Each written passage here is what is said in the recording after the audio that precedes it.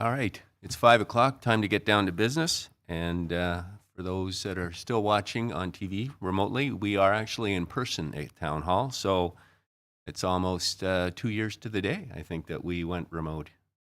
So it's wonderful to be back, and we look forward to continuing to open up as we move forward. I will start off with the land acknowledgement, and I'll look to Councillor MacLeod. Thank you, Mayor Saunderson. For more than 15,000 years, the First Nations walked upon and cared for the lands we now call home. Anishinaabe, Haudenosaunee, Ojibwe, and many others who were families, friends, and communities the way we are today. The town of Collingwood acknowledges the Lake Simcoe-Nottawasaga Treaty of 1818 and the relationship it establishes with the original inhabitants of Turtle Island. We acknowledge the reality of our shared history and the current contributions of Indigenous people within our community. We seek to continue empowering expressions of pride amongst all of the diverse stakeholders in this area. We seek to do better and to continue to recognize, learn, and grow in friendship and community, nation to nation. Thank you, Councillor. Before I get to the agenda, I have a couple of announcements. We don't usually have announcements for SICs. However, this is an important announcement.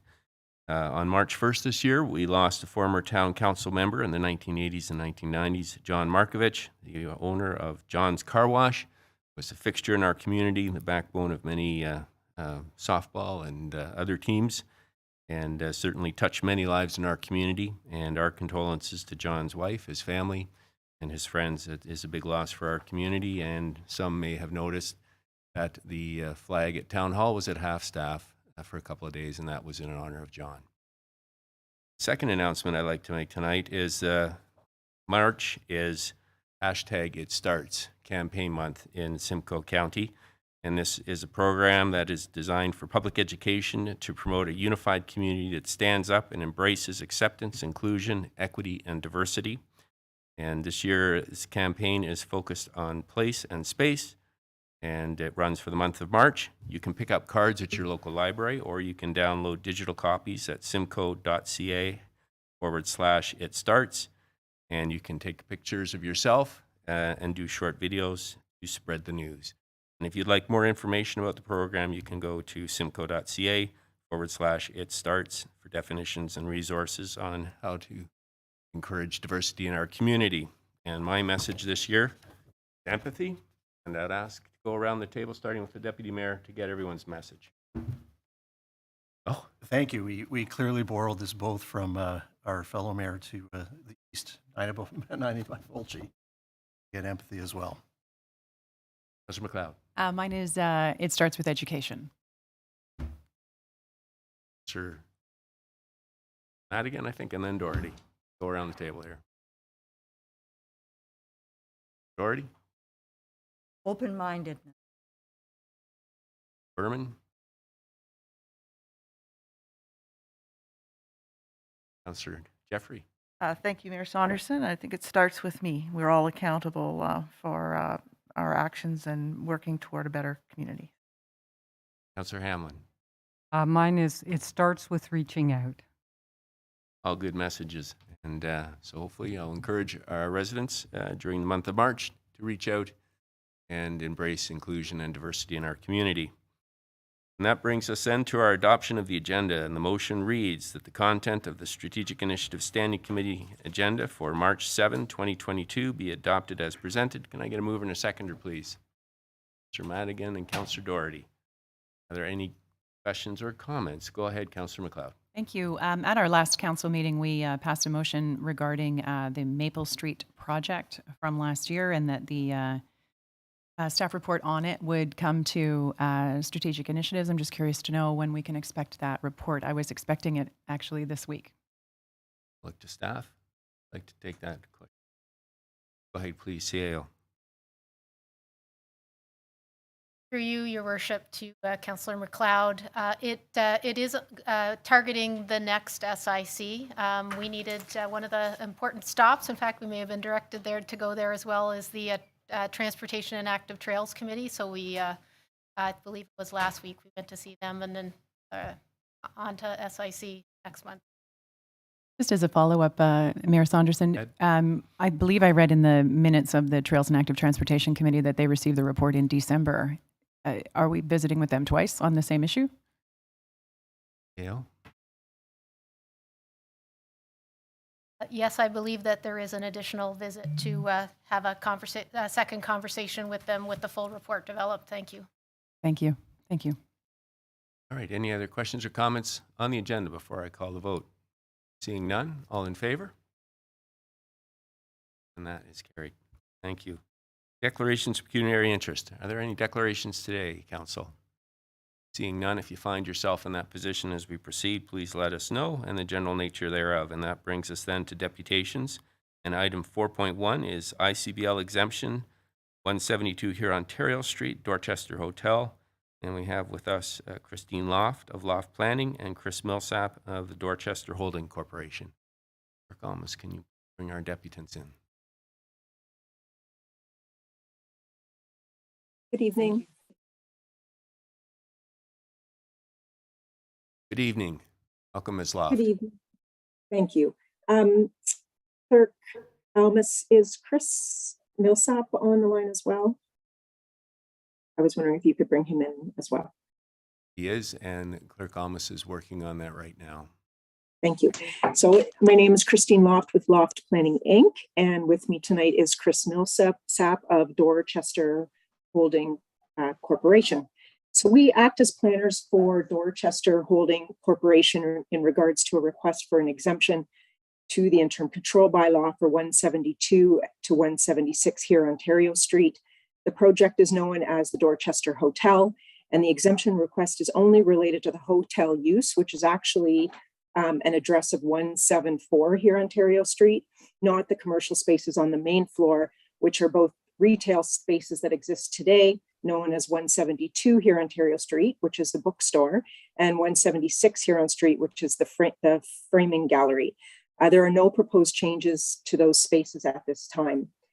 Dorchester Holding Corporation purchased the building in 2020, and although initial decisions about the future use of the building were open, the building was in a state of disrepair. Chris began full renovations of the building in April 2021 after receiving all required building permits as well as Heritage Committee permits for the renovation.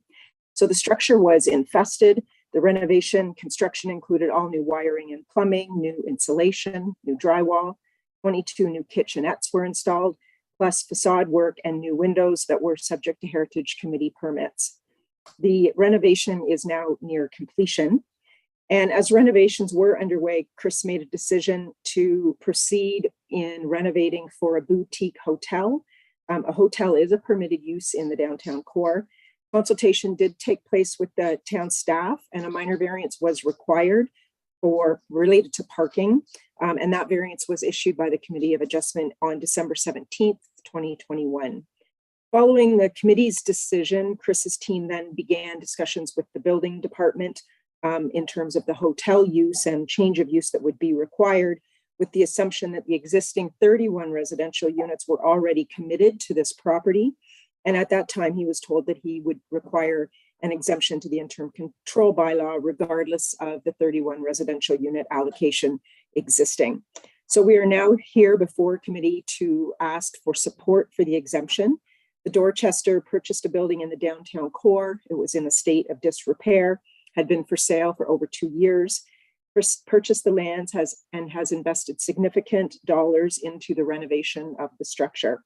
Our exemption request did provide engineering calculation on the SDU units on the application. And we did respond last week with further information from Tatham Engineering regarding additional information that staff had requested. And we do understand there was some delay in that, and it was just due to a miscommunication on our end. Tatham's report indicates that because the town's policy does not actually break out a hotel unit in terms of an SDU, that they would calculate it based on a residential unit. So the SDU calculation for 31 residential units would be 20.46 SDUs. So in summary, the SDU allocation does remain unchanged for the hotel or proposed hotel use, but the project remains caught up in the interim control bylaw. So we would formally request that committee support the exemption for the change of use on the basis that the current allocation of the building is for the 20.46 SDUs, and that in Tatham's opinion, the hotel use would utilize the same SDU calculation. The staff report indicates that this is a partial project, and we don't agree with that. The building is fully renovated at this point, and the change of use requested is for the hotel use only. There has been no request for any main floor changes to the 2 retail spaces, and staff had indicated a concern about an exemption to the whole building and that there would be no further powers that the town would have then if they issued an exemption for the whole building. But the units do have separate municipal addresses. So committee could exempt 174, which is the street address for the existing and proposed residential units or hotel use. And that the exemption could be related to only that address and simply not include 172 and 176 Hurontario Street, which are the 2 retail components. So we do appreciate staff's time on this. They've spent a lot of time with us discussing the hotel use, working the way through the minor variants. And we would ask that committee allow the exemption request. And we thank you for your time. Those are Thank you, my Ms. comments. Loft. Mr. Millsap, do you have anything you wanted to add? No, I think Kristine's said it all there. And if you have any questions, I'm happy to answer. But yeah, that's it in a nutshell. Thank you. Council, any questions or comments on this item? Councillor Hamlin, and then Deputy Mayor. Yeah, thank you, Mr. Mayor. I do have a question of the deputant. So if I understood correctly, this is an instance where the building permit was issued for a certain use, and the use you're changing the building to would not increase the water needed. Is that a correct statement? Ms. Croft? Yes, thank you. So through the chair, that's correct. Tatham have provided an opinion that the hotel use would be considered the same as a residential use. So the calculation for the residential use was 20.64 SDUs, and the hotel use would utilize that same SDU calculation. Thank you. Follow-up, Mr. Mayor, if I could, to staff. Go ahead. Thank you, and I'm not sure who I'd address this to, but whoever's listening in the ether. It seems this is a situation similar to the one we had at 55 Mountain Road, where the applicant wished to convert an existing restaurant to a pet store use, and there was going to be no further water required, and an exemption was granted. So my question is, am I right in thinking that, and is there some other issue with this application that I should be aware of? Thank you. To either Planning Director Valentine, there you are. You've come up on the screen. Go ahead, please. Thank you, Your Worship. I didn't have an opportunity to test my microphone. Can everyone hear me? Yes. Excellent. Thank you so much. Through you to the councillor. So as mentioned by the deputant, we've spent a lot of time on this collectively with staff and the applicant as well, and we thank them for their continued participation in the process. The primary concern with this one, Councillor Hamlin, is that we have 2 buckets, if you will, of exemptions that council has been entertaining over the past few months for the interim control bylaw. One is accessory dwelling units, which is clearly not applicable in this case. And the other is conversions between industrial, commercial, and institutional uses that don't require additional water and no additional planning applications are needed. So the nuance with this one is it's going from a commercial use to a residential, or from a residential use to a commercial use. So it doesn't fit neatly within that bucket of industrial, commercial, or institutional changes of use. So that is the difference in this case.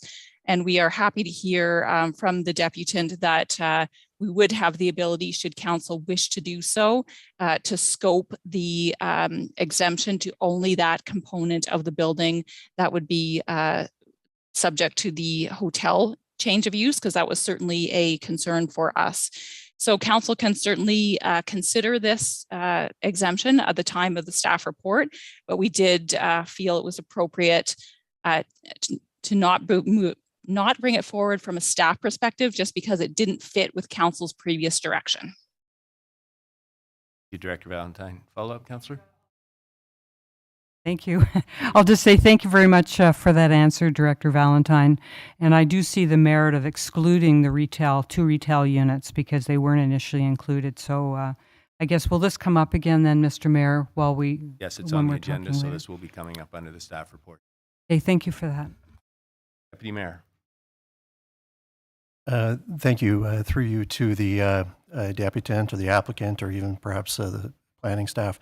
I just preface my comment by stating to Mr. Millsap that certainly the people that I speak to within the community, members of the BIA, et cetera, they have been following with great interest the redevelopment of this particular site. It's been a comment for years in terms of, if I could use the term dilapidated, within a jewel of a heritage district. So certainly my compliments to you and the efforts that you've put forward to date to revive what potentially has, or will become an integral part of our downtown for many reasons. The question I have, and through you, Mr. Mayor, to whoever's appropriate to answer, is there was reference to there's no change in use, but I'm not sure that I quite understand how that applies to the 2 commercial buildings fronting Hurontario. The one has already left. The other is in the process of departing at some point. And my understanding is that those 2 spaces were to be renovated to complement the building as a whole. So I'm clearly not understanding if somebody could just explain to me what that entails. And they say there's no change in use. Thank you. Ms. Croft? Thank you. Through the chair to Deputy Mayor Hall. So the application or the change of use discussions with the building department was only related to the hotel use, which is the primary focus of Chris needing to be able to move forward with the hotel use now. The retail spaces are the one unit or one portion of it would be used for a lobby to the hotel. However, still a commercial use where it's commercial today. So I think the difference is that we're going in the residential units are going from residential to a commercial use, but the 2 retail spaces are existing commercial retail and not proposed for any change at this time. Okay, I could shed a bit more on that too. By the way, thank you for your comments. Much appreciated. It's a fun project. Well, most days are fun. But yes, we like Kristine just said, the lobby is going to be one area on the art gallery side, and then the other side will be staying as empty as the bookstore. Will that be potentially a future restaurant down the road? That's a possibility, but that's why we're trying to say that is down the road and does not need to be. That can be a separate application whenever the water issue is resolved, or that would be allowed. So I'm happy to apply on a separate application when the time comes that we're prepared to do that. We are not prepared to put a restaurant there right now. That's for sure. We are focused on the hotel and the hotel only and getting it open. And we'll review if the restaurant's going to be that case. We'll review that at the time, and happy to apply for just that. Follow-up, Deputy Mayor? No, thank you for both answers. You, Council, any other questions or comments? Seeing none, I think I owe you an apology, Ms. Loft. It's either old age or just the typeset on the screen so far away. I've been combining the first letters of your first name with the last letters of your last name. So my apologies. Thank you both for your deputation today and your time. Thank you. That brings us then to item 4.2, Poplar Regional Health and Wellness Village Project. And we have Max Reim on behalf of Live, Work, Learn, Play, Inc. Thomas, can you let Mr. Reim in, please? Certainly, Your Worship.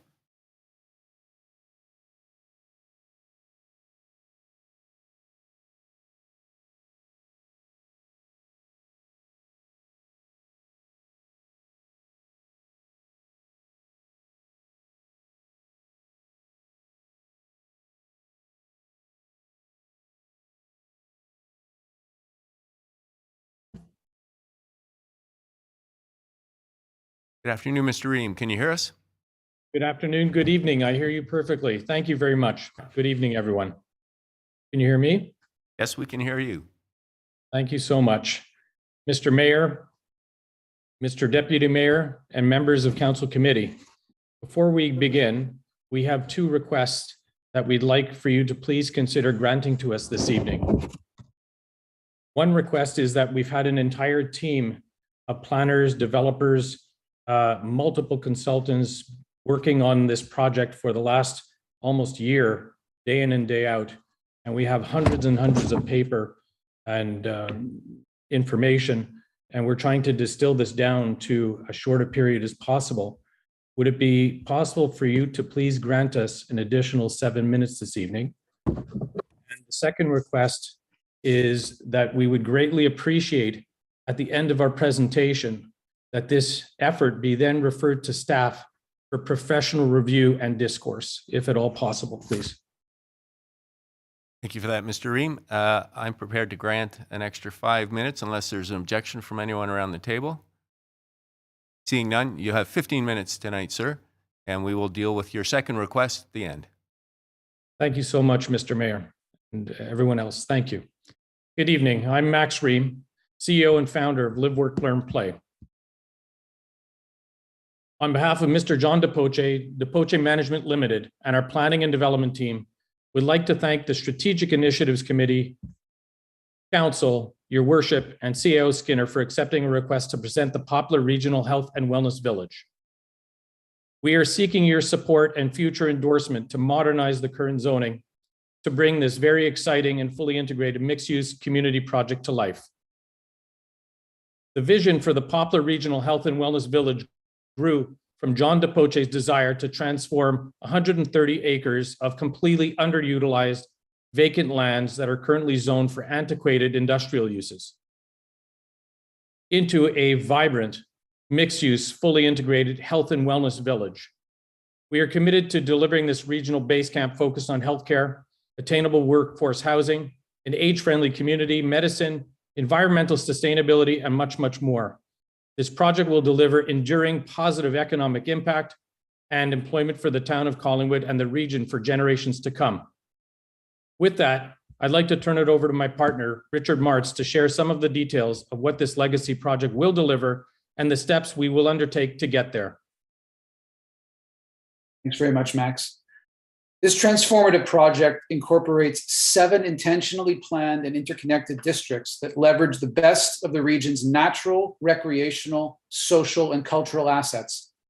It's about catalyzing economic growth and diversification, quality job creation, introducing new community services, and meeting other community needs and desires. Our goal is to create an authentic, thriving place for well-being that improves the lives of generations of Ontarians who want to live longer, live better, live healthier, and live happier.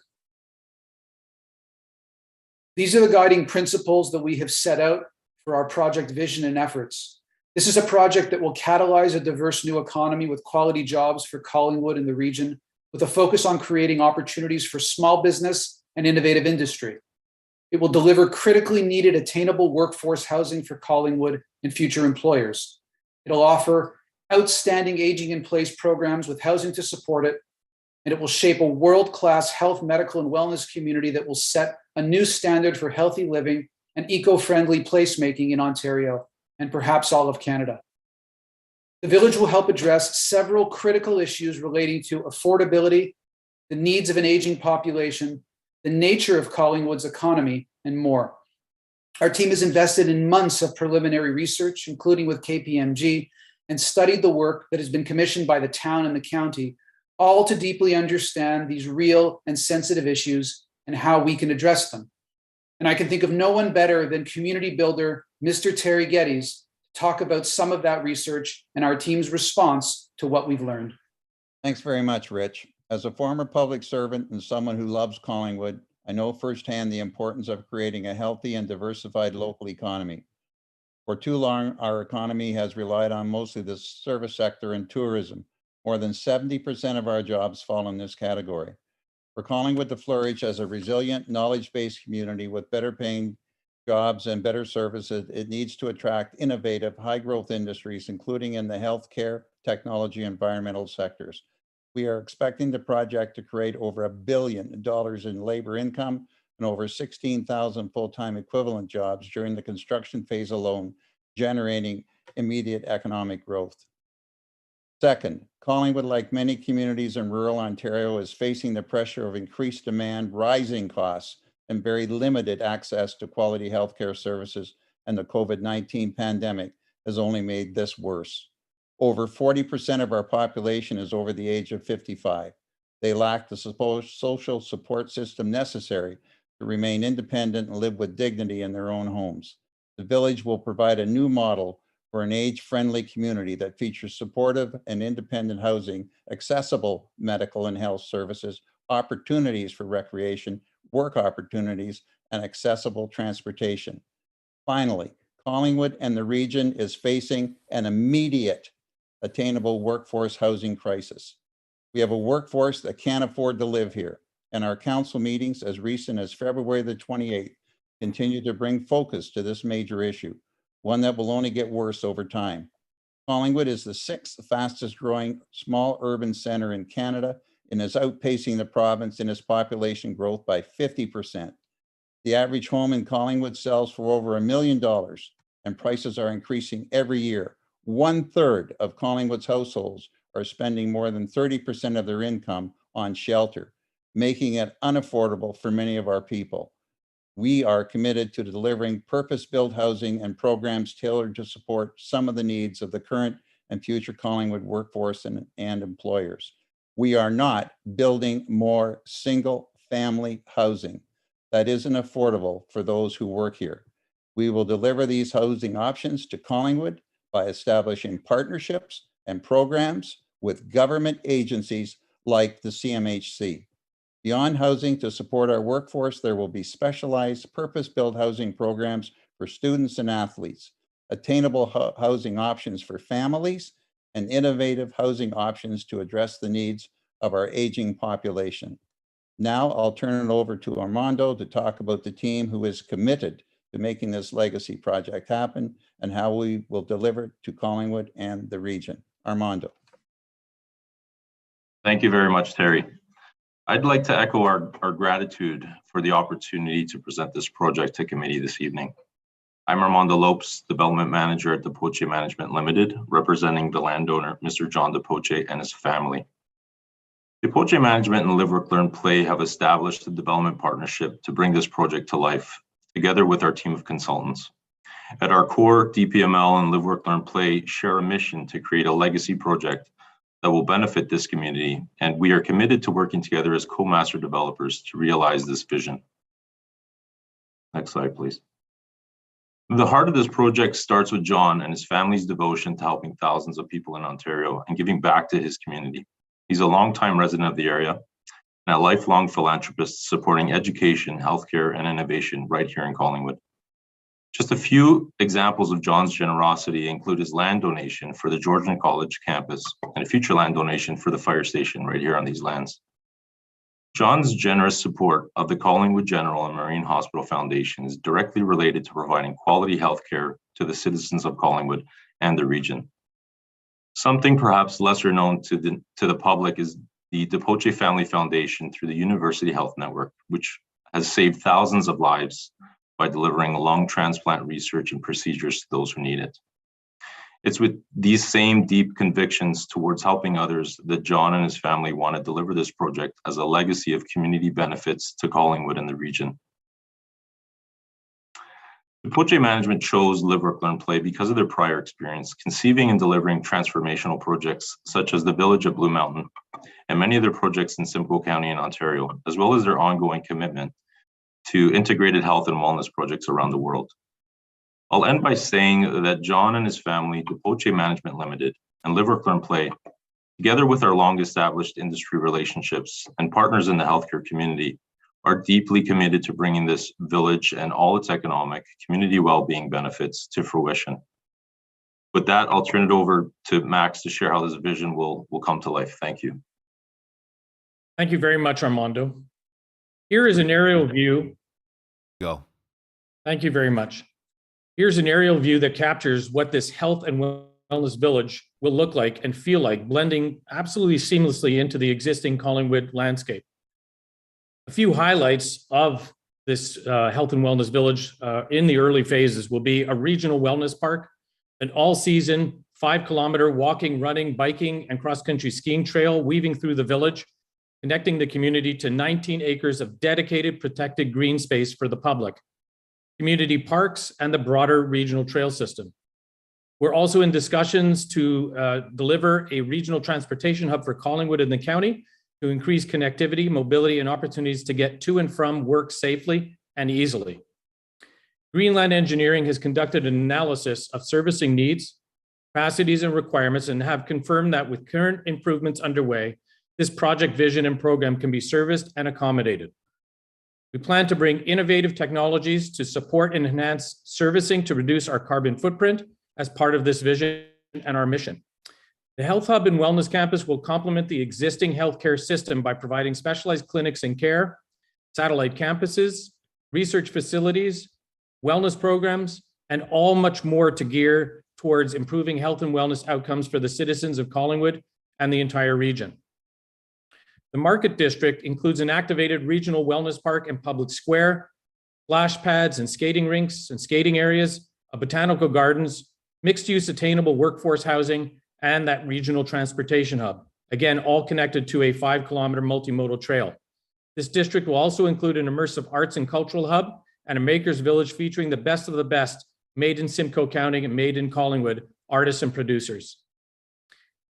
This excellence in aging in place district will give residents the ability to live a healthy and happy and dignified life, filled with friends and family, opportunities to enjoy recreation, to live independently or with assistance, and to live in a safe and comfortable village as they age, with access to the amenities, services, and social infrastructures they need and desire. This region has a large aging population that will require accessible healthcare services, therapies, and options to continue their healthier and longer lives. In the Eco Wellness District, we will deliver a sustainable and resilient community featuring outdoor recreation and relaxation spaces. We'll deliver a wellness center and educational opportunities focused on learning about nature and a healthy environment. In our Biotech and Innovation District, we will target and attract innovative new businesses that will catalyze economic development, innovation and research, and provide a diversified portfolio of economic drivers for Collingwood that will generate the knowledge-based quality jobs in the medtech and biotech sectors. The Education District is already underway with Georgian College South Campus, and it complements and supports the existing college campus with opportunities to expand the research facilities, learning centers, multi-generational learning spaces, student housing, and much, much more. We will reinforce the regional demand for four-season sports and recreation by creating a center of excellence in sports medicine. We will provide the infrastructure and partnerships to enable increased activity, recreation, rehabilitation, and athletic performance, offering a hub for professional and amateur athletes to train, recover, and be healthy. We will bring this vision to life and support it with the support of council and the Collingwood community. So far, your outpouring of support has been tremendous. We greatly appreciate it. Thank you. Our community engagement and stakeholder outreach process is still in its early stage and will continue for years. We will soon launch a web portal to gather ongoing feedback from the community and encourage the entire community to reach out to us to figure out exactly how you may want to get involved in this health and wellness village. Quickly sharing a summary and overview of our projected timeline, and we can go over this subsequent to this evening. We'd like to be under construction in just a few years from now, but there's a lot of work to do together, and together we can accomplish this truly great and innovative district, this model for development right here in Collingwood. For us to help Collingwood and the region in these substantial ways, we need your support. For town staff to work alongside our team to move this legacy project forward, to endorse modernizing the zoning for these lands that will come before council for resolution to then be sent to the province for their ministerial review and approval. We are, once again, complete community builders who will work with leadership and the community to deliver iconic places that thrive for generations.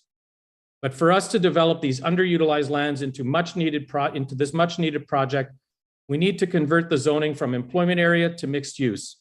This will allow us to deliver the vision and the program, including the attainable workforce housing and significant economic benefits to Collingwood and the region for years. And we will deliver this within the next few years, starting within the next few years versus waiting decades or perhaps never happening at all. The community needs are here and now. Once again, our rezoning application has been approved. Sorry, I apologize. Once our rezoning application has been approved by the province, we will then enter into detailed design stages following the usual planning and approval processes as part of our commitment to a positive ongoing collaboration with the town of Collingwood. Once again, thank you for your kind support, your overwhelming input, and we're extremely grateful for the opportunity to work with you, the leadership, as well as the greater community of Collingwood, as well as Clearview and beyond. Thank you for your enthusiasm for this project. Thank you, Mr. Reim, and thank you to your team. An exciting You're very welcome. prospect. Council, questions or comments? Councillor Doherty?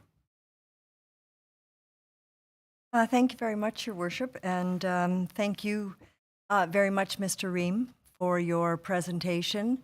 Clearly, a lot of work has gone into this, and the vision is quite dramatic.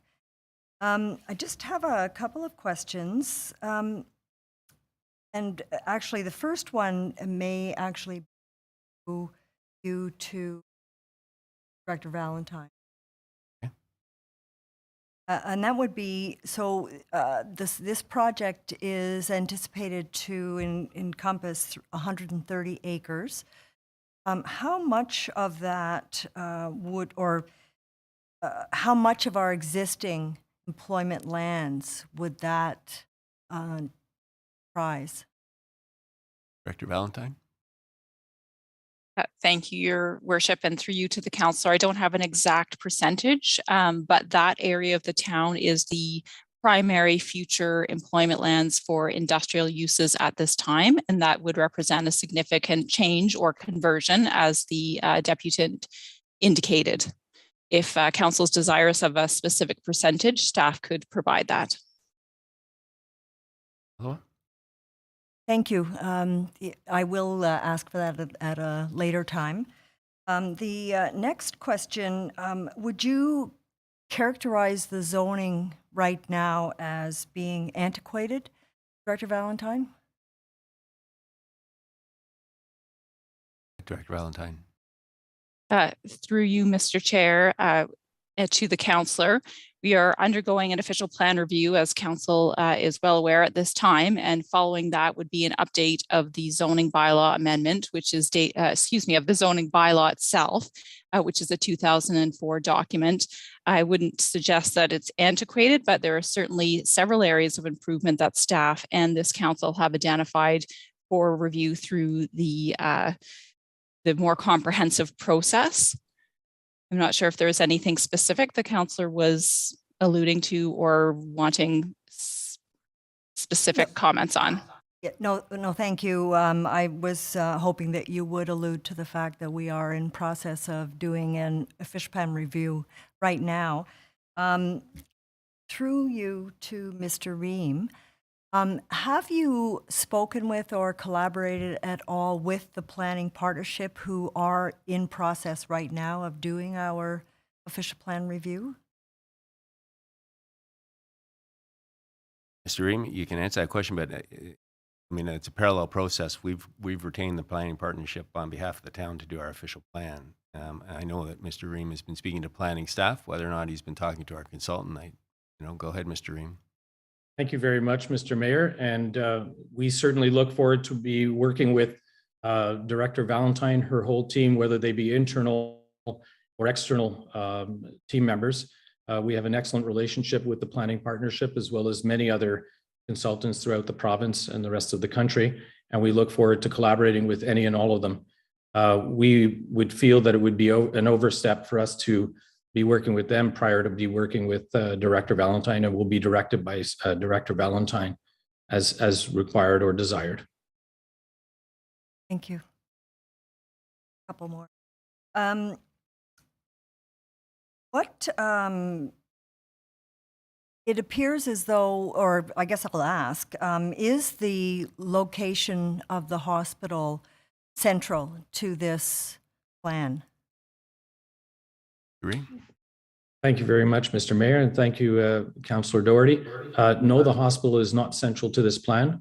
This project, as a health and wellness village, will occur with or without that hospital. If the hospital desires to consider locating there or part of it there, then we can certainly accommodate, but it's definitely not a necessity. This project will move forward with or without Collingwood General Hospital on the site. Thank you. And then just one final question. Why do you recommend that this town should pursue an MZO or support the pursuance of an MZO as opposed to allowing the town to do its own work on rezoning these properties? Thank you for the question. If it's possible, I'd like to please call upon my partner, Richard Martz, to address your excellent question. Thank you. Go ahead. Sure. Thank you. Thank you very much.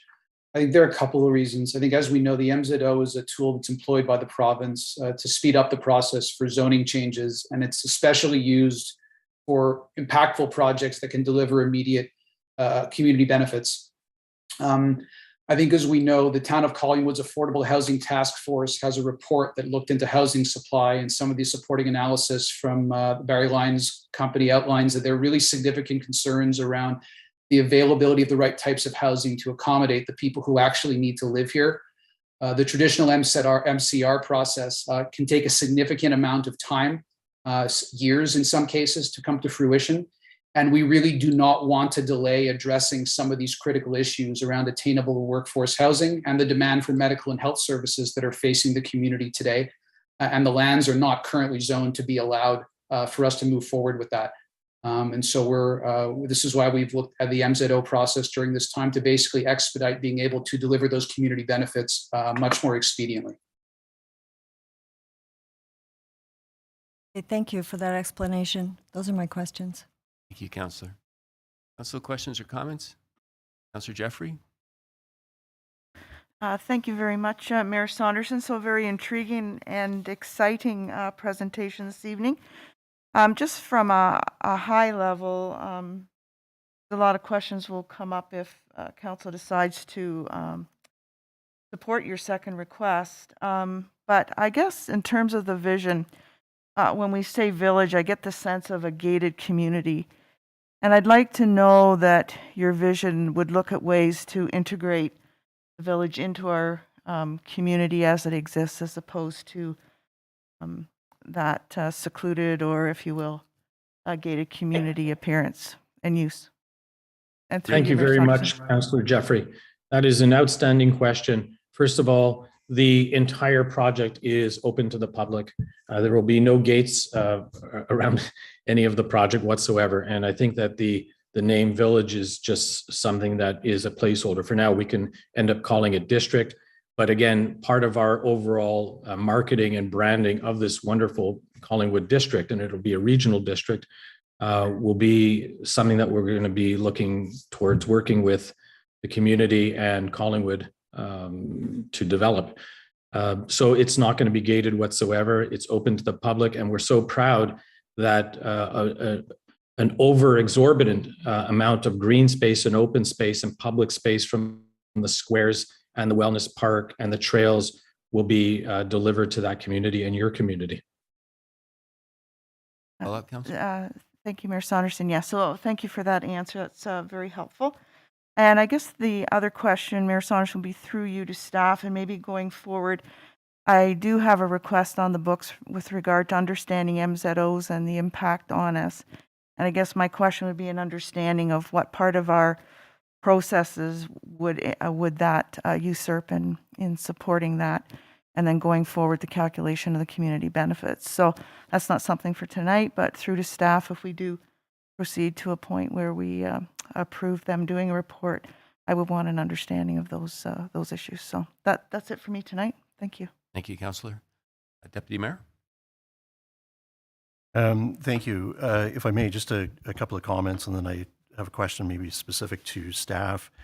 I'm excited from the opportunity, or for the opportunity, from a macro or 30,000 foot level, in the context that there was reference to three particular developments, one within Grey County and the other two within Simcoe County, that people can actually, go and visit and feel and touch and experience today. Of course, the one in our backyard is the Village at Blue. The other one is Seasons on Little Lake in Midland on Highway 12 as you're going into Midland. And the other is the expansive golf course community and waterfront community at Friday Harbor in Innisfil. And I think that all three give people an idea of sort of the collective vision. They're very different from one another. They speak to the needs, whether it be from a recreational standpoint, from the Village at Blue to a place like Seasons on Little Lake, which was really designed to be an entry-level community for active retirees looking to maybe relocate from Toronto and the GTA to a northern community. And I think, I'm speaking for myself, but I think that all three have brought opportunity not only from an economic standpoint, but from a tax base, as well as for a reshaping of their respective communities. No one would doubt that the Blue Mountain resort of 25 years ago and the resort that we have here today are very different. And I think that most would suggest that for the most part, it's been a very positive change. And I think that's true for the other two. So the reason I mention that, Mayor Saunderson, is just I think that our community, for good or bad, has been, for a number of years, going back decades, the landing pad for the latest and greatest opportunity that never comes to fruition. I was thinking earlier today about, I don't know if anybody remembers the proposed aquarium that was going to be down at the waterfront, and as an example. So I just wanted to put that out there, that I think that we're dealing with an entity that is well known in the community for Mr. DePoche as it relates to the lands that he owns, the contributions that he's made to the community, and then the team that he's assembled in terms of not only those from the planning standpoint, but from the wealth of experience that KPMG brings to the table in putting together the report. If somebody was watching at home tonight, what they're not seeing is the fact that last week, as a committee, we all received a well thought out document, and as a compliment, and I said this to someone earlier today, for a town where you can't sneeze without everybody knowing about it, I was pleasantly surprised to learn earlier today that conversations about this particular opportunity have been in the works for an extended period of time. There has been consultation with our senior management on the staff side, as well as from the mayor, and to bring it to where we are tonight, and to sort of keep that under wraps. I pass that along as a compliment to all involved, because for those who will get an opportunity to potentially see this document, it's not something that was put together last evening in preparation for a school assignment that was due today. I mean, it's something that's been in the works for half a year and is quite extensive. I think that we are all cognizant of the fact that employment, work, how we work, pre-COVID, COVID has accelerated things and how we're doing things, but pre-COVID, we were experiencing change. And for my fellow colleagues who are members of the Development Operations Committee, this is sort of the second vision that we've kind of seen for the southeast corner of our community. For those who remember, we had a gentleman on behalf of an ownership group who was speaking to the property that's on the west side of Raglan, north side of Poplar. And as part of the vision that he shared with the Development Operations Committee, a lot of the high level sort of touch points in terms of live workspace, affordability, the opportunity to live and work in the same area, community spaces connecting with one area to another, public access, all of these keys, touch points, were part of tonight's presentation. And I think it's important to recognize that, because it's two separate groups, two separate properties that are speaking to a vision of where this region, where this community could go, and how they see how we live, work, and play with one another. Not today, not tomorrow, but where we're going, 30, 50 years out. And so I think that there's been conversation for an extended period of time as it relates to these specific lands, how we've protected these lands. I think that there's been a lot of commentary in our community for an extended period of time about, and we hear this all the time, not so much lately, but we've heard this in the past, where, why can't council land a new wheel plant or a new whatever? And the reality is, we know that that's just not coming to fruition, that those types of opportunities are not necessarily coming into our community. And if they are coming to our community, they're coming to the greater good. And what I mean by that is that when you look at the plan that Simcoe County has put together, and where you look at the corridors, whether it be the 400, Highway 11, et cetera, the expansion of the Lake Simcoe Airport, the lands adjacent to that, the county itself has really identified that if there are those types of industrial uses, they want them closer to, I see your card. It's like I'm being at the Oscars. They see that those types of things are, it's important for them to be at major transportation corridors, whether it be flight, train, or transport. And so I just state that because I think it encaptures that not only do these developers see where the future's going for these lands, the county has clearly stated where, they want to see development take place elsewhere and not here. And I think that we need to recognize that. So I do have a question. And the question, I guess, through you, Mayor Saunderson, would be to our Director of Planning. And it's dovetailing on Councillor Doherty's question, and that is, if all of these things are sort of coming together, and if I could very politely use the term, the writing's on the wall, what, and maybe it's not fair to put it through to the director, maybe it would go through to the clerk, what is required for a member of this particular body to maybe expedite or move this forward if they so choose to do so? Clerk Thomas?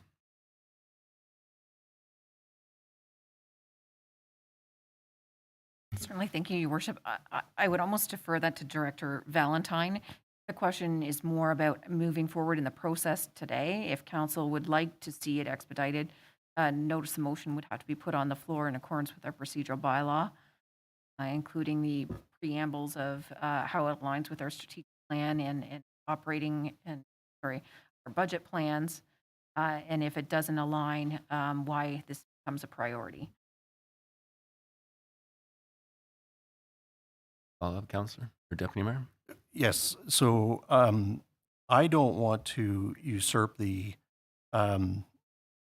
extensive work that has been already undertaken and continues to be undertaken as it relates to the official plan review.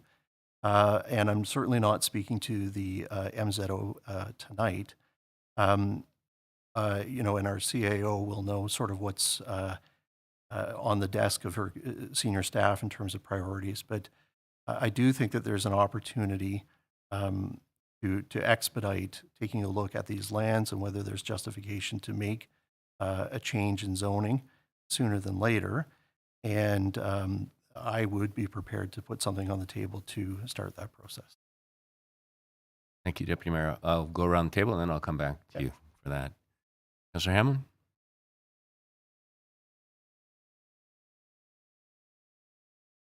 Thank you, Mr. Mayor.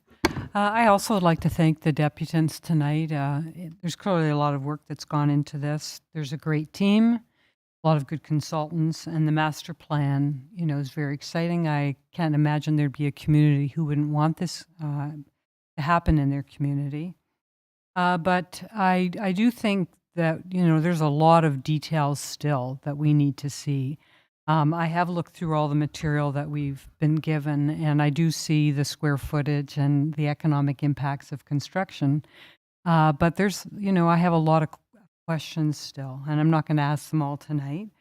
But I do have a few questions through you, Mr. Mayor, I'd like to ask. In terms of the staff review that was mentioned, what is the timing that the applicants see in terms of how much time our staff would have to look at this? And also, for expertise that we don't have within our staff, I'm expecting we'll need some peer review of some of these aspects. So that's my first question. Thank you. Just so I'm clear, the first question was to the applicants about the time commitment involved. Mr. Reim? Thank you very much, Mr. Mayor. Thank you very much, Deputy Mayor Hull, and thank you very much, Councillor Hamlin. We've already begun working with your staff, and it's been a tremendous effort together. We're looking to dedicate our team as many days and evenings as possible over the next several weeks, so that Director Valentine and your staff and anyone else at the municipality can get the answers that they're seeking. But really, it's about setting forward a future process to be able to work together for many years. Really, for us, it's time is of the essence. We have this opportunity today. We hopefully will be able to do all that work over the next few weeks together to satisfy everyone, especially Director Valentine. Thank you, Mr. Mayor. My second question would be, when would the conversations with the community take place? Is this going to happen before this gets sent down, if it is to be sent down from us to the province? Once again, thank you for your question, Councillor Hamlin. We've already begun conversations, but our robust and very dynamic process begins now. So conversations are occurring today, and certainly will become much more robust and dynamic over the next several weeks, and then for many years. It's a completely transparent, dynamic process of communication, participation, and involvement, because many of your community members have already reached out to see how they can get involved, and we look to opening up those opportunities to your community. Thank you.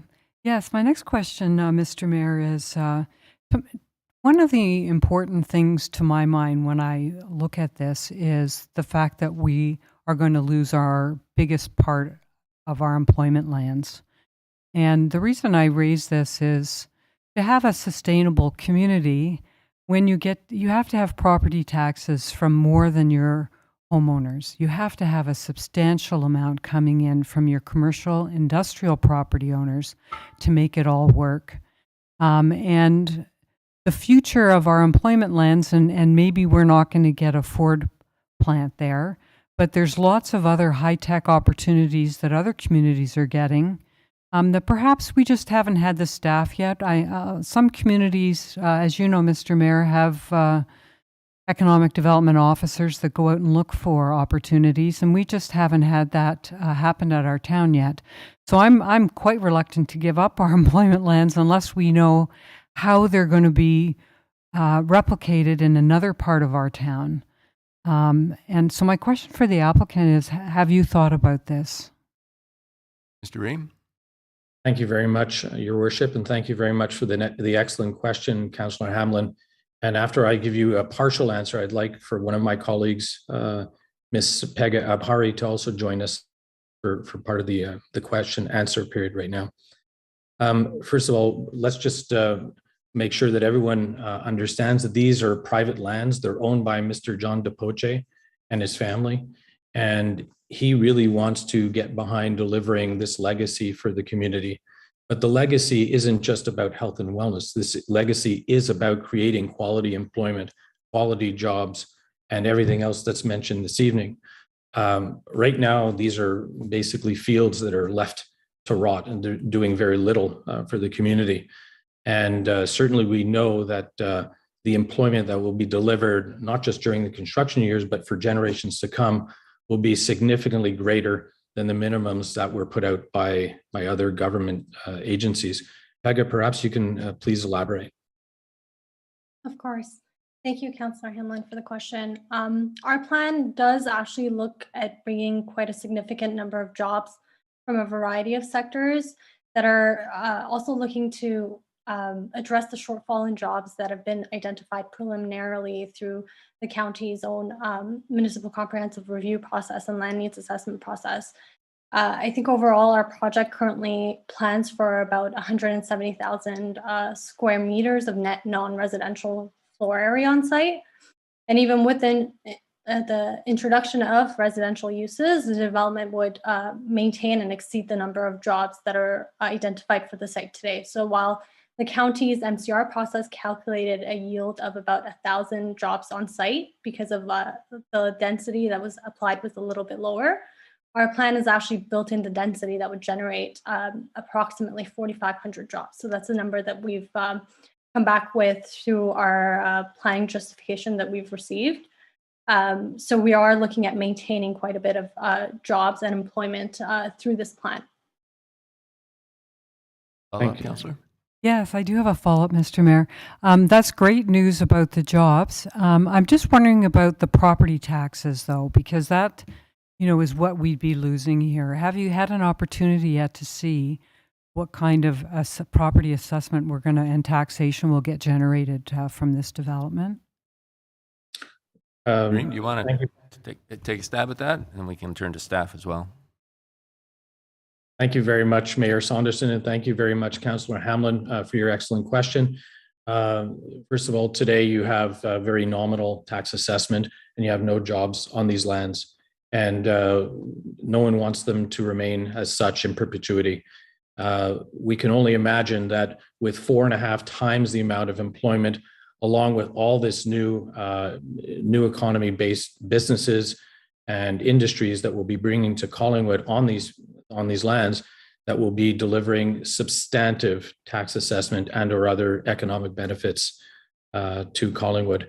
I'd like to pass this on to, I don't know if Eric Wolf is on the Zoom, but Eric Wolf is the managing partner of KPMG, and perhaps he can talk about how the future tax assessments will be figured out over many, many years together. Eric? Do we have Mr. Wolf on? Yeah, okay. Go ahead, Mr. Wolf.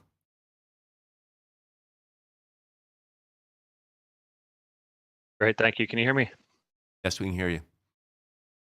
Great. Yeah, thanks, Max. So yeah, I think on that point, again, this has a tremendous opportunity to generate jobs. I think as we've mentioned and touched on in the presentation, the focus of our analysis was largely on just employment jobs and jobs created during the construction period. Again, this is something that has tremendous opportunity, and as Max mentioned, this is really about utilizing these currently unused lands and converting that into an economic opportunity. So I think on that point, we estimated as the presentation suggested, over 16,000 full-time equivalent jobs during the construction phase. And as I mentioned before, this is not about this has not even taken into consideration those long-term job implications that Pega had mentioned. So I think there's tremendous value and opportunity as part of this development in site. Thank you. I just have two more questions, Mr. Mayor. Go ahead. Two more Thank questions. you. Yeah.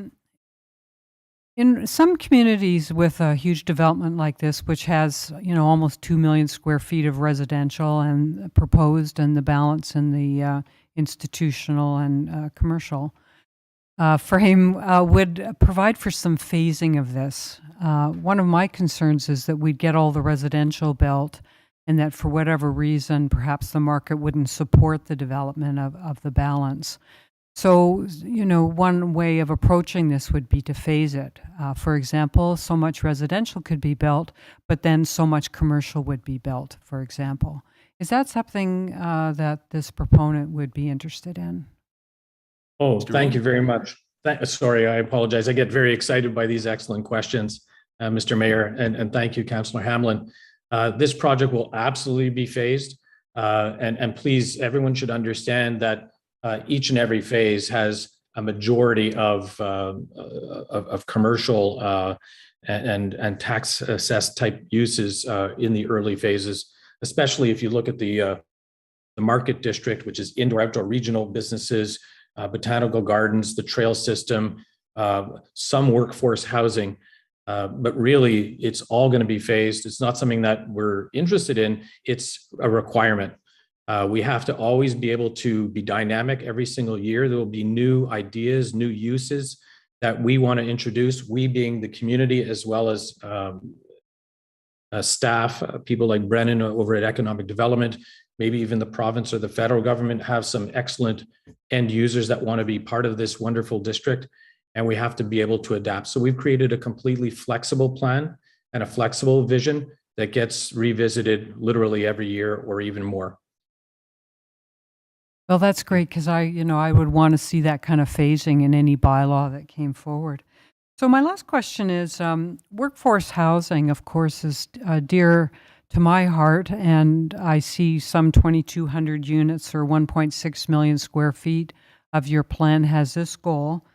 I'm wondering how that can be secured. I know there's been another MZO that went ahead in the province, and not with any of the people on your team that I'm aware of, but when it came down to it, the developer was not prepared to build the affordable housing component, and the province took the position there was no way through the MZO province that could be enforced.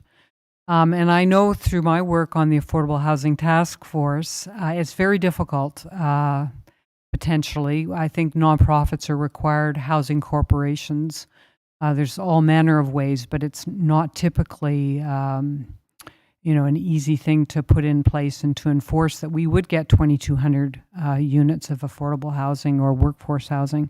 So my question, Mr. Mayor, is how would you intend to secure that component? Reim. Thank you, Mr. Mayor. Thank you, Councillor Hamlin. Excellent question. Once again, we're proposing caps in terms of all the different uses, which includes the different typologies of residential. But I can tell everyone today that we're very excited by the working relationship that we've established with Canada Mortgage and Housing Corporation.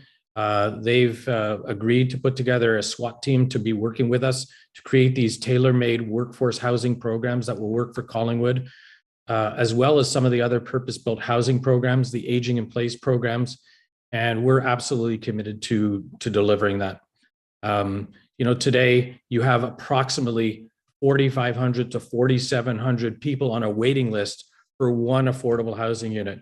You have an extraordinary crisis situation on your hands today, and it's only going to get worse.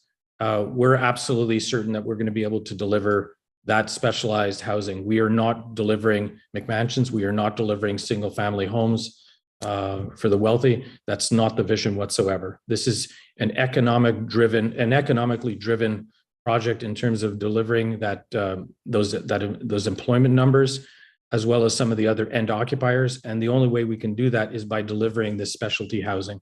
That's what they're demanding. That's what they need. Otherwise, they can't attract excellent employees. It's critical to them, as well as the aging in place. So again, Councillor Hamlin, that we're very excited to work directly with you and other councillors in the future on these tailor-made programs, and we can't wait to get going. Thank you. So, Mr. Mayor, I have comments, but I can wait if you prefer. Why don't we go around the table and see if there's other questions or Thank you. comments, and then I'll come back to you. Council, any other questions? Go ahead, Councillor McLeod. Thank you. I'll try to do this in less than 6.5 minutes. My first comment is, boy, howdy, is this ever exciting? Thank you for coming to us and for doing all this preliminary work in advance.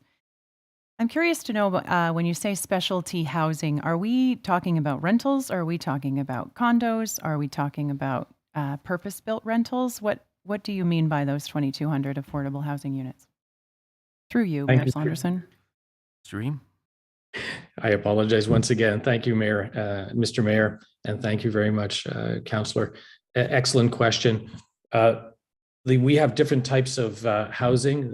Most of them will be rentals. However, there will be some for sale if it works this way with the CMHC specialty programs and pilot programs that we're going to be bringing to Collingwood. When we talk about aging in place, there are people who are going to be 55, 65, 85, or 105. And in some cases, they may want rentals. And in other cases, they may want to own their own unit as part of these aging in place communities. When it comes to student housing or athletes housing or rehabilitation housing, those will likely be all rentals, but they may be rented through the institution or the medical side of the project. So I think it's real balance between what the end occupiers are going to require in terms of the types of housing for who they're appealing to their health and wellness component of their business. I don't know if that answers your question, but there will be multiple typologies of housing, all specialty housing, purpose-built housing, and/or workforce or aging in place housing. Thank you, Mayor Saunderson. And not necessarily as a follow-up, but it's no secret around this table that what is being requested is support or concurrence with a ministerial zoning order. And my question to you is, if this council says no to that, what happens to this property? Through you, Mayor Saunderson. Mr. Reim? Thank you very much. I'll ask Mr. Armando Lopes to answer that question because he is a direct representative of Mr. John DePoche. However, you've been living with this property in such a state up until now for several hundreds, if not thousands of years. I'm not sure that it's going to change necessarily, but it's an excellent question, Councillor McLeod. Thank you. Thank you. Thank you. Yes, this, I think what Max said is pretty accurate. I mean, we've owned the lands for some time. Nothing has come to fruition since our ownership. The lands remain agriculture. From a market perspective, we have had zero interest. Hence why the lands currently remain agriculture. So I'm not sure that I can give you an answer other than if this project doesn't proceed forward, then the lands just may remain the way they are today until something comes down that appeases the existing zoning. But I think what we have here is the opportunity, to take these lands that are within a settlement area boundary, promote additional employment jobs, and promote the health and wellness and affordable, attainable housing or workforce housing issues that the township is currently facing. Thank you, Armando. If I may, I'd just like to add something to your excellent question, Councillor McLeod, please, if I'm given the opportunity. I heard some excellent statements from Deputy Mayor Hull a little bit earlier. We are extremely proud to know that we were heavily involved in all three of those projects that he mentioned: Seasons on Little Lake, Big Bay Point, which is now Friday Harbor, and certainly myself. I was dedicated for almost 8 years with an entire team with Gord Canning and other people, including Mayor Geddes at the time, for the Village of Blue. Each one of these places are very different. In many cases, in most cases, it's not about becoming a real estate developer to make money on these projects. It's all about delivering a community development. In almost all of these cases, the lands were owned in perpetuity by others who don't necessarily, have a real estate development background or even care about developing things like a real estate developer. We have a special situation here where Mr. DePoche and his son Mark and his whole family, they're not real estate developers. We're not traditional real estate developers. We're here to help communities. And that's really the strong desire and commitment for Mr. DePoche and his family. And we're here to shepherd in with the community the most outstanding community development, perhaps and hopefully in the history of Collingwood and the region. And we're prepared to dedicate ourselves for the next decade or more to you and your community to deliver this together with you. So I know that it's a different kind of an answer to your question, but we are not real estate developers the way you've come to know them. Councillor. Thank you. Those are my questions. Great. Council, any other questions? Seeing none at this point, I have a question, Mr. Reim, for you and your team. And Councillor Hamlin's already hinted a bit at this in terms of the affordable housing. So the request for an MZO is a significant zoning step. And there's perception that it's a shortcut, and people are concerned about shortcuts when things don't come through. And I'm wondering if there are mechanisms that you and your team have thought about or considered to secure the project moving forward on the timely schedule that you've put out.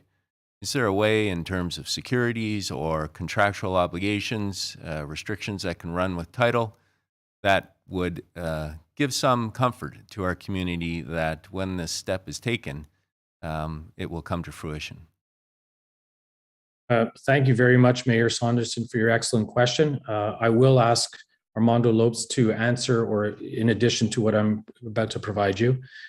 We've already been thinking about and pre-prescribed many of those guidelines, so to speak, that the project has to work within, which of course we're going to be sharing and discussing directly with your staff.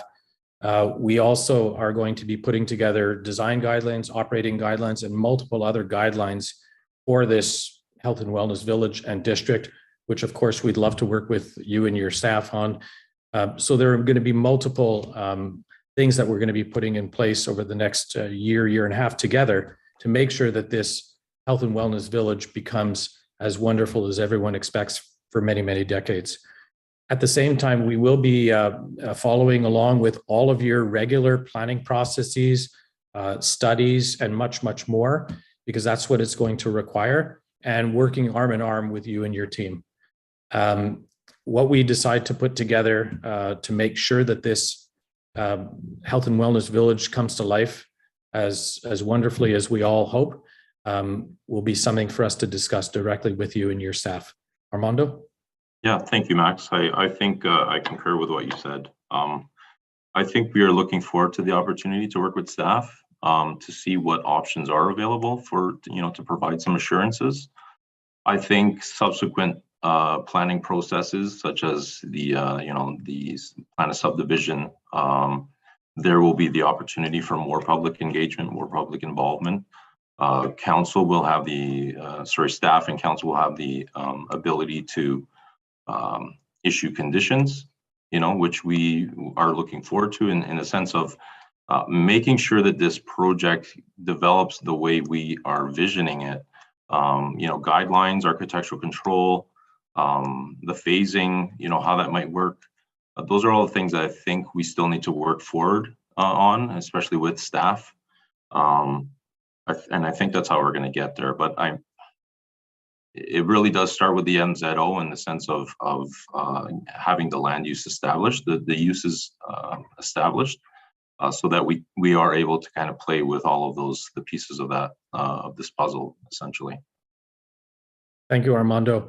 And just to add on to the final portion of the answer, Mayor Saunderson, this is not about selling it, building it, and leaving like traditional real estate developments all over Collingwood.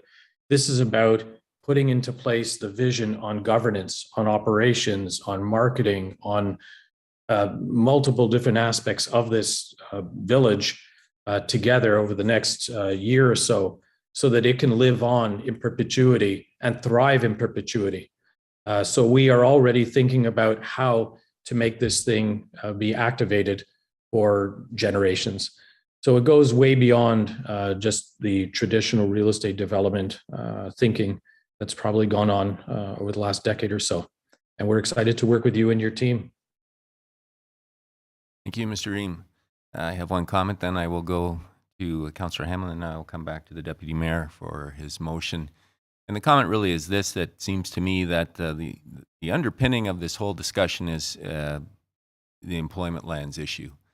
And if you take it out of employment lands, what is the impact for our community moving forward, acknowledging that the comments by the deputy mayor about planning for the MCR throughout the county, but also the focus for heavier industrial uses more down the 401 or 400 corridor.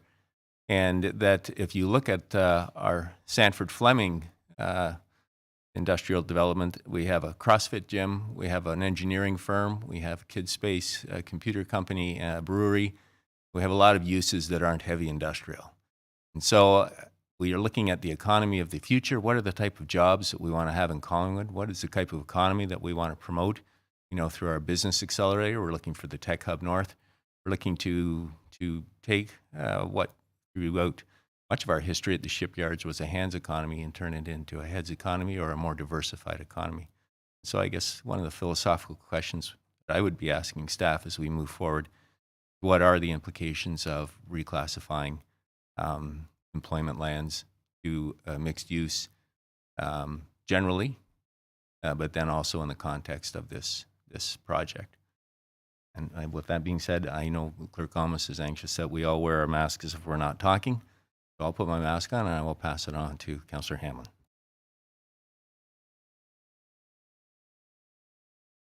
Thank you, Mr. Mayor. What we have before us tonight is an idea. And you know what? I think it's a great idea. But what I heard the applicant talk about is we have a few weeks to think about it and a few weeks for our staff to look at it.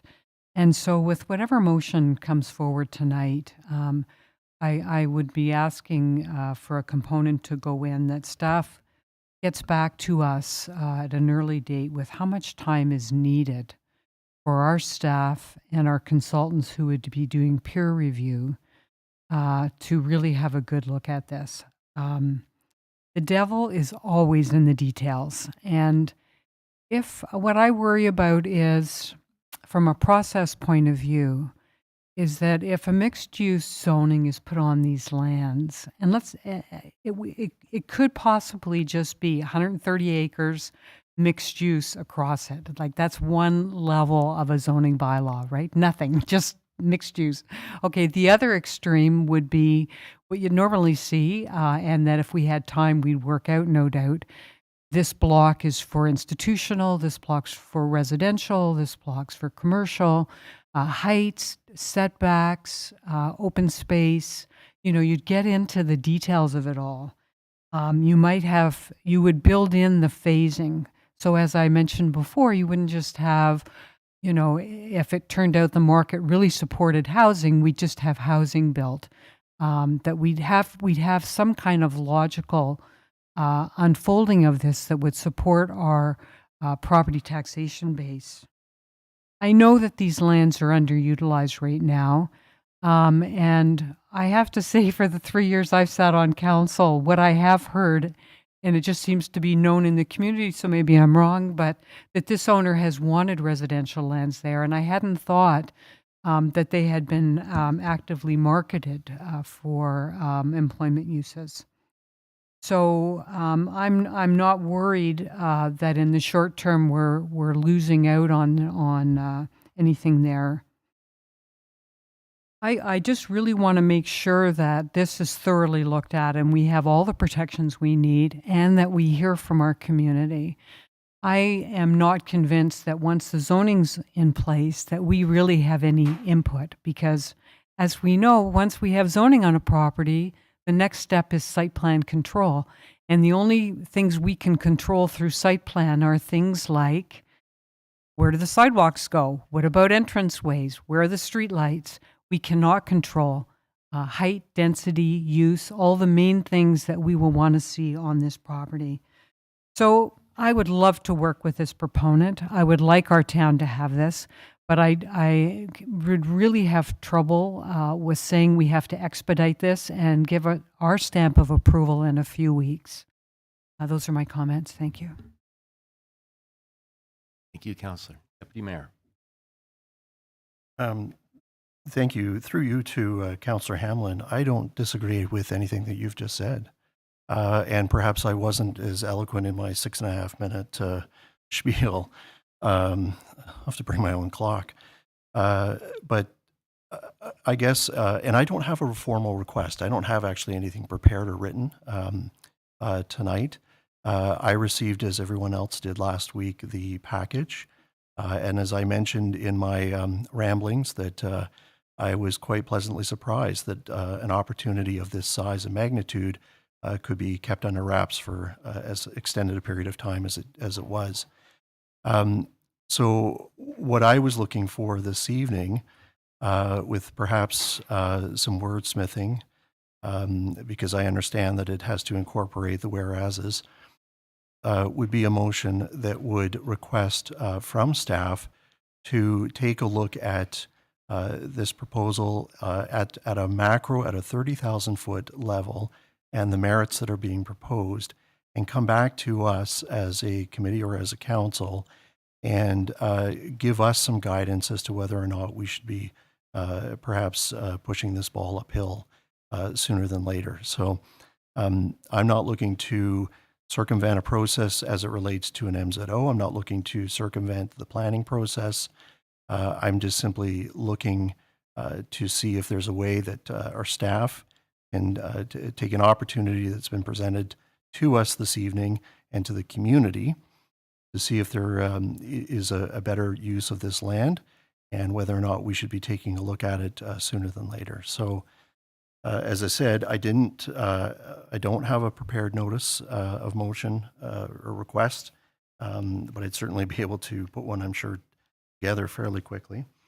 And if it was the will of committee to see it passed, great. And if not, then we'll continue to work with the developer, because I'm sure that regardless, they'll want to continue to move this forward in one way or another. So, but my final thought would just be that Councillor Hamlin and to my other colleagues that asked questions, I share your concerns. I think that the questions were excellent.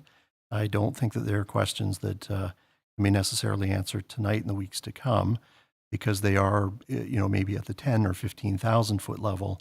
I'm simply asking tonight that we look at expediting to take a look at it from the 30,000 foot level. That's all. Thank you. Thank you, Deputy Mayor. I think that's consistent with the applicant's request tonight, Mr. Reim. My understanding was that you're asking us to refer it to staff for much Yes, of the same please. information that the Deputy Mayor has described. Yes, please, Your Worship and Mr. Mayor, and yes, please, Deputy Mayor Hull. Well, I'm looking over at Clerk Almus. Clerk Almus, do you have some proposed wording for us? Thank you, Your Worship. I've put together in draft form here but I can work with the Deputy Mayor following this as it is in motion. Request that staff investigate this proposal and review the merits being proposed and come back to committee or council with a recommendation on how and if this should be supported by council in moving forward.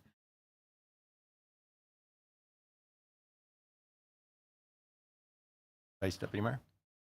It does, because it keeps it fairly open and provides staff, I'm hoping through you to the CAO, the latitude to work in a time frame that you feel is workable to come back to this table. Go ahead, CAO. Thank you through the chair to the Deputy Mayor. This is a big proposal, and it has some, potentially far-reaching implications for the town.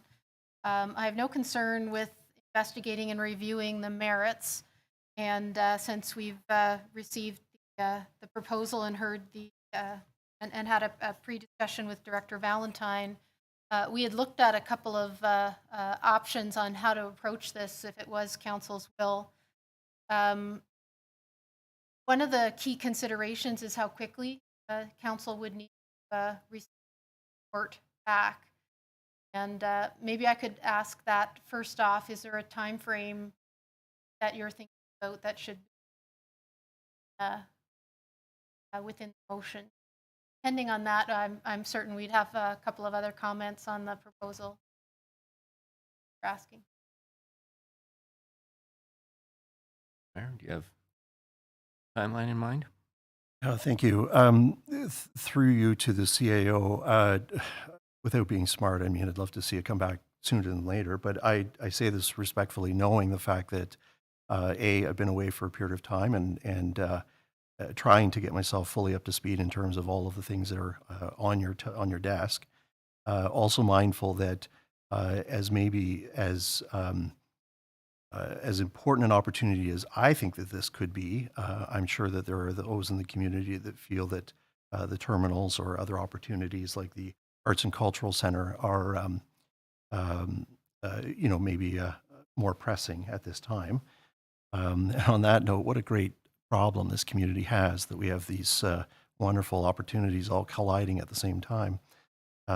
So I don't want to, if I may, I don't want to actually put a date on it because I don't want to, from the outset tonight, we had a question about Maple Street.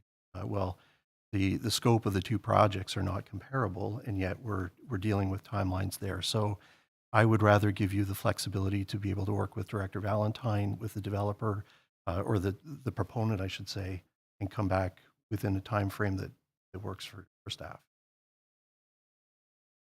Go ahead, CEO. Okay, thank you very much.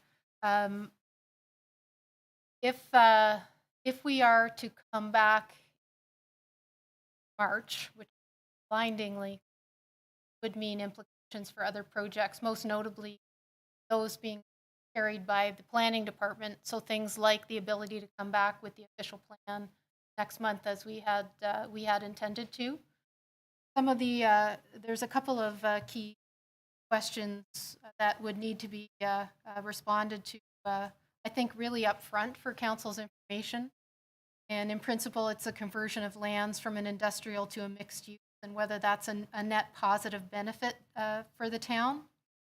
And the controls and tools, and that was mentioned by several members around how could, if this moves forward, the town be assured that the vision that's been presented to you tonight is in fact the vision that will happen in approach.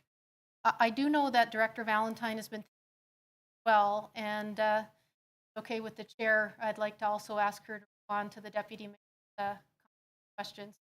Absolutely. Go ahead, Director Valentine.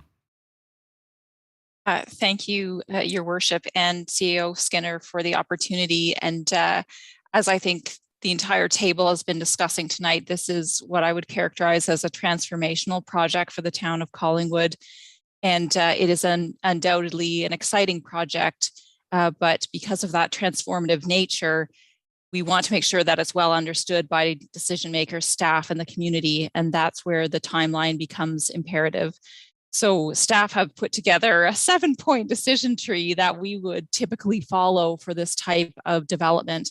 And as CAO Skinner alluded to, and Deputy Mayor Hull as well, within a short time period, we can probably get to the 2,000 or 20,000 foot level, but there's a number of details that would need to potentially be discussed.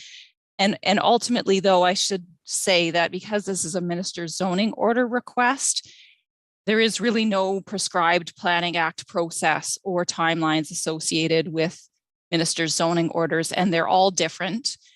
This council could endorse a minister's zoning order with no additional information than what they have today, or council could request additional community consultation or additional documentation, as would be more typical of a Planning Act application. So we can certainly return to this council with some of the 20,000 foot questions answered. We would need the assistance of a consultant with expertise in this type of conversion. And lucky for us, we have a couple already working on behalf of the town on the official plan review. But primarily that would result in a delay of the official plan review project itself. And knowing that we are at a confluence of a number of different elements related to the interim control bylaw and land use planning policy study, that was the other component that is really critical to bring forward in March and would be very, very difficult to divert significant staff resources from that project at this time, given the legislative time constraints we're under. So I guess all that is to say is if this council is desirous of a quick turnaround on those 20,000 foot questions, we would be seeking to engage a consultant, and potentially this council may have a question for the deputant about how those costs would get covered. And also it would delay the delivery of the official plan. Thank you, Director Valentine. Deputy Mayor? Could I ask, just to give my colleagues an opportunity to comment, I'd like to just table the motion, get a seconder, and then could we open it to questions that may... I think we're just tabling the notice of motion tonight because it will have to be passed to the subsequent. Right, fair enough. So I think perhaps we can, since we're just tabling the notice of motion tonight, maybe some of these details, would leave it with staff to, so when this comes up at the council meeting for debate, that we can get some of the background facts and a better idea of the costs and timelines involved. That work? EAO Skinner?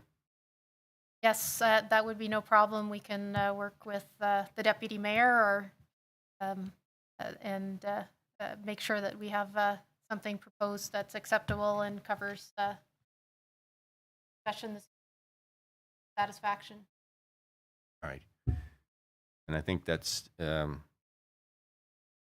then will come up in our council meeting. Our next council meeting is, if I can it be put on the agenda for this special meeting? Is that too quick a turnaround? Director or Thomas? Thank you, Worship. A special meeting is set for the purpose of the meeting. So if council would like to see this notice of motion added, that council could ask that it be on that agenda. All right. Well, then maybe for the purposes of tonight, we have the notice of motion in the works. I will look around the council table if there's any objection to adding it to the special meeting agenda for this. Go ahead, Councillor. Thank you. I would not have an objection to that. However, I would like some clarity on what it is exactly that's being moved here. Well, the notice of motion is going to be fleshed out based on what we've got it. Clerk Almus, go ahead. Or just for clarification, a notice of motion, when it's provided, can only be placed in the next regular meeting. So we'd have to amend the wording. I guess looking to staff, though, I'm wondering in the turnaround, reasonable time for you to get a better understanding of what the motion would entail in terms of staff work. Is that reasonable? And then if it is, then I would be asking Deputy Mayor if he would consider amending it to put it forward to this Thursday.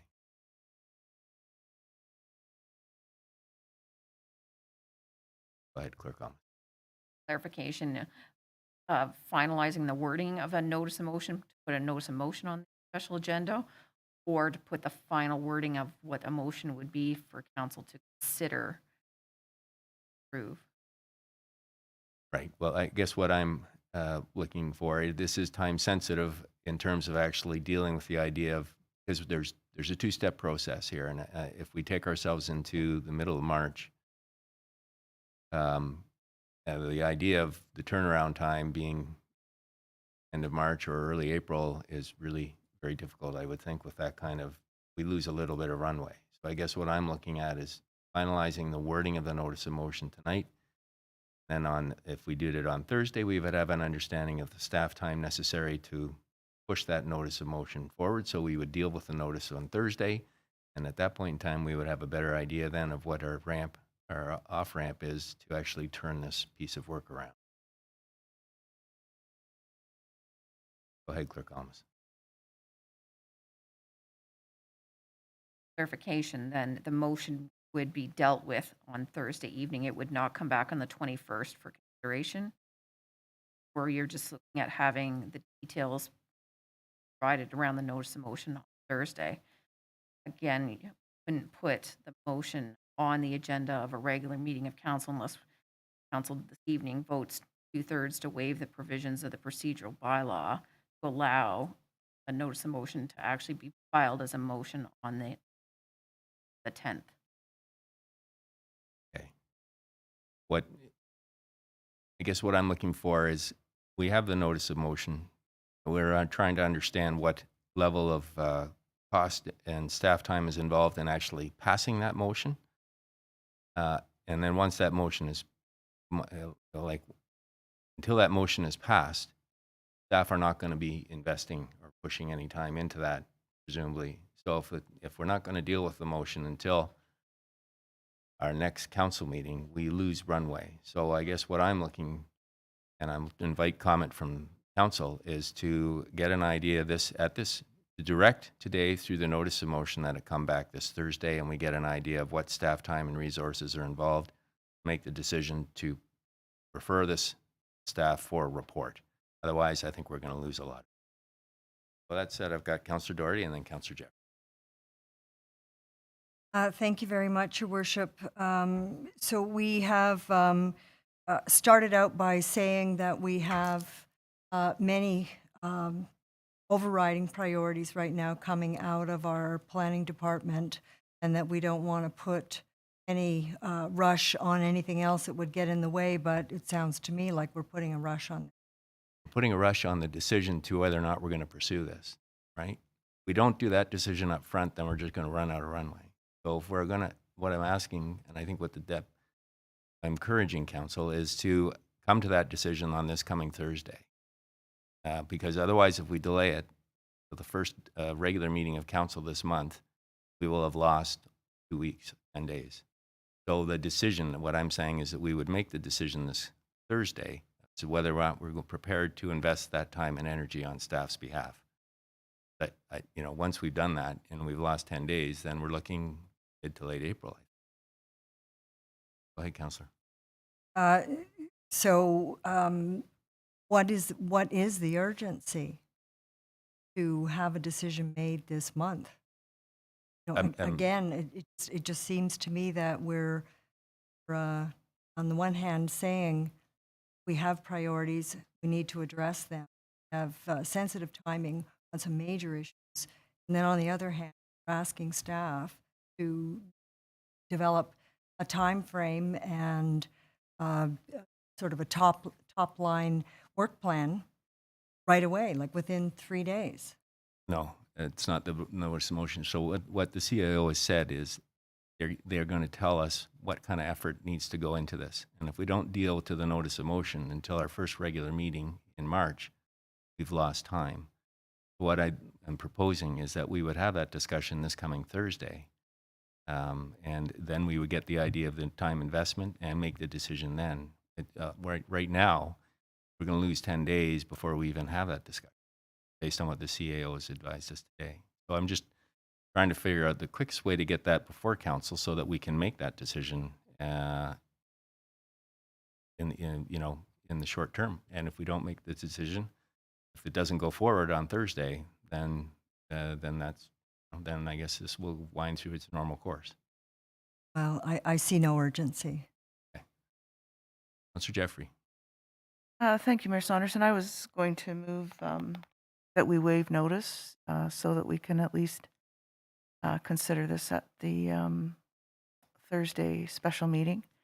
And I think it's fair to the applicants as well to let them know one way or the other whether we're investing the staff time or looking for consultant paid time or how we're proceeding with that. So I think that gives us the opportunity tonight to decide whether we feel it's that urgent or not. But I'll move to waive notice so we give leave from the procedural bylaw to consider it on Thursday.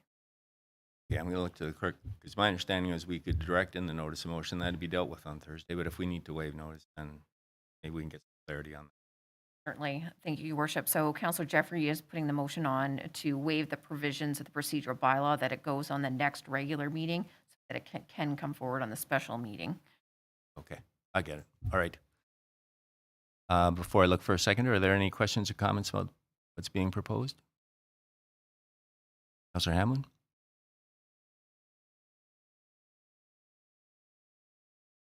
I'll get used to this eventually. I would just like to ask a question, Mr. Mayor, through you to our CAO. What do you see happening if we expedite this to come forward on Thursday? What would be the next steps for staff? Thank you. Gail? Thank you, to Councillor Hamlin. we would think through the 7 points that Director Valentine has mentioned. We do have some preliminary costing around the types of technical work that would be required to look at the jobs and the use of the property. That's in the range of $50,000 of immediate expenditures, not looking at any legal or subsequent reports. And we would be able to, at a very high level, just to look at the types of reports that you would have and would not have in hand in the short term, and the implications, which was mentioned already twice, but that the what might happen in the short term, which implications on other projects if this ministerial zoning order application, no, sorry, it's not an application, ministerial zoning order period became the priority in the short term. That's what could be available in the short term, and then pending council's decision, there's quicker paths and slower paths that might lead to this or other outcomes for this site.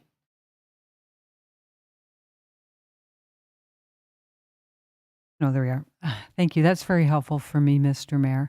I'll support this motion, but I will say I'm not in favor of overriding our priorities on the official plan or getting our interim control bylaw land use study sorted out, because we have a lot of our community waiting on us having that sorted out, and so that I can see us having the information in hand to see what the next steps would be and how long they would take could be useful. Thank you. Thank you. Any other questions or comments, Councilor McLeod? Thank you. I am not prepared to vote to waive notice on a motion I have not seen, read, or fully even understand after the conversation that we have had. We in this town have some experience with projects that were rushed at the council table, and I would like to not repeat those mistakes. So I would like to take some time to understand what the notice of motion even is. I'd like to take some time to study the wording thereof.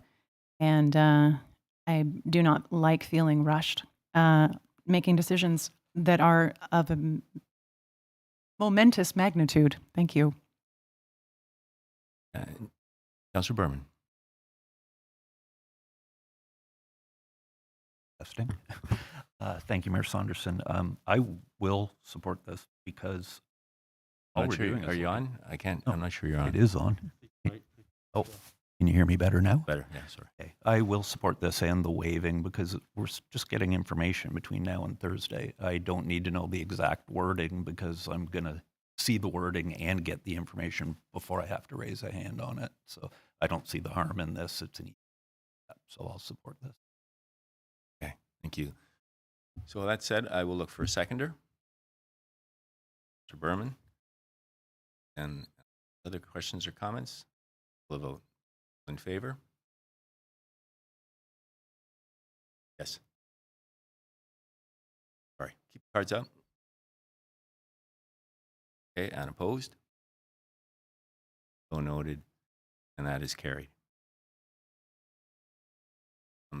Mr. Reim and your team are still with us. Thank you very much for your presentation tonight. Thank you very much, Mayor Saunderson, and thank you very much, Council Committee members. We are very excited to work with everyone, including your community, for many years. Thank you for your consideration. All right, Council. So that brings us on to item 5.1. Oh, go ahead, Clerk Almus. Right, to waive provisions of the procedural bylaw requires 2/3 majority. So the notice requirement of a notice of motion is required to go in the next regular meeting. It can't go in a special meeting. So we're waiving, that's the provision that we're looking to waive.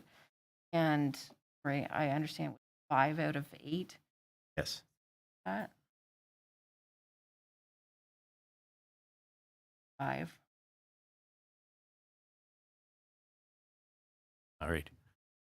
The motion is defeated, and that notice will come up then on our next regular meeting. Councilor Berman. Thank you, Mayor Saunderson. Through you to the clerk. If it's not too late, could I get a recorded vote on that? Mr. Gomez? Certainly. And again, this is on the motion to waive the provisions of procedure bylaw to have it go on a special meeting. All those in favor of the motion, please rise. Raise your yes hand. Thanks. All right. Thank you. And all those opposed? Thank you. Motion. All right. And then that brings us then to item 5.1, which is the update on our water capacity and land use planning study. Geo Skinner. Thank you.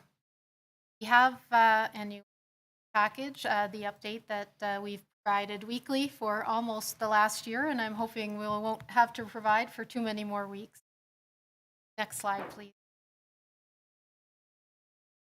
So the resolution that triggered these updates included that we would cover negotiations, tendering, exemptions, building permits, and the like, and those are included today. Slide.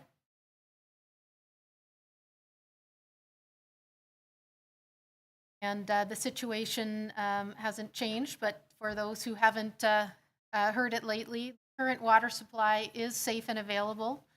This is not a concern whatsoever with water quality.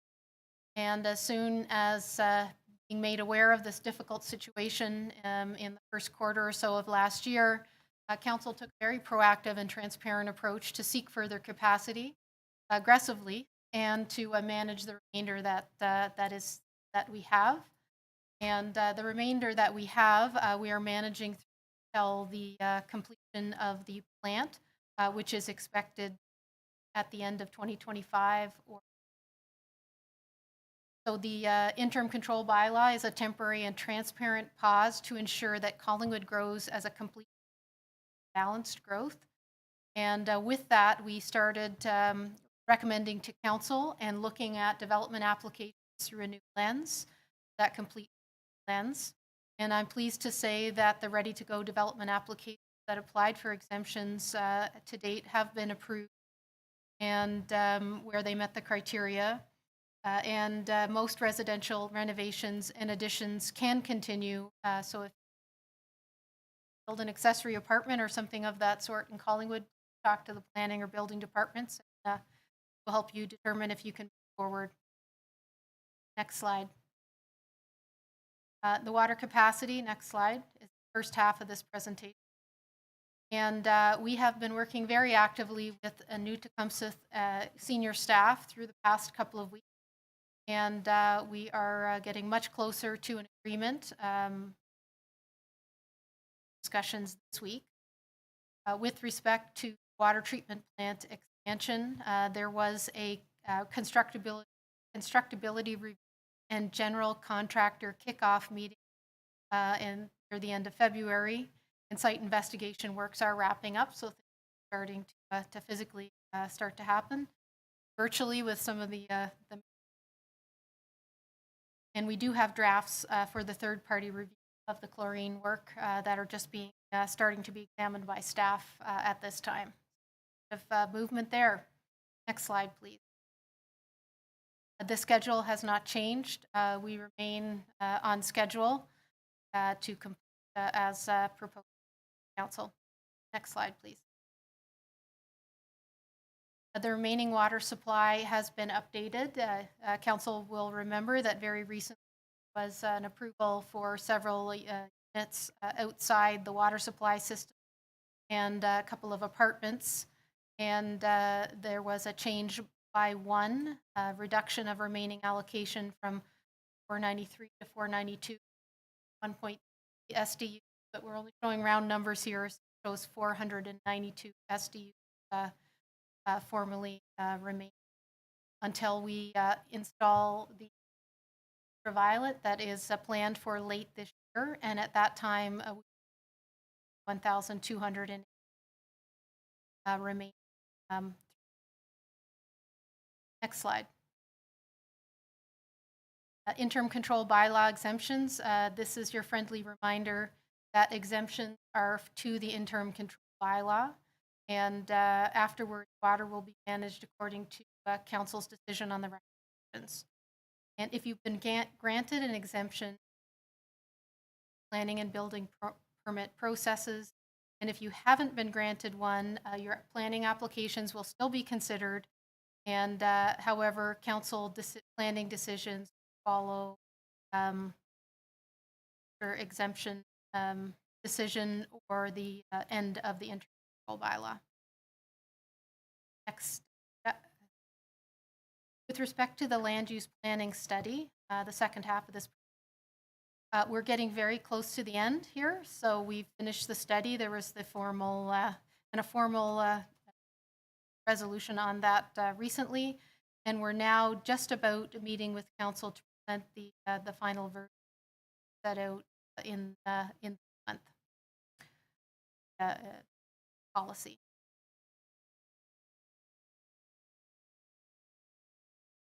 Next slide, please. So in the short term, today we have the final Icbl exemptions report, where there are several recommended. Assuming that our Icbl is lifted on schedule, this would be our last exemptions report. On the 9th, there will be circulated the zoning bylaw amendment notice of decision. Council's already made that decision in the February cycle. Next week at Development and Operations Committee, and then subsequently in Council in March, we will have the proposed servicing capacity allocation policy, incorporating the outcomes of our second round of consultations and some information about water capacity, and as well a report about the potential to also bring in temporary membranes, and that would be an additional temporary option to increase water capacity prior to the completion of the expansion. Late March will include the last day for the zoning bylaw amendment appeals. And if the zoning bylaw amendment is appealed, the Icbl will be automatically extended beyond the April 2022 target date to remove it until the appeals are resolved. So our best case scenario, and the best case scenario for many of our developers, would be that we can bring this to a close and have an intelligent and thoughtful approach to allocating water in the community moving forward. Next slide. I believe. For today, that's everything. We do have typically some building permit statistics and the like, but there haven't been updates on those in the last couple of weeks, so I didn't include them today, but we will include them in the upcoming weeks. Thank you. Thank you, CAO. Council, any questions or comments? Seeing none, then we'll get right into staff reports. Item 6.1 is CAO 2022-5, Collingwood World Summit Habitat and Towns. I will pass that over to CAO Skinner. Thank you, Your Worship. And I will quickly pass it over to my executive assistant, Shelby Verkent, who also has the reins on a number of strategic initiatives that are being led corporately. And this is one where she's provided substantial support over the past year. Thank you. Thank you. Go ahead, Shelby. Thank you, Mayor Saunderson. The purpose of this report is to seek Council's support for the continued collaboration between the Town of Collingwood and the Urban Economy Forum Association to organize and co-host the 3rd Collingwood World Summit Habitat and Towns. Next slide, please. The proposed motion is that you receive the report, endorse entering an MOU for the 3rd Collingwood World Summit, and approve a one-time payment of $50,000 to the Urban Economy Forum Association, and that Council endorse in principle continued work on the summit, Sustainable Development Goal 11, and the 10 pilot projects. Next slide, please.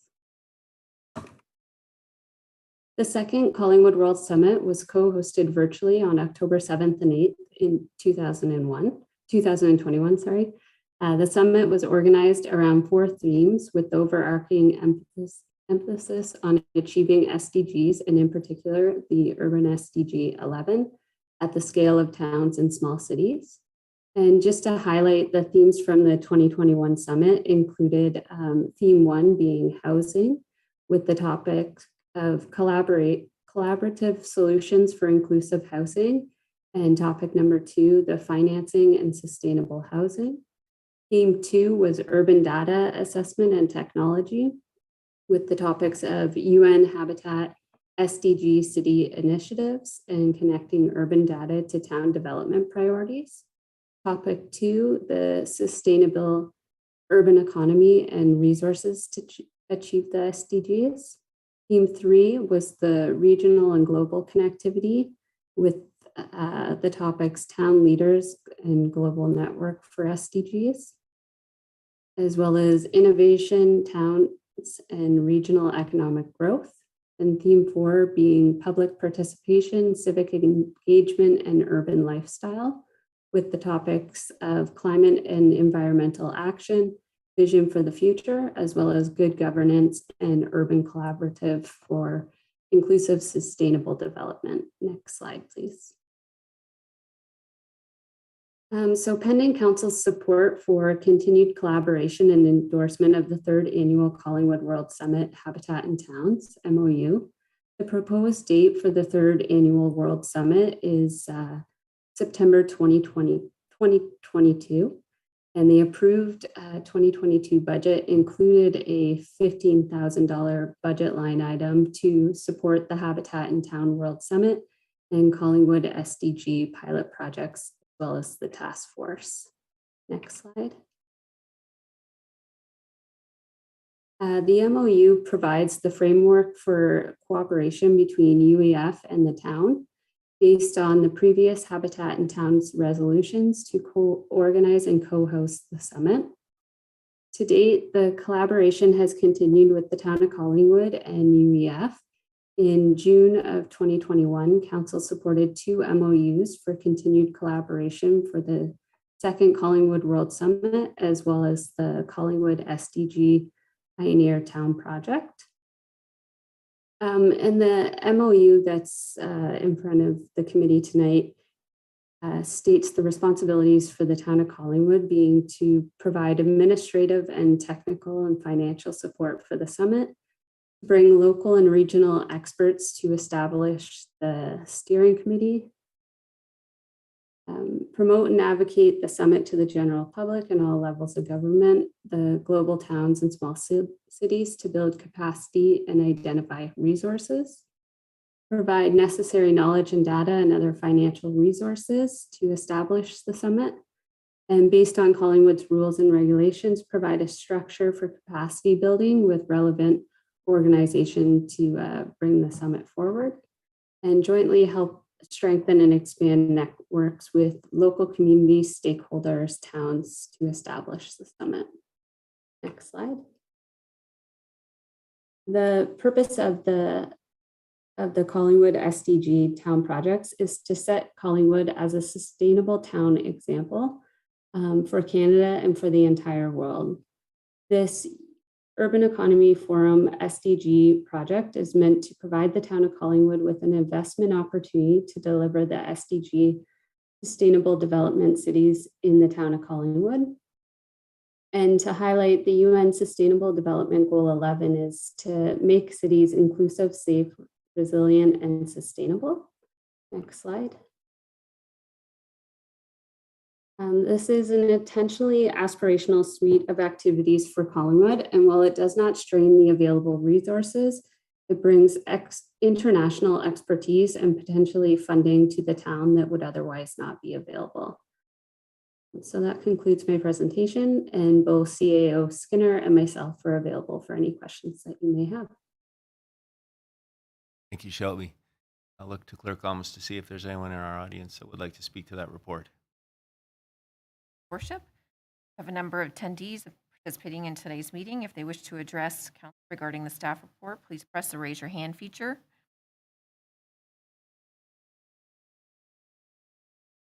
When at this time, your worship wishes to address. Thank you, Clerk. Council, any questions or comments? Councillor Hamlin. Yes, thank you. I'd like to speak in favor of this. I think we've had 2 great summits here in Collingwood over the last 2 years.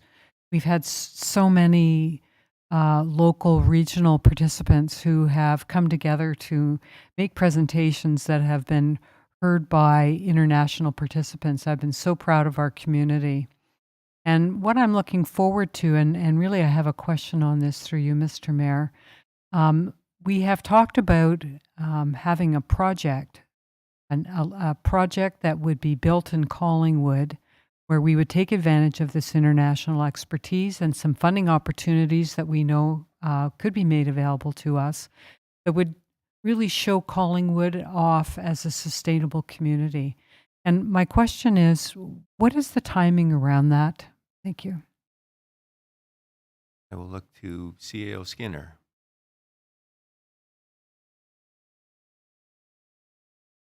Through you, Chair, to Councillor Hamlin.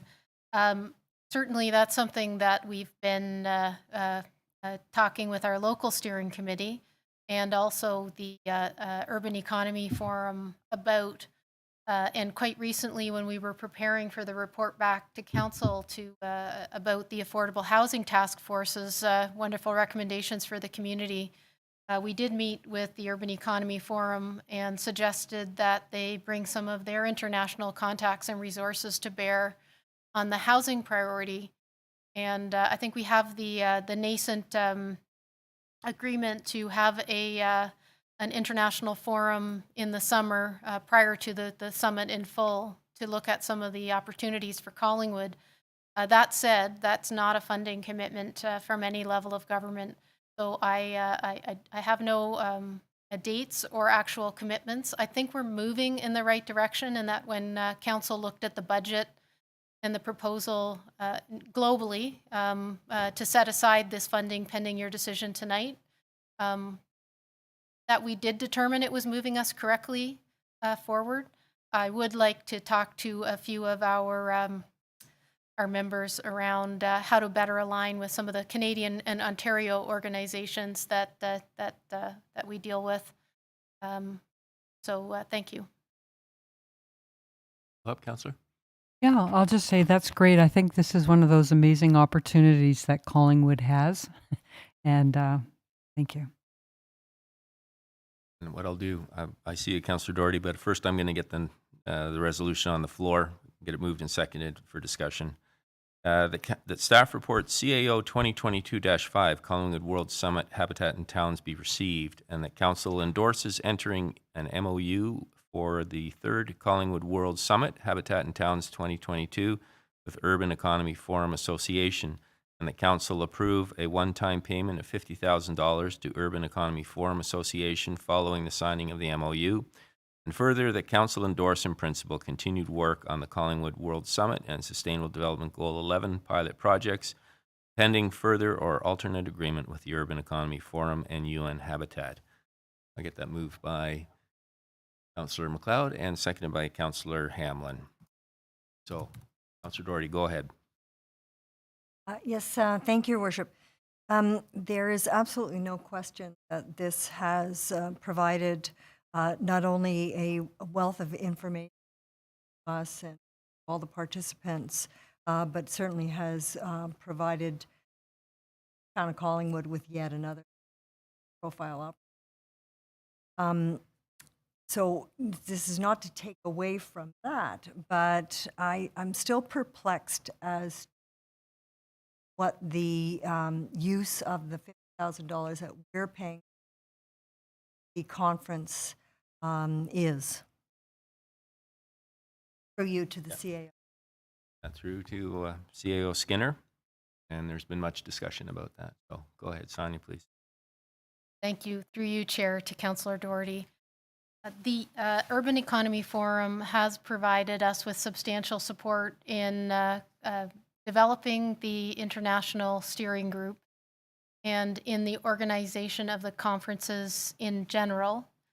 And the intention would be through this proposal to also work together to attract further funding to Collingwood's pilot projects. There are exactly 10 that were identified in the first year. Housing is one of them. Further community engagement is another. Engaging businesses in moving the community forward is another. So really what they're doing is providing the organization of the international alignment piece in bringing people virtually to Collingwood, and then ultimately, we hope, physically to Collingwood if we are able to host the summit in person years to come. I'll have Councillor. Thank you. Yes. Is there any possibility that could recoup the $50,000 through government federally? Well, I think the hope is that we will leverage that $50,000 when working together with the Urban Economy Forum to further investment in our community. So I don't know that we're going to get reimbursed for our $50,000, but the hope is that we bring back investment in these pilot projects that will exceed that. I don't know. Want to add anything to that? No, thank you. I think that covers it. We very much like to seek funding and grants. Thank you. Council, any other questions or comments on this? Seeing none, then I will call the vote. All in favor? Carried unanimously. Thank you. Brings us then to item 6.2, CAO 2022-6, Interim Control Bylaw number 2021-24, Exemption Requests, Commercial Projects with no additional water capacity and accessory residential units. With that, I will pass it over to Director Valentine. Thank you, Your Worship.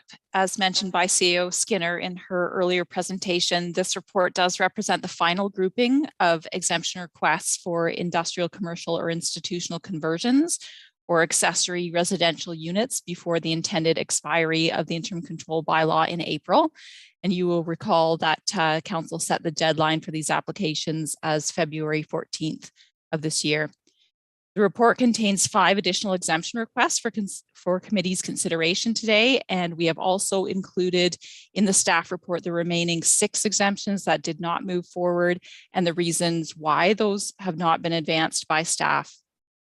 So although we are recommending 5 exemptions be approved, Council may also choose to consider exemptions that were not recommended by staff at their discretion. We did hear from one delegation earlier in the meeting that did represent one of those applications that is not currently being recommended for approval. And we already spoke to that briefly, but if this committee desires, Community Planner Wukash can provide further details on the reasons behind the staff recommendation, and Council may, at their discretion, certainly choose to take a different path. We did also want to take the opportunity to highlight that this report has no impact on properties where an exemption was previously provided. An exemption, as again mentioned by CEO Skinner in her presentation, will cease to be in effect when the Icbl expires. And this has caused some anxiety for proponents that have exemptions currently, but do not yet or have not yet advanced to the building permit stage for their projects. So we did hear from quite a few people when this report was posted. So we just wanted to reassure those individuals that staff and the Land Use Planning Policy Study Team have heard your concerns, and we will be recommending that those be addressed through the proposed servicing capacity allocation policy, which is set to be discussed at the Development and Operations Committee next week. So thank you, Your Worship, for the opportunity to provide these introductory remarks, and Community Planner Wukash is here to take us through the details of the report. I'll ask Clerk Almus if we have anyone from our audience that would like to speak to that report. Thank you, Your Worship. And if there's any of the attendees wishing to participate, please press the raise your hand feature at the bottom of your screen.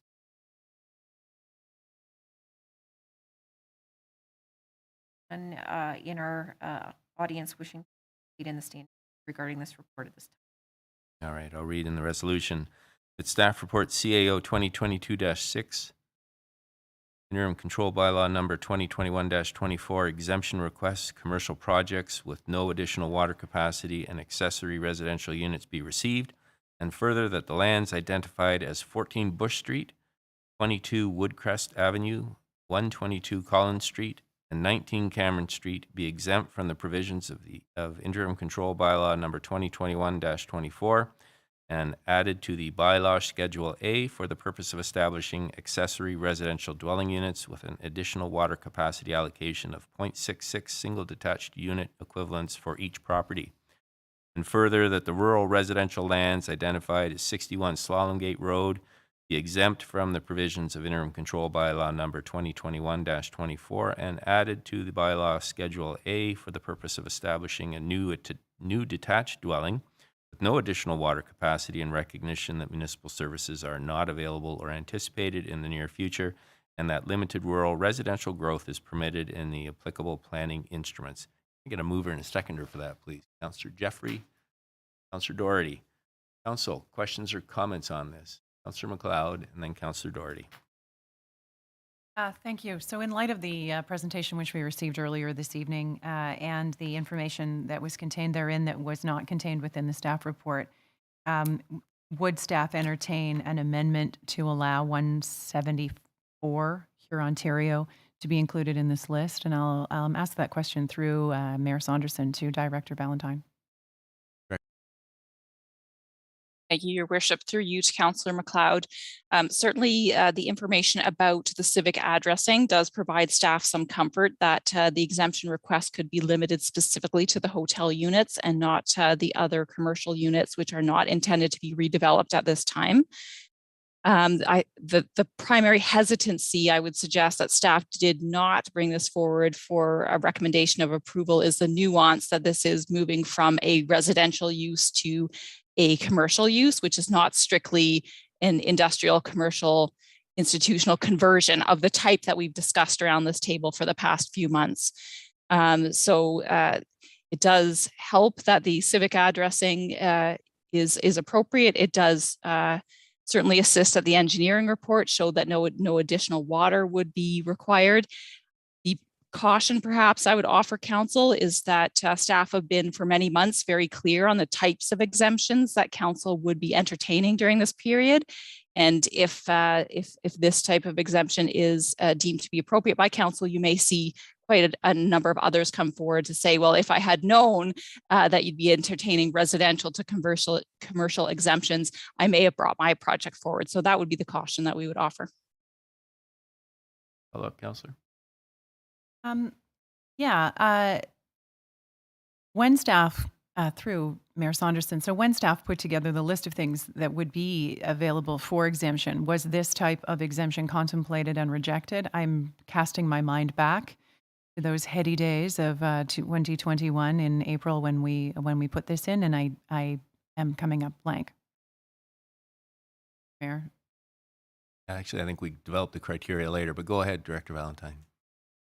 Yes, through you, Your Worship, we to the councillor, we have been referencing the existing resolutions and staff report, which were developed over the summer in 2021. So before my time, so I can't speak specifically to the conversations that happened at that time.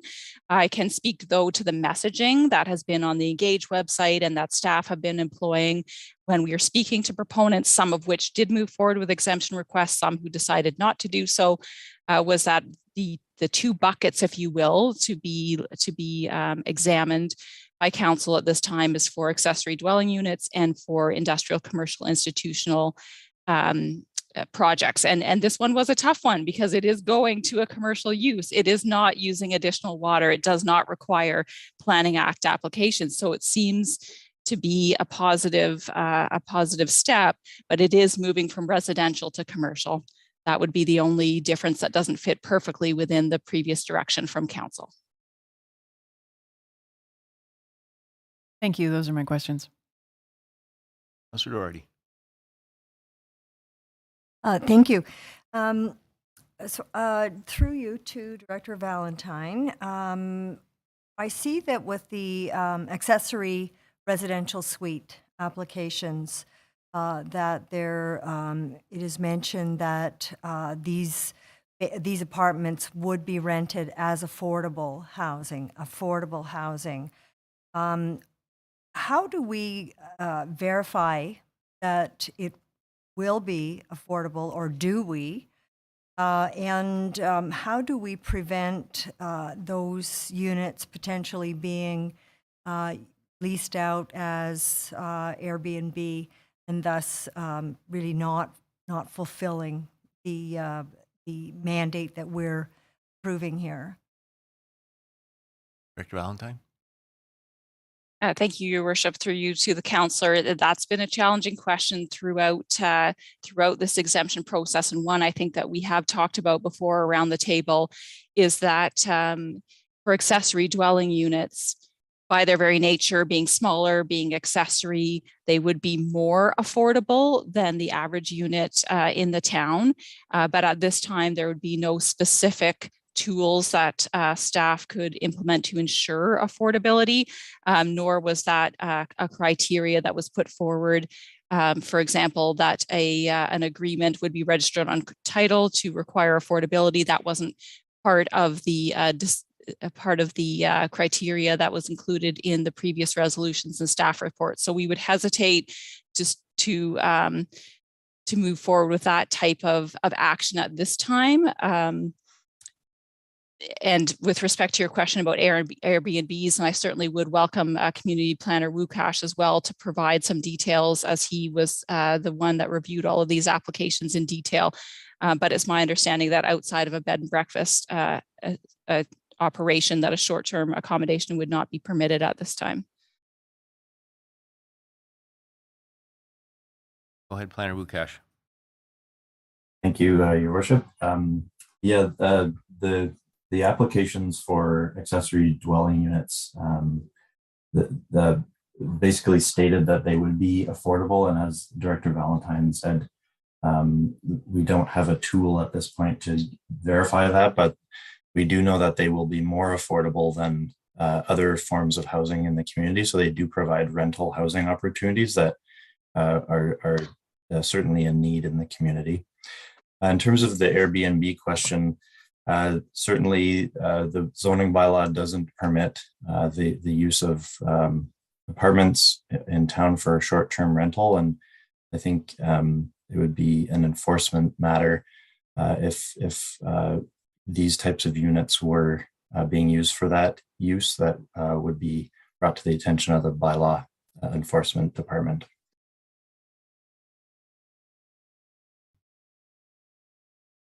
Yes, thank you. And this may not be a question that can be answered today, but I'm wondering if there is a mechanism, at least for these next couple of years, when our water capacity is still limited, that we could somehow come to some mechanism to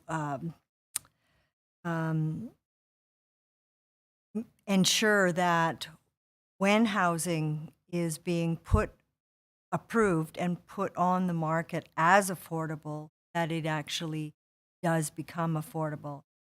Because I'll tell you, just for my own purposes, I have been checking the pricing of housing, both homes and apartments in our community, and I have seen basement apartments renting for $2,000 a month or more for a basement apartment, and that doesn't really seem to be affordable to me.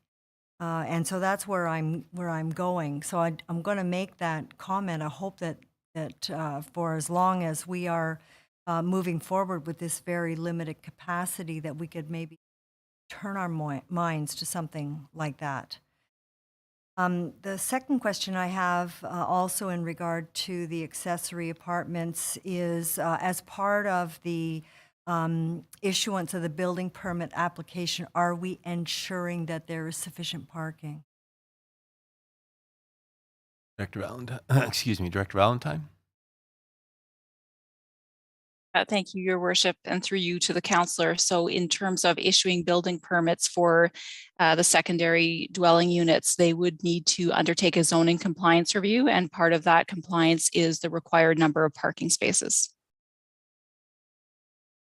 Terrific. Thank you. Those are my questions. Councillor Jeffrey. Thank you, Mayor Saunderson. So further to Councillor McLeod's question regarding 174 Hurontario. I didn't hear an amendment proposed after her discussion or questions. But from my perspective, I don't think it was ever our intention to stifle anything that was moving us forward that would not increase the allocation of water being used in the location. So I will propose an amendment to include 174 Hurontario Street in the list of exemptions.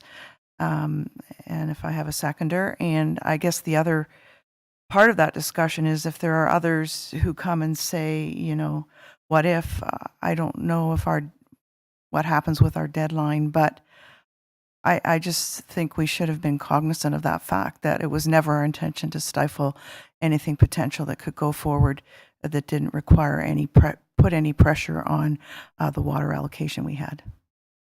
Thank you, Councillor. I'll come back, look for a seconder.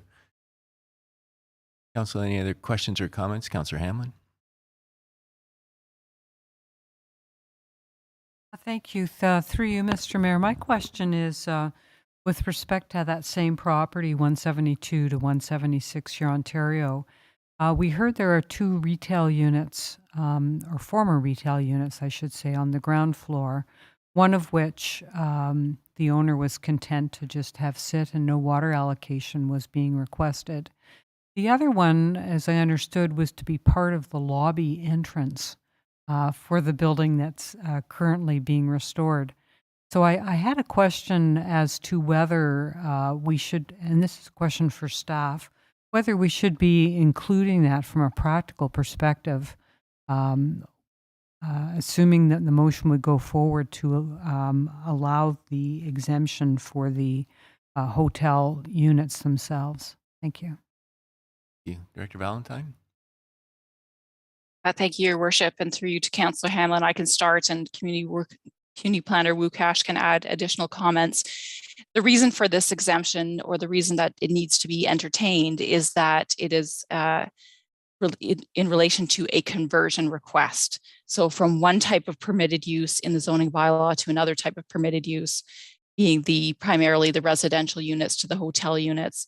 Those ground floor commercial units already permit commercial, so there's no conversion that's being requested. So that is why those units would not be included in the exemption, because commercial uses such as the lobby of a hotel would already be permitted. And Community Planner Wukash can provide further details to that answer. Planner Wukash? Thank you, Director Valentine. I've had a quick look at the information provided by the proponent's engineer as we've been discussing this, and it seems to me it's a little challenging to sort of review the information on the spot, but it seems to me that the commercial use that was currently, or was a bookstore, is intended to be converted to the lobby. So it may in fact actually result in a reduction of that allocation for that retail commercial space and all the fixtures that go with it, likely, you know, a bathroom or a staff washroom facility. So I don't think that impacts the SDU estimate that's been provided. In fact, it may actually reduce it. And so that would be my understanding of the situation and that conversion of that space at this point.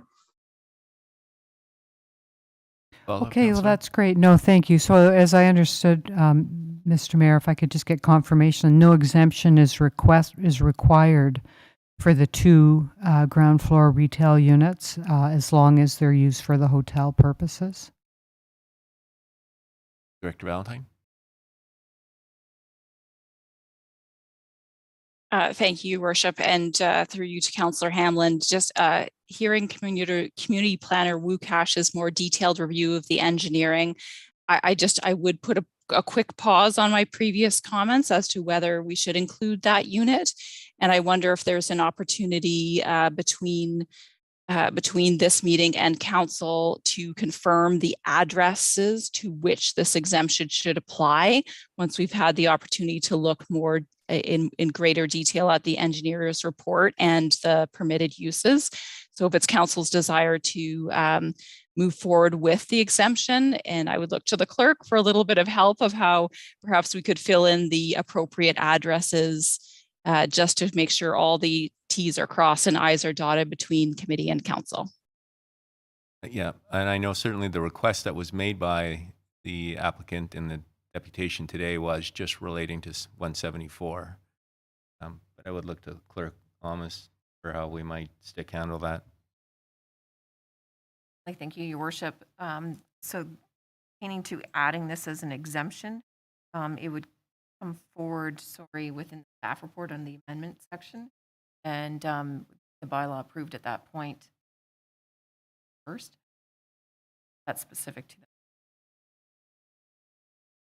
Right. I think maybe the question was, if we proceed with 174 today, is there a way that we can clarify with the applicant if they would like 172 included and what the implications of that might be? In addition to that, it could be included in that amendment section of the staff report when it comes forward on the 21st. When it comes forward? If that's the case, then the recommendation can reflect that, and then council will have to make the. That's fine. Thank you, Mr. Mayor.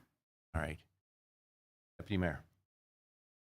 May I just ask through you to staff a question that dovetails directly to that conversation? After, and it will sound that I am advocating on behalf of this particular proponent, and I am not. I asked a couple of questions, or asked a question after 6.5 minutes or whatever, specific to the uses, and I still wasn't clear as to the uses as it relates to what is in the currently occupied frame shop and what was the bookstore, which has now moved down to where Canada Post is located. And the reason for my question, and I appreciate, I'm prepared to support what we're moving forward with tonight, but if we could have that clarity on the 21st, is there was I'm making an assumption when I make this statement, and that is that there was a business plan for this particular boutique hotel. And what I don't want to see this council, or perhaps the next, depending on the timing, is the applicant coming back and saying, you've actually handcuffed us because we need that key piece within what is, I'm going to assume, the right hand or the frame shop to actually make this a viable business. And, if it was the intent that it was going to be a restaurant, a bar, both, whatever the case may be, and it's part of that business plan, I just don't want to get into a case where we've done something that's where we maybe could have had that information made crystal clear so that we, on the 21st, know exactly what it is that we're either voting for or against as it relates to the use. Because my understanding was that it's a package vision, and that the pieces support one another. And anyone who has stayed in that type of accommodation knows that, you generally stay in a particular place because it has a package of offerings or a suite of offerings, not because it simply offers a bed and pillows. So if I could have that clarification, and we could just move forward with this tonight, and then I think on the 21st, we'd be in a better position to answer the whole question. Make sense? I think that was part of the intent of the wording, was that we were going to go with 174 for tonight, reach out to the applicant, see if they had interest in the 172 being included, and if not, we wouldn't pursue it. And if I may, I'm simply asking because unless I heard wrong, Mr. Millsap said tonight, no, I don't need that to move forward. But again, I'm not advocating for this particular applicant. But in just through the BIA and through other presentations, I thought it was a package. And to me, you're looking at a package, you want the whole thing at one time, that's all. And I don't want a mistake, or I don't want a future council to look bad because we didn't understand what it was that was being requested. Thank you. So unless there are any other questions, is this relating to the amendment? Okay, go ahead. Happy to second it. I was going to move it, but I wanted to wait for all the questions to happen first. All right. We've got to move. Go ahead. Sorry, just for, I think I've seen Director Valentine's card up, requesting to speak. Yeah. Okay. Go ahead, Director Valentine. You're too far. You're too tiny up there. It's Thank you, Mr. Chair, for the opportunity to quickly provide a comment to the Deputy Mayor's question, concerns, and comments. It's our understanding that the unit that was intended to be converted to a restaurant wasn't imperative to move ahead immediately. And it would be unlikely that an engineer's report would show that the conversion to a restaurant would not require any additional water. So making that unit ineligible for an exemption because it would in fact require additional water. So I believe the applicant's intent was to say, look, we can deal with the restaurant after the expiry of the Icbl when the landscape is more clear in terms of how capacity is being dealt with, but immediately we need an exemption for those, the conversion of the apartments to the hotel. So that was staff's understanding as to why they're not moving forward with the restaurant at this time, because it would make an exemption perhaps a little bit more difficult for council to endorse, because it would require additional water capacity. Thank you. All right. Well, unless there's any additional comments, then we've got it moved by Councillor Jeffrey and seconded by Councillor McLeod that we're going to add 174 Hurontario Street to the list of exemptions in the main motion. And I think we've had good discussion on that, good clarity. So I'm going to call the vote. All in favor? That is carried unanimously. Thank you. And then we have the main motion on the floor. I can't remember who moved or seconded it, but I know it's been done. And so unless there's any questions or comments on that, I'm going to call the vote. All in favor? That is also passed unanimously. So that brings us then to item 6.3, which is C 2022-8 Joint Compliance Audit Committee Report 2022 Municipal and School Board Elections. Pass it over to Clerk Almas. Worship, and hopefully this report will be fairly quick. It is, again, another wonderful opportunity that the County of Simcoe is putting forward to member municipalities. At this point, Joint Audit Compliance Committee, their mandate is to look at either a candidate or third-party advertiser and whether they have contravened a provision of the Municipal Elections Act relating to election campaign finances. This is a requirement of every municipality to have one in place. And thankfully, the county clerk really misses municipal elections and has offered to provide this opportunity to lower-tier municipalities. And one of the benefits also to municipalities is that we're having trouble finding qualified applicants interested in serving as a joint compliance audit committee member.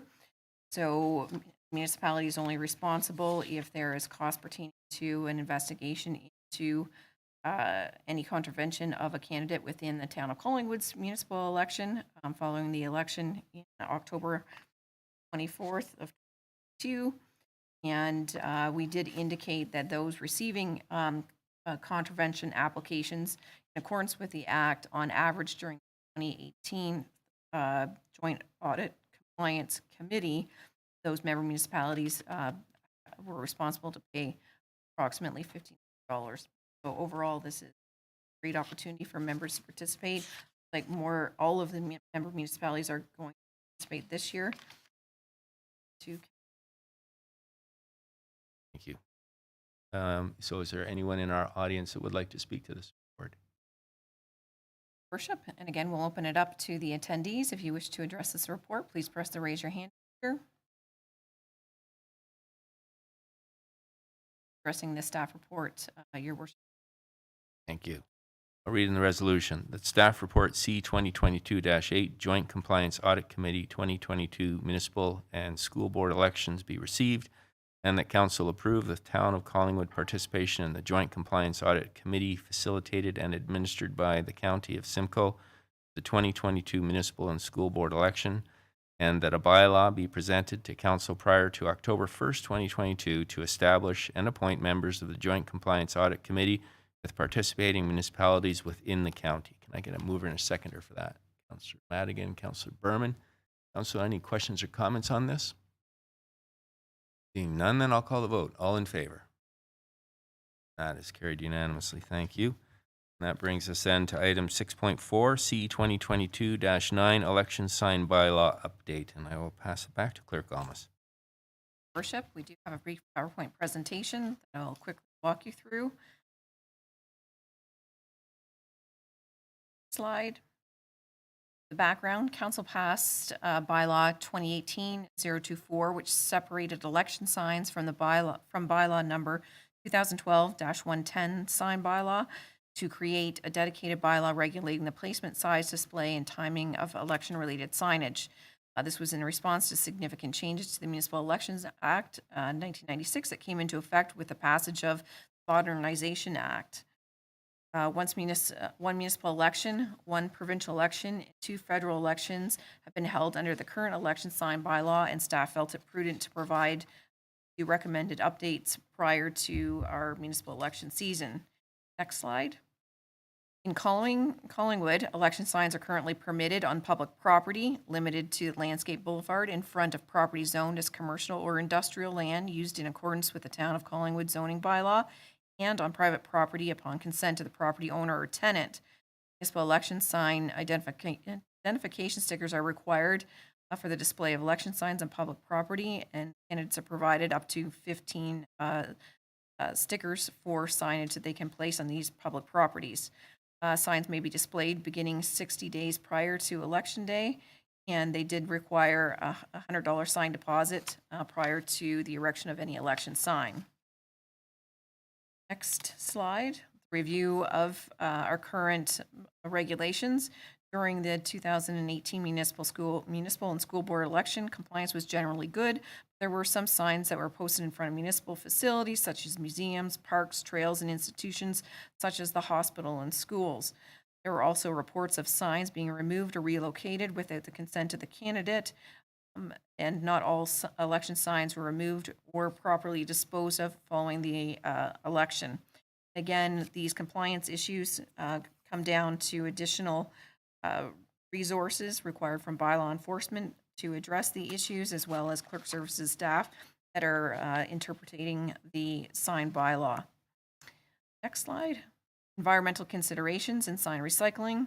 Council passed resolution 270-2019 to commence the process of eliminating single-use plastics from municipal facilities, and further a resolution in 2019 directing staff to communicate, investigate actions that can be undertaken within our municipal mandate and the resources required to put such actions in place in an effort to combat climate change. And election signs are a prime example of single-use plastics, as they are created and used for a short-term period of time and are typically made from corrugated plastic, ink, and wire stakes. Coroplast signs are not currently accepted in the curbside recycling collection program, but can be returned directly to the county waste management facility 2 weeks following an election. Further, on the next slide, pertaining to environmental considerations and sign recycling, in an effort to support green initiatives and reduce environmental impacts of election signs, the following is being proposed. Encourage candidates to select an eco-friendly sign material that is of a biodegradable material, or keep them for future elections. Provide candidates with instructions to the county's recycling program for election signs and their responsibilities when it comes to election signs. Reducing the number of signs by limiting them to private property only. This limitation to election signs being displayed on private property only has actually been implemented by the town of Wasaga Beach, Owen Sound, and many other municipalities across the province that has not been challenged. Furthermore, in our next slide, election signs relating to our community-based strategic plan. Election signage can also create visual distraction and clutter within the municipal boulevards and detract from the natural and cultural beautification of our community. As profiled in our community-based strategic plan, Collingwood's vision is to offer residents and visitors a healthy lifestyle of activities in beautiful and safe settings, protecting and leveraging council's core strengths, a vibrant downtown and community, healthy natural environment, and attractive in all seasons. Election signs on our next slide, inclusive and diverse community. Further to supporting green initiatives, supporting the town goals of being an inclusive and diverse community has also been considered by providing the ability for an individual to post an election sign on one's lawn, private property, It allows them to voice their personal opinions and support the candidate should they choose to, while providing for a reduction in the amount of election signs being created and disposed of if restricted to private property only. Signage can be costly depending on the type, number, and size. Some candidates personally fund their own campaigns or do not have campaign donors to help offset the expense of election signs. Someone's ability to pay for signage should not be a determining factor in their capabilities or qualifications to be elected to office. Next slide. Election signs locations. If council is not supportive of eliminating election signs on public property, staff do recommend 3 key intersection areas for signs to be located. And again, they're at the intersection of Balsam Mountain Road and First, intersection of Pretty River Parkway and Heath Street, or intersection of Poplar Side Road, north side only, Ontario Street. And the recommendation to restrict the display of election signs to private property only, make such amendments to the bylaws required to prohibit election signs from being displayed on public property. In this review, we also take a look at our next slide, which is addressing the federal and provincial signage. Posting of federal and provincial election signs is governed by the rules set out by the municipality that election signs are to be displayed in. Practice, signs for upper tier elections are only displayed once a writ of an election has been issued. To ensure that the town can remove signs that may be a hazard to the public for non-municipal elections, the bylaw remains applicable to both federal and provincial elections. Candidates of non-municipal elections not being local, challenges to collection and administration of deposits and municipal sign identification stickers have been identified. The recommendation that we're proposing is removing the requirement of a deposit and identification stickers for the display of federal and provincial election signage. That's our update. Other comments? Is there anyone from our audience who would like to comment on that report? Thank you, Your Worship. Again, anybody interested in addressing the committee regarding this matter, press your raise your hand feature. A public wishing to address council or committee at this.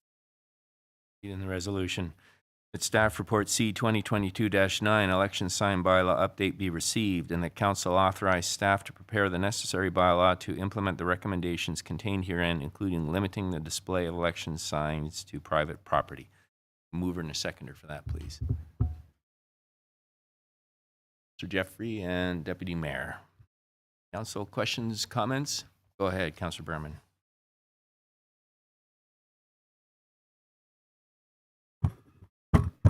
Mayor Saunderson. Through you to the clerk, first of all, really good report that was far more thought-provoking than I thought it would be. And then with some of the things that came up during CorpCom, it made me even think even more about this. You covered an awful lot of really good reasons, but didn't go there with the recommendation as to banning signs altogether.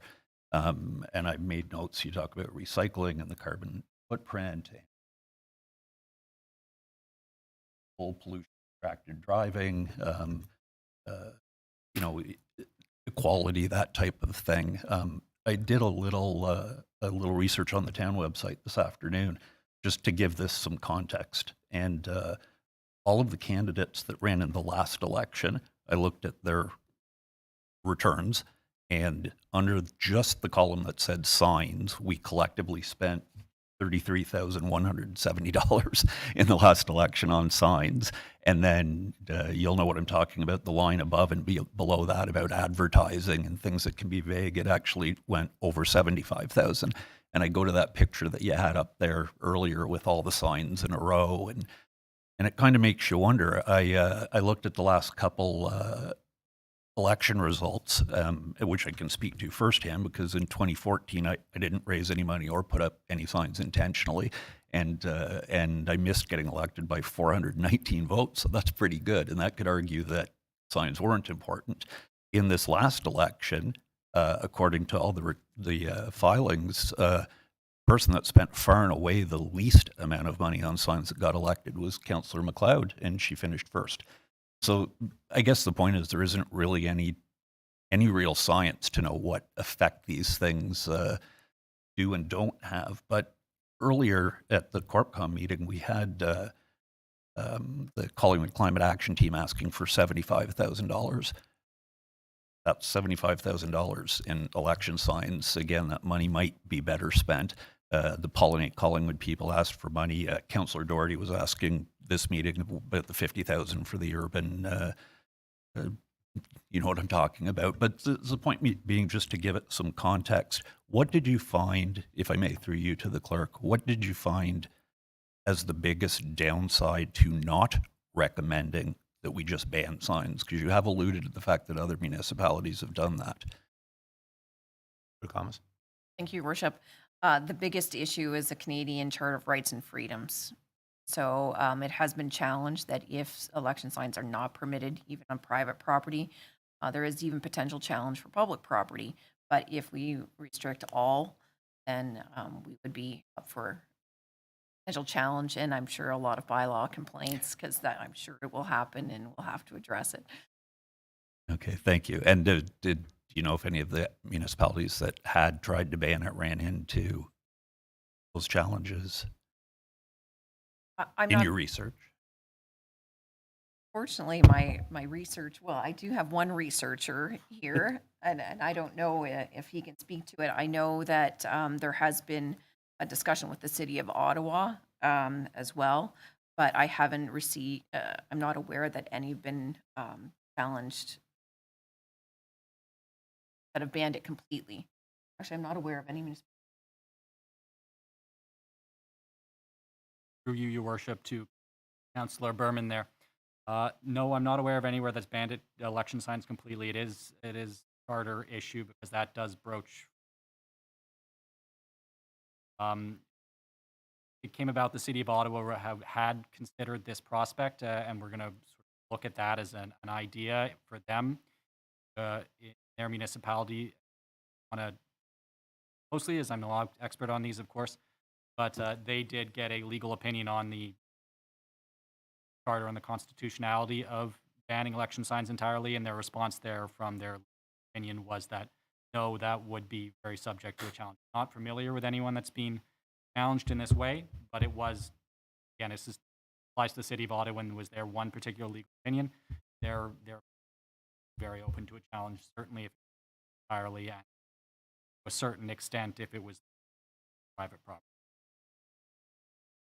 Councillor?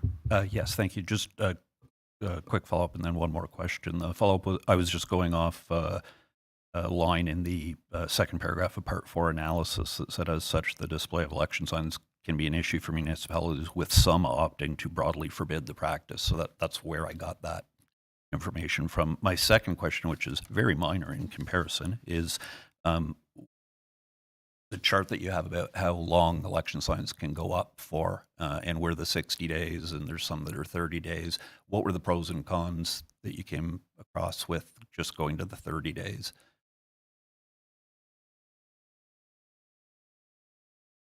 Certainly, through Your Worship, to address that question, it's trying to keep a fair or a consistent approach with our neighboring municipalities was the main reason behind that.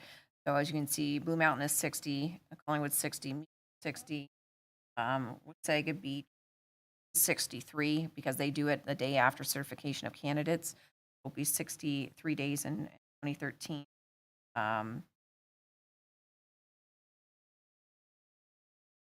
That's great. Your view, it says it's not applicable.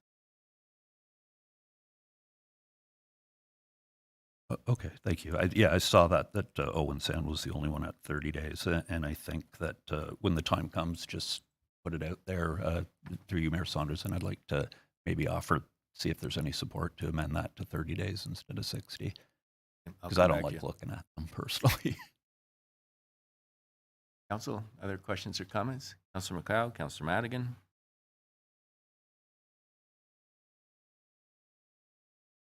Thank you. Some questions about this report. So I don't see this as a few minor changes, as is written in the staff report. I think this is a pretty major change, and I'm a little concerned about having different rules for the federal and provincial elections versus municipal elections. So just to be clear, currently 50 signs allowed on public property and an unlimited number of signs on private property. Through you, Mayor Saunderson, to the clerk. Thomas? That's correct. And currently in the election sign bylaw, a vehicle counts as one of those public property signs. So what would the ramifications be regarding vehicles if we were to accept the recommendations from staff in this report and move from 50 public signs to 3? Has that been contemplated? Through you, Thomas? Mayor Saunderson. Sorry, if you can give repeat your question or provide, an Sure. example. Sure. So in the current election sign bylaw, there is a provision for one vehicle sign. If a person were to say wrap their car or put a sign in the window of their car, that counts as one of the 50 public signs that a candidate is allowed. But it doesn't appear in the recommendations provided that there is any change to that. But what we're looking at currently is moving from 50 signs, public signs, to 3 public signs per candidate. And so what does that do to the vehicle? Are we going to say no vehicles if you're looking at proportionately from 50 to 1 versus 3 to 0, or would it be 3 to 1? Or would if we could get an army of 50 people to have those signs, could we make up the difference? Could a candidate make up the difference? Through you, Mayor Saunderson. Thomas?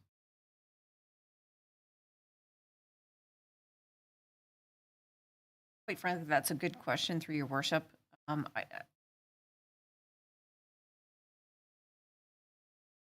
think I'd like to think about that a little bit further before responding. Again, we can put amendment section in there, but right now it was contemplated that no signs would be on public property. They could only be on private property.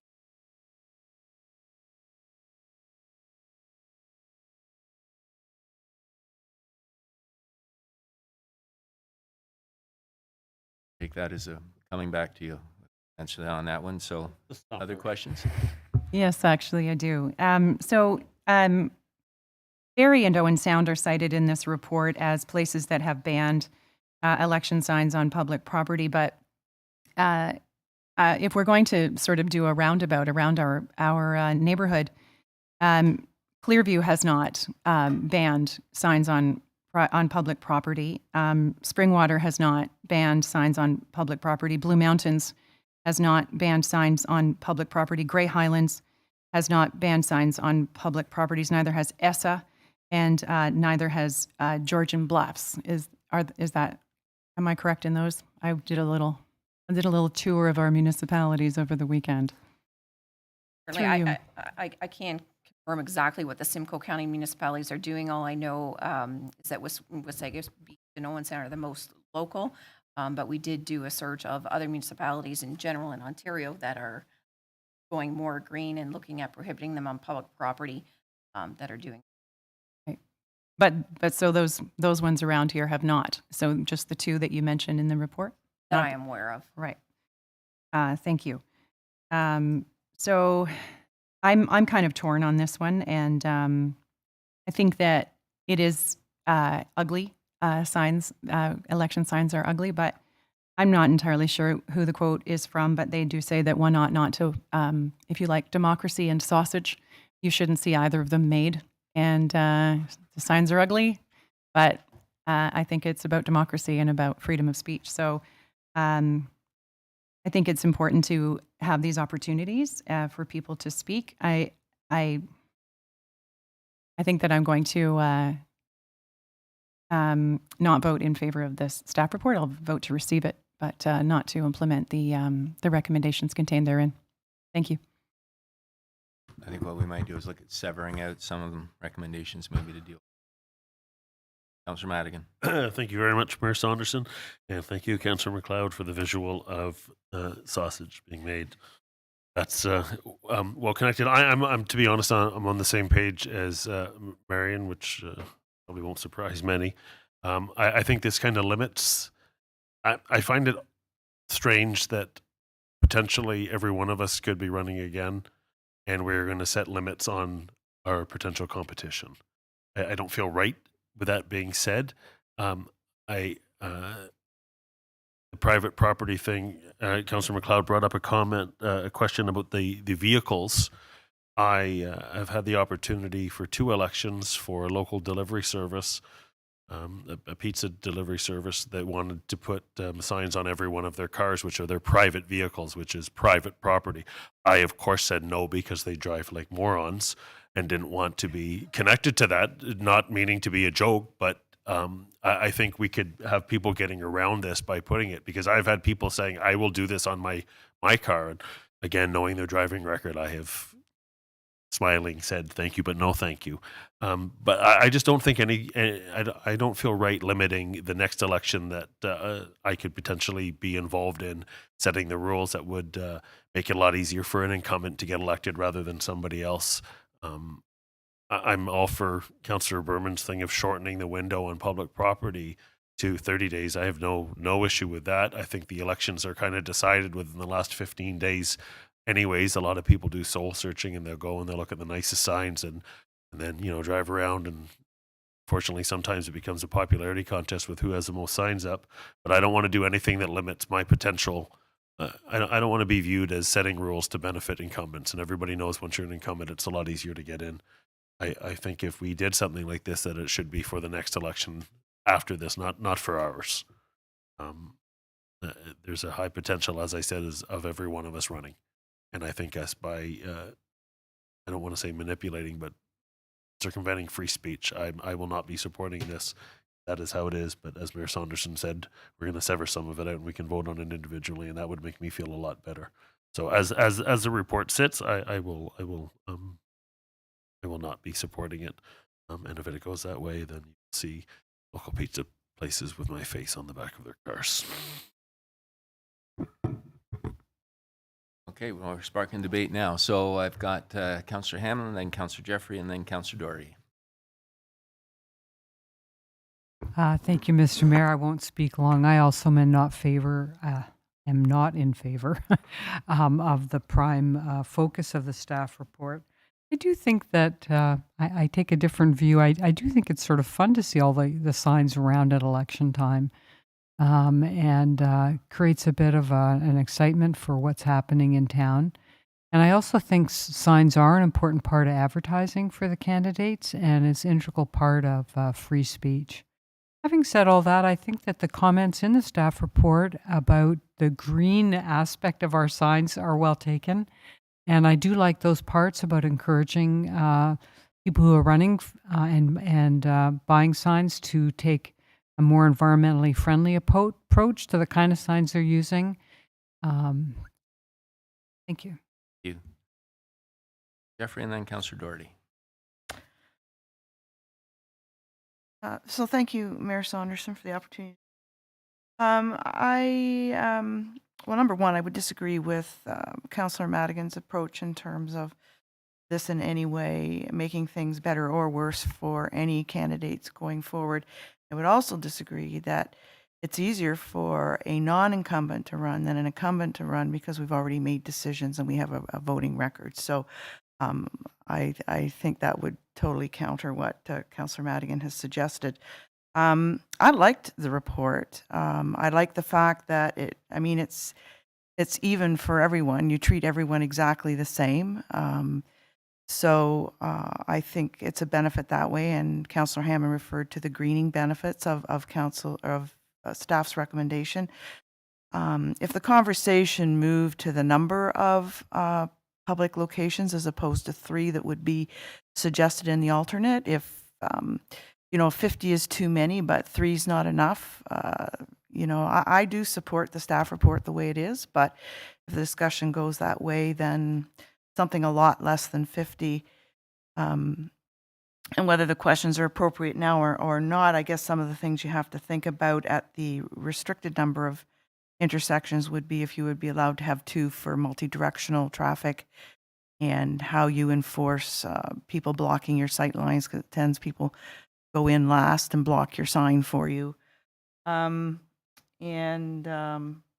Yeah, and so then protecting sight lines for traffic.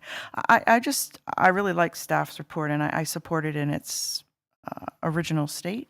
But if we have to move to something else, then I'm not interested in continuing it at 50. Number one, it's too expensive, $50 a sign 4 years ago, which will probably be 75 for the larger signs, and somebody puts their foot through in 3 seconds, and that's $75 of your campaign money gone. So I'm not really interested in having a lot more for people. It's too expensive. So for now, I'm really happy with what staff brought forward.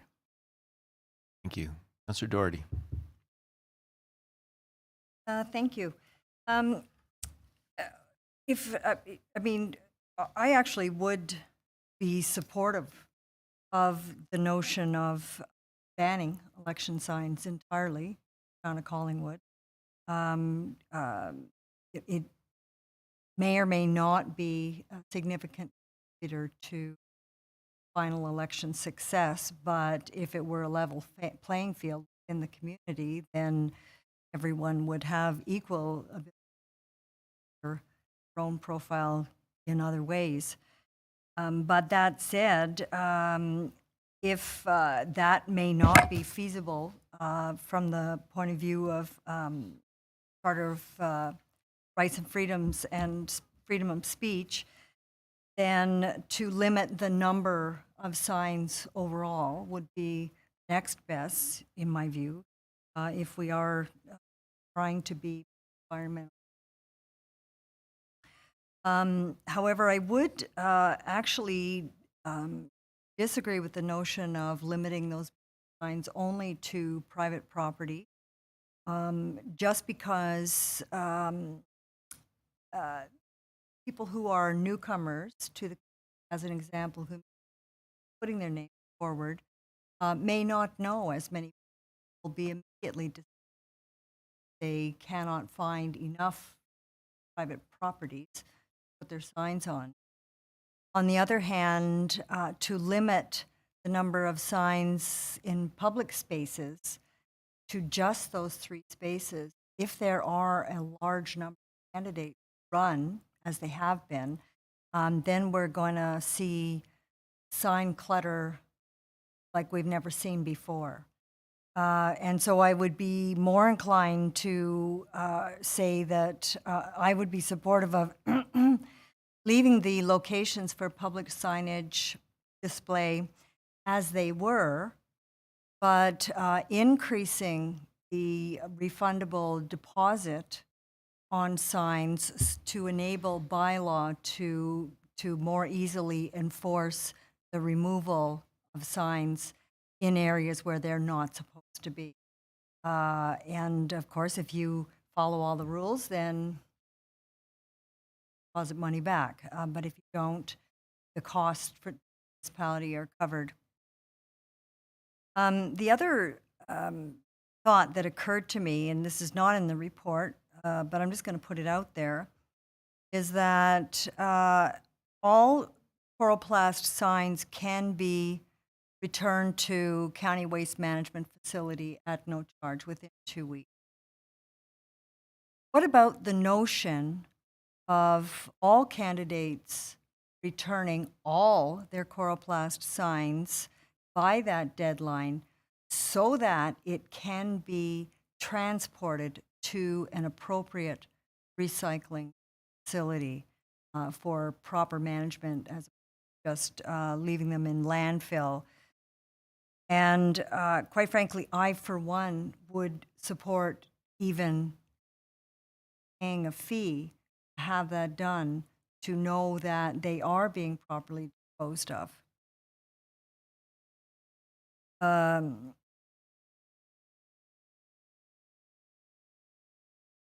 Yes, that was my suggestion, that candidates be able to return their signs all at once for proper recycling disposal, either by the county or by the municipality, and pay a fee in advance to be able to do.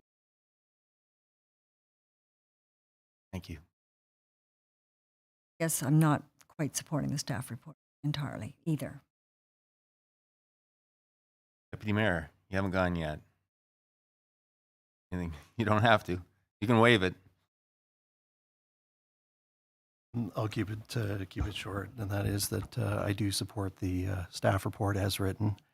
I think that has already been exhibited this evening.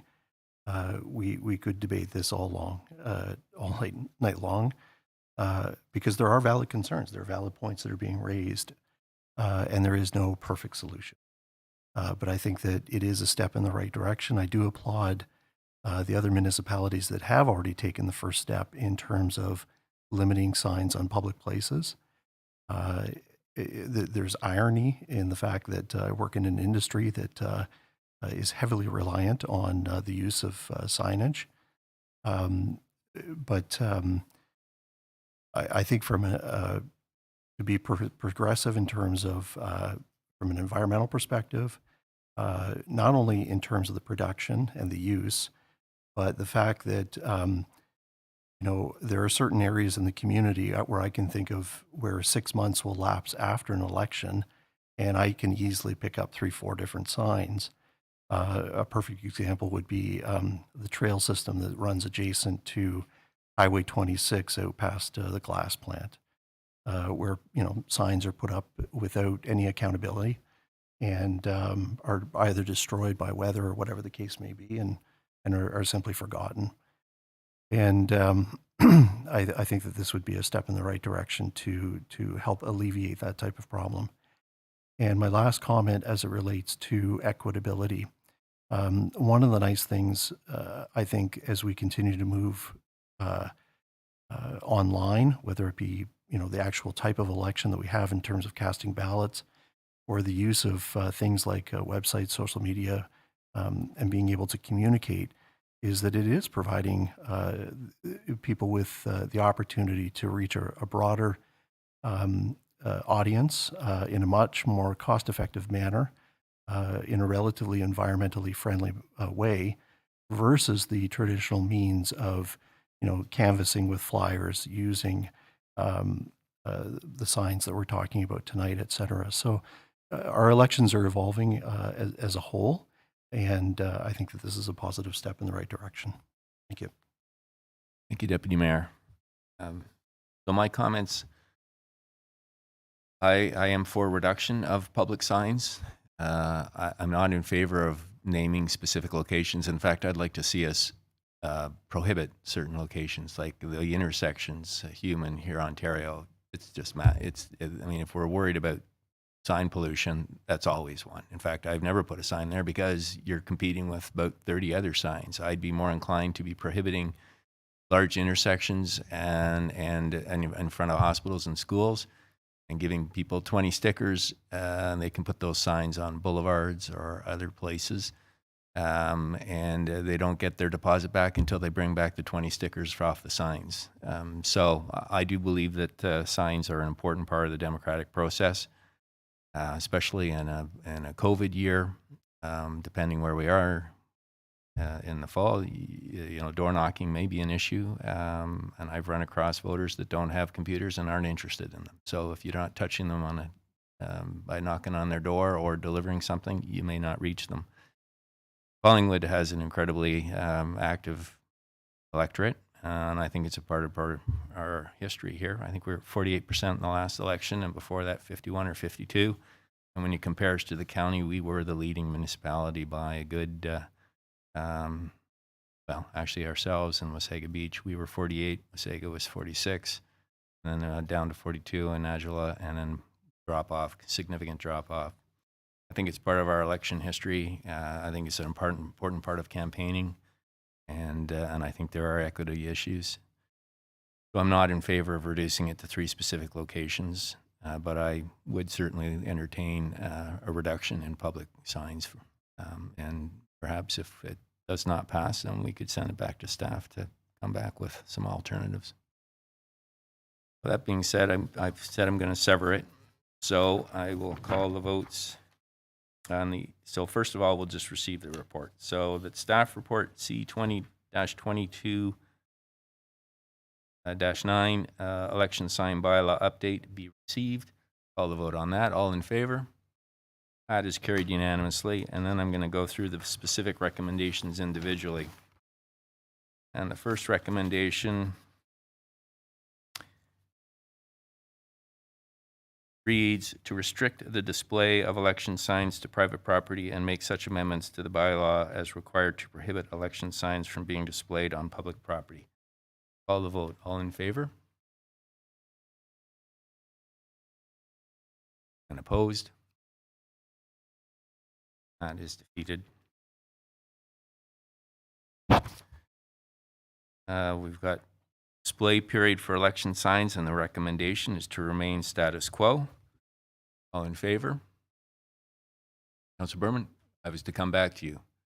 I think if you're going to do that, I think we have to defeat the 60-day to go to 30-day, because it's that's the thrust of the motion.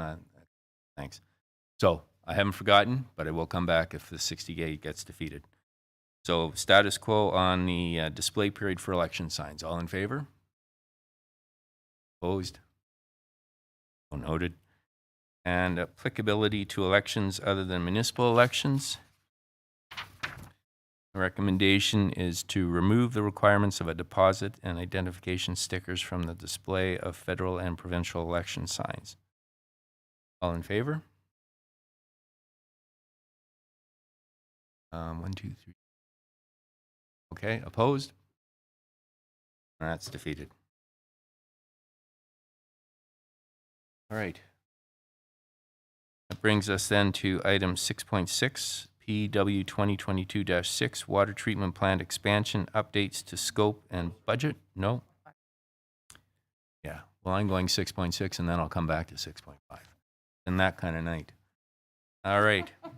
So hopefully the Director Slama and Manager McGinnity are ready to go ahead of batting order. I will pass it over then to staff. Director Slama. It's a good thing I have my computer in front of me because I wouldn't see it otherwise. Okay, go ahead, Peggy. Thank you, Worship. Good evening, everyone. And you can hear me all right because I haven't spoken yet this evening. Yeah, okay, excellent. So I just want to say a few words at the beginning here, and then I will pass the reins over to Manager McGinnity. An expansion of the wastewater treatment plant has been included in the 10-year capital plan for many years. In fact, there was some work that was done to advance an expansion of the plant many years ago, and that was shelved for a time when water demands reduced. In 2019, staff reinitiated the first steps of considering an expansion, commencing with a Class EA, which was a public process to identify and evaluate options to increase the treated water capacity to meet projected future demands. Following the completion of the Class EA, with Council's direction and approval, staff moved forward with selection of a consulting engineer to design the facility and process components and supervise and administer the construction.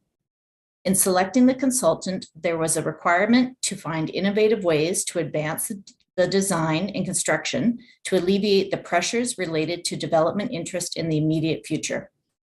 Since the selection of Ainley Group and AECOM as the design engineers in July 2021, our skilled staff and expert consultants have advanced this huge, significant capital project through the most important beginning stages in a competent and comprehensive way. The report in front of you this evening, though short in pages, contains thoughtful scoping and costing considerations completed by staff and our experienced consultant, and is presented to you as an intelligent approach to meeting Collingwood's potable water needs now and into the future. Staff are here to communicate the significance of making decisions today that will result in the best long-term decision for a critical town facility that is intended to serve our municipality for the next 40 years.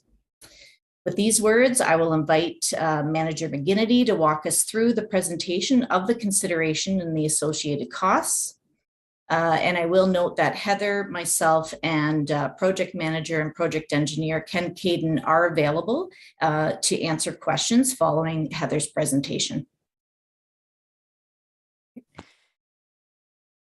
Thank you, Director Slama. If you could advance the slide.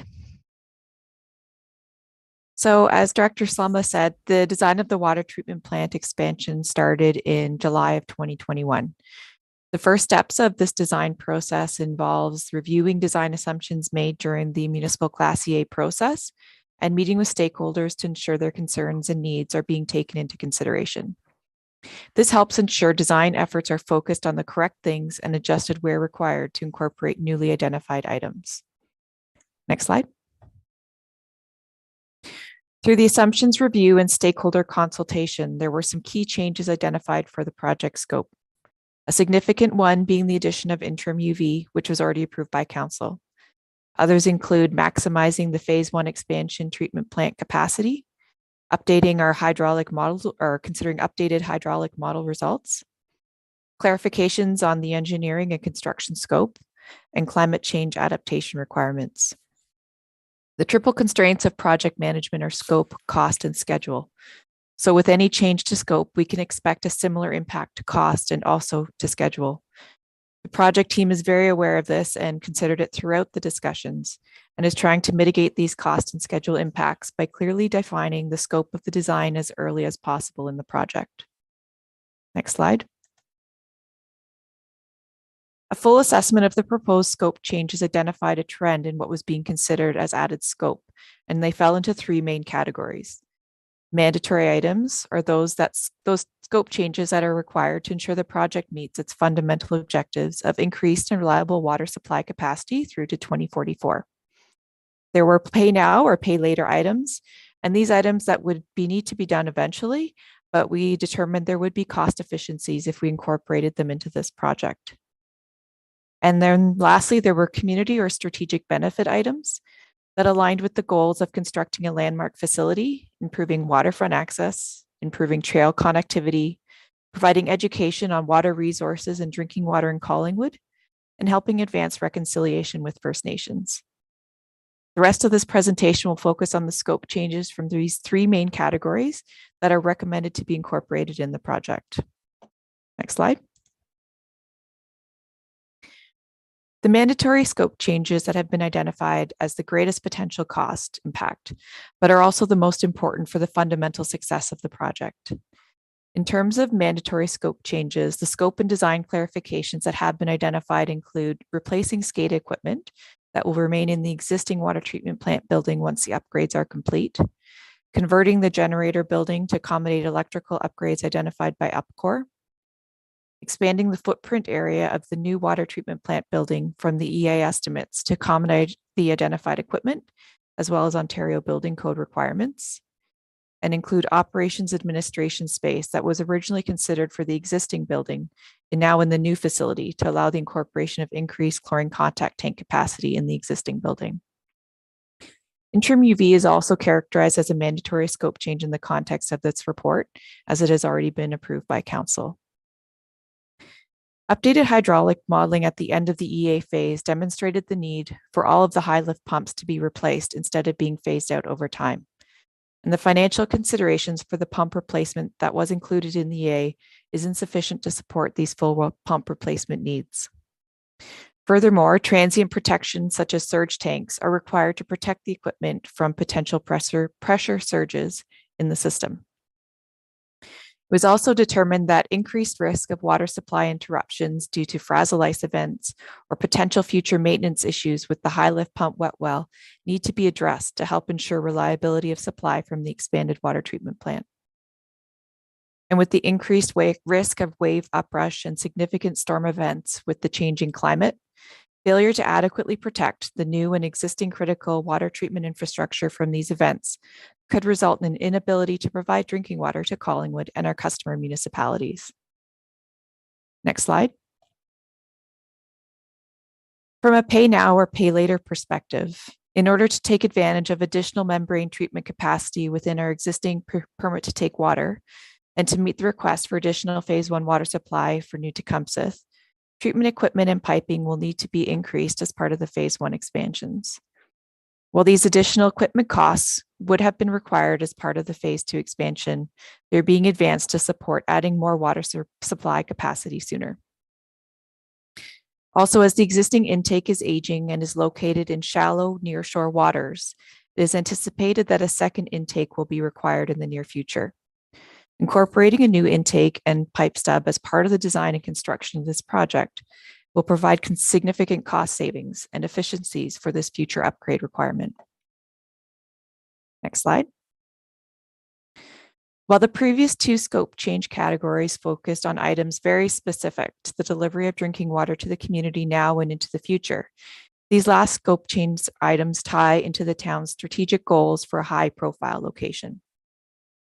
Through this project, we have the opportunity to improve waterfront access and usage with the construction of an interactive plaza, constructing another parks washroom facility on the east side of Sunset Point Park, and optimizing space usage in the remaining parking area.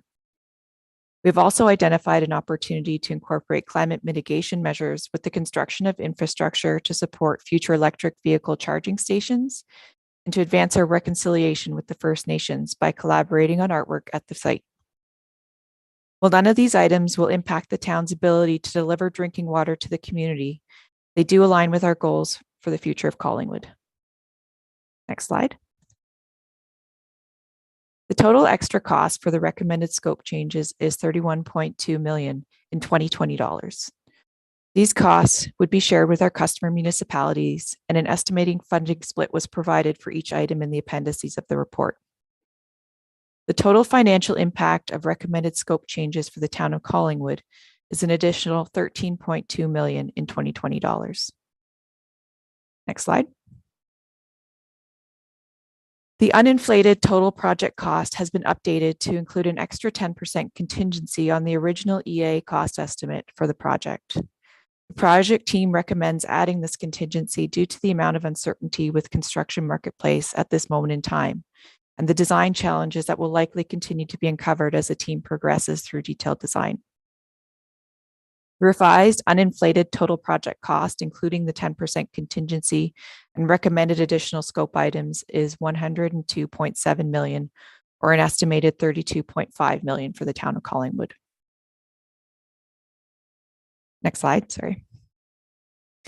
In addition to the extra costs associated with the proposed scope changes and project contingency, all project-related cost estimates need to be inflated to align with the anticipated timing of construction tenders.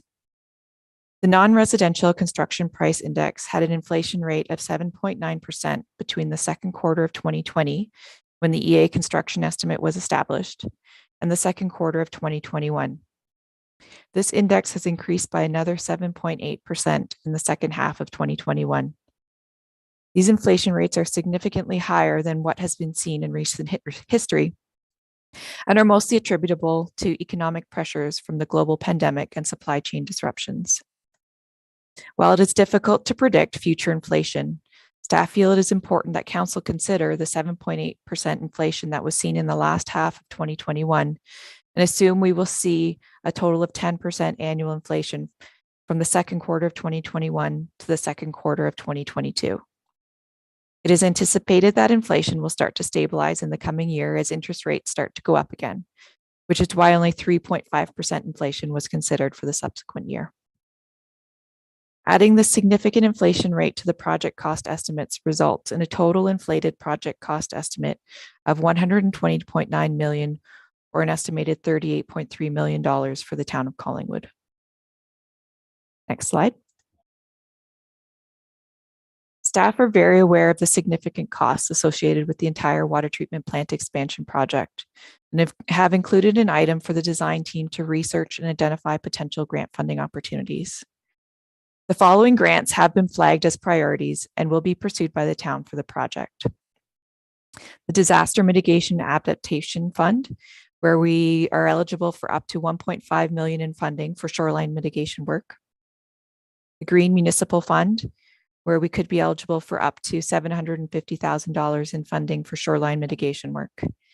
And the Canada Cultural Spaces Fund, up to $750,000 towards the arts, heritage, culture, and creative innovation initiatives with the Saugeen Ojibwe Nation will be pursued.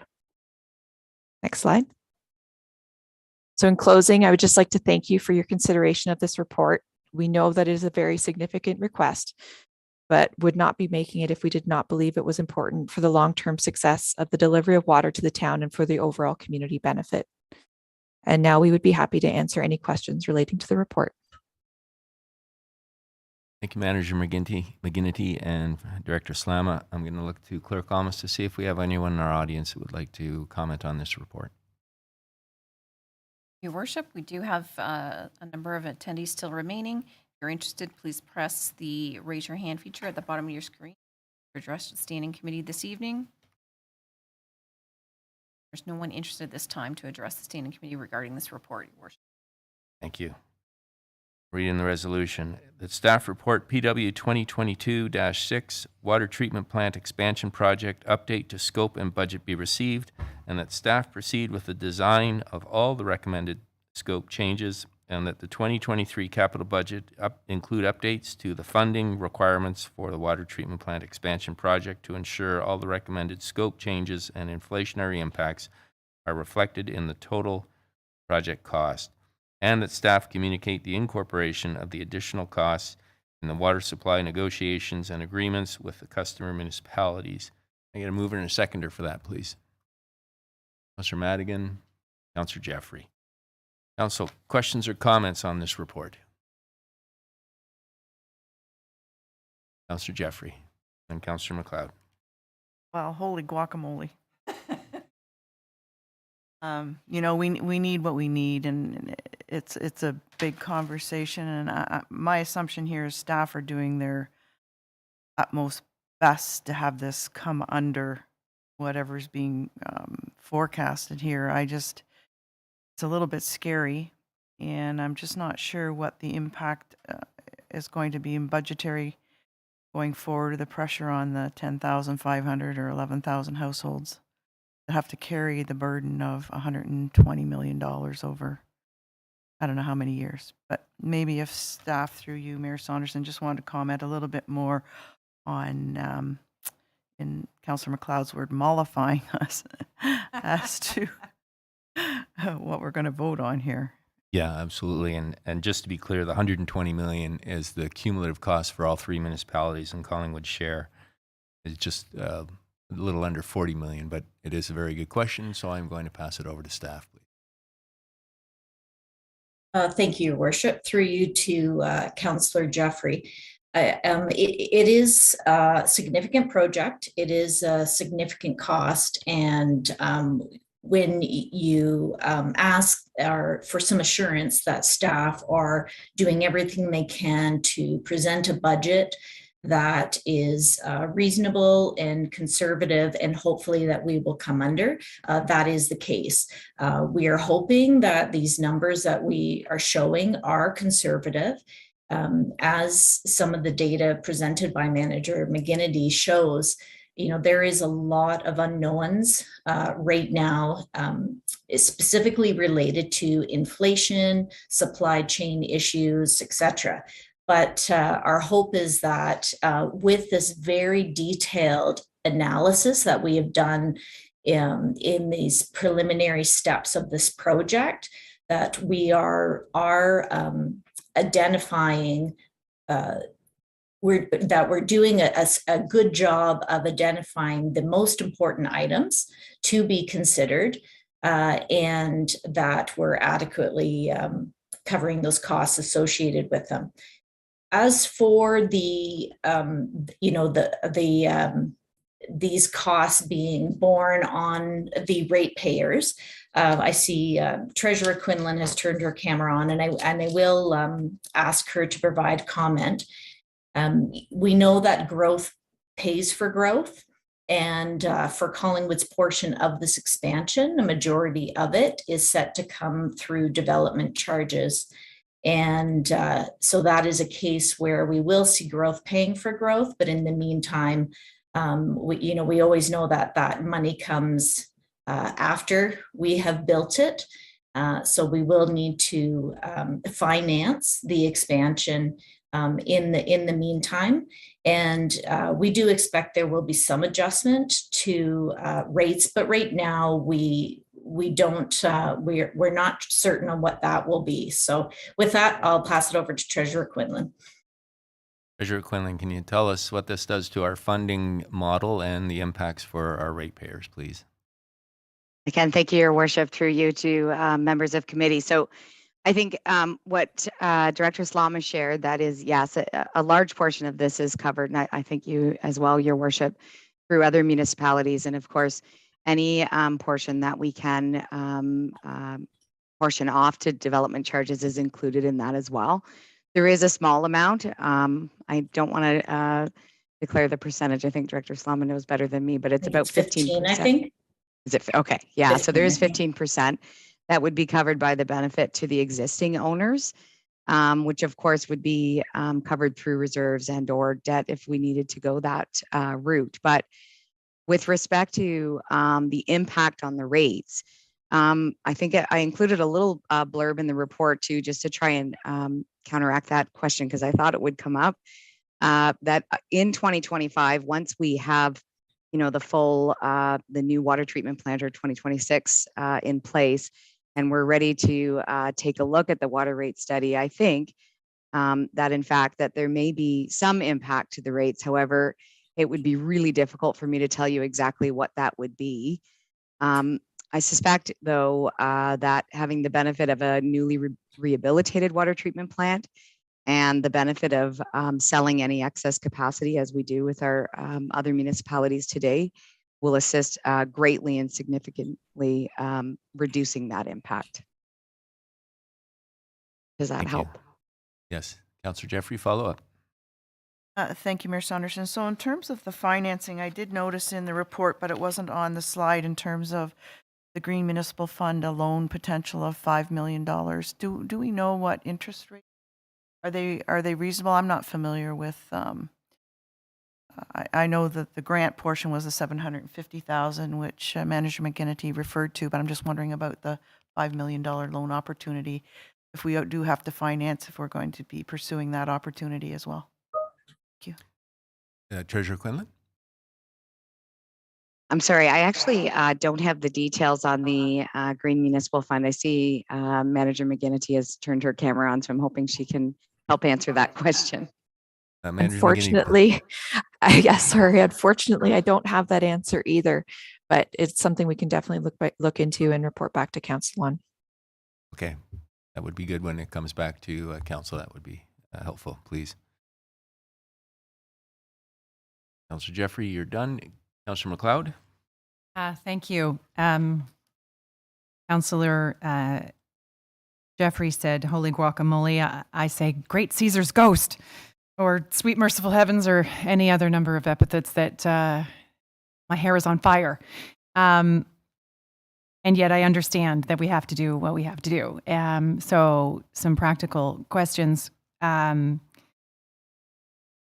do we have in reserves for this project as we sit? I'm going to look to Treasurer Quinlan through you, Mayor Saunderson. I bet she knew I was going to ask this one, so I'm sure she has it quick to hand.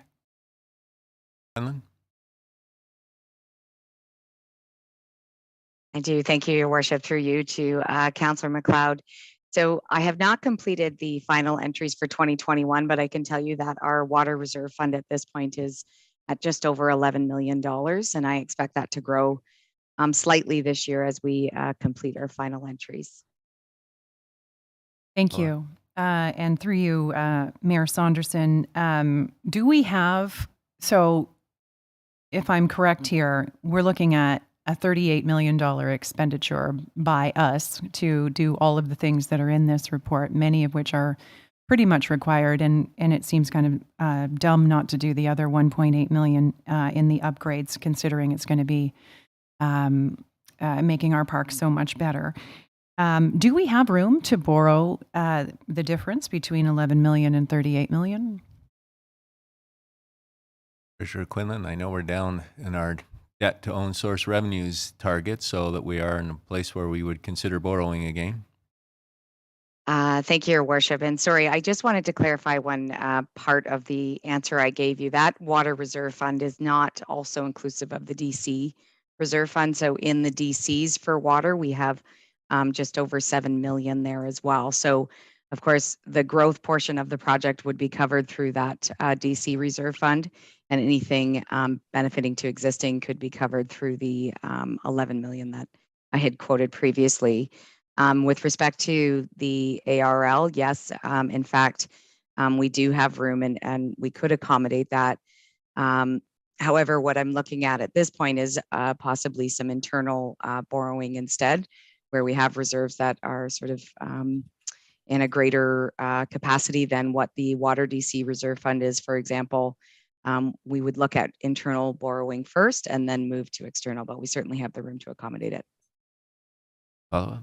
Thank you. Yes, thank you, Mayor Saunderson. And so just from a clarity of how this works, the 120.9 final number that we're contemplating at this point are we on the hook to borrow that and to do that work and then recoup it from our partners? Or is it that they have to do their financing on their end and we do it on our end? Treasurer Quinlan? Thank you, Your Worship. Through you to Councillor McLeod. So we are still working on the new Tecumseth agreement at this point. However, the expectation would be that they would finance it on their own prior. So we would only be covering our own portion of that expense. But again, the agreement has not yet been completed. Thank you. Those are my questions for now anyway. Thank you. Council, any other questions on this report? Councillor Hamlin, then Councillor Doherty.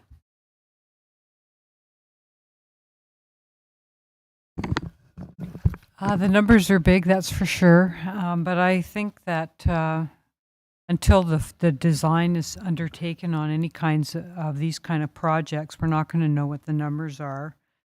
So it's good we've got to this stage and that we're looking at how we're going to finance it.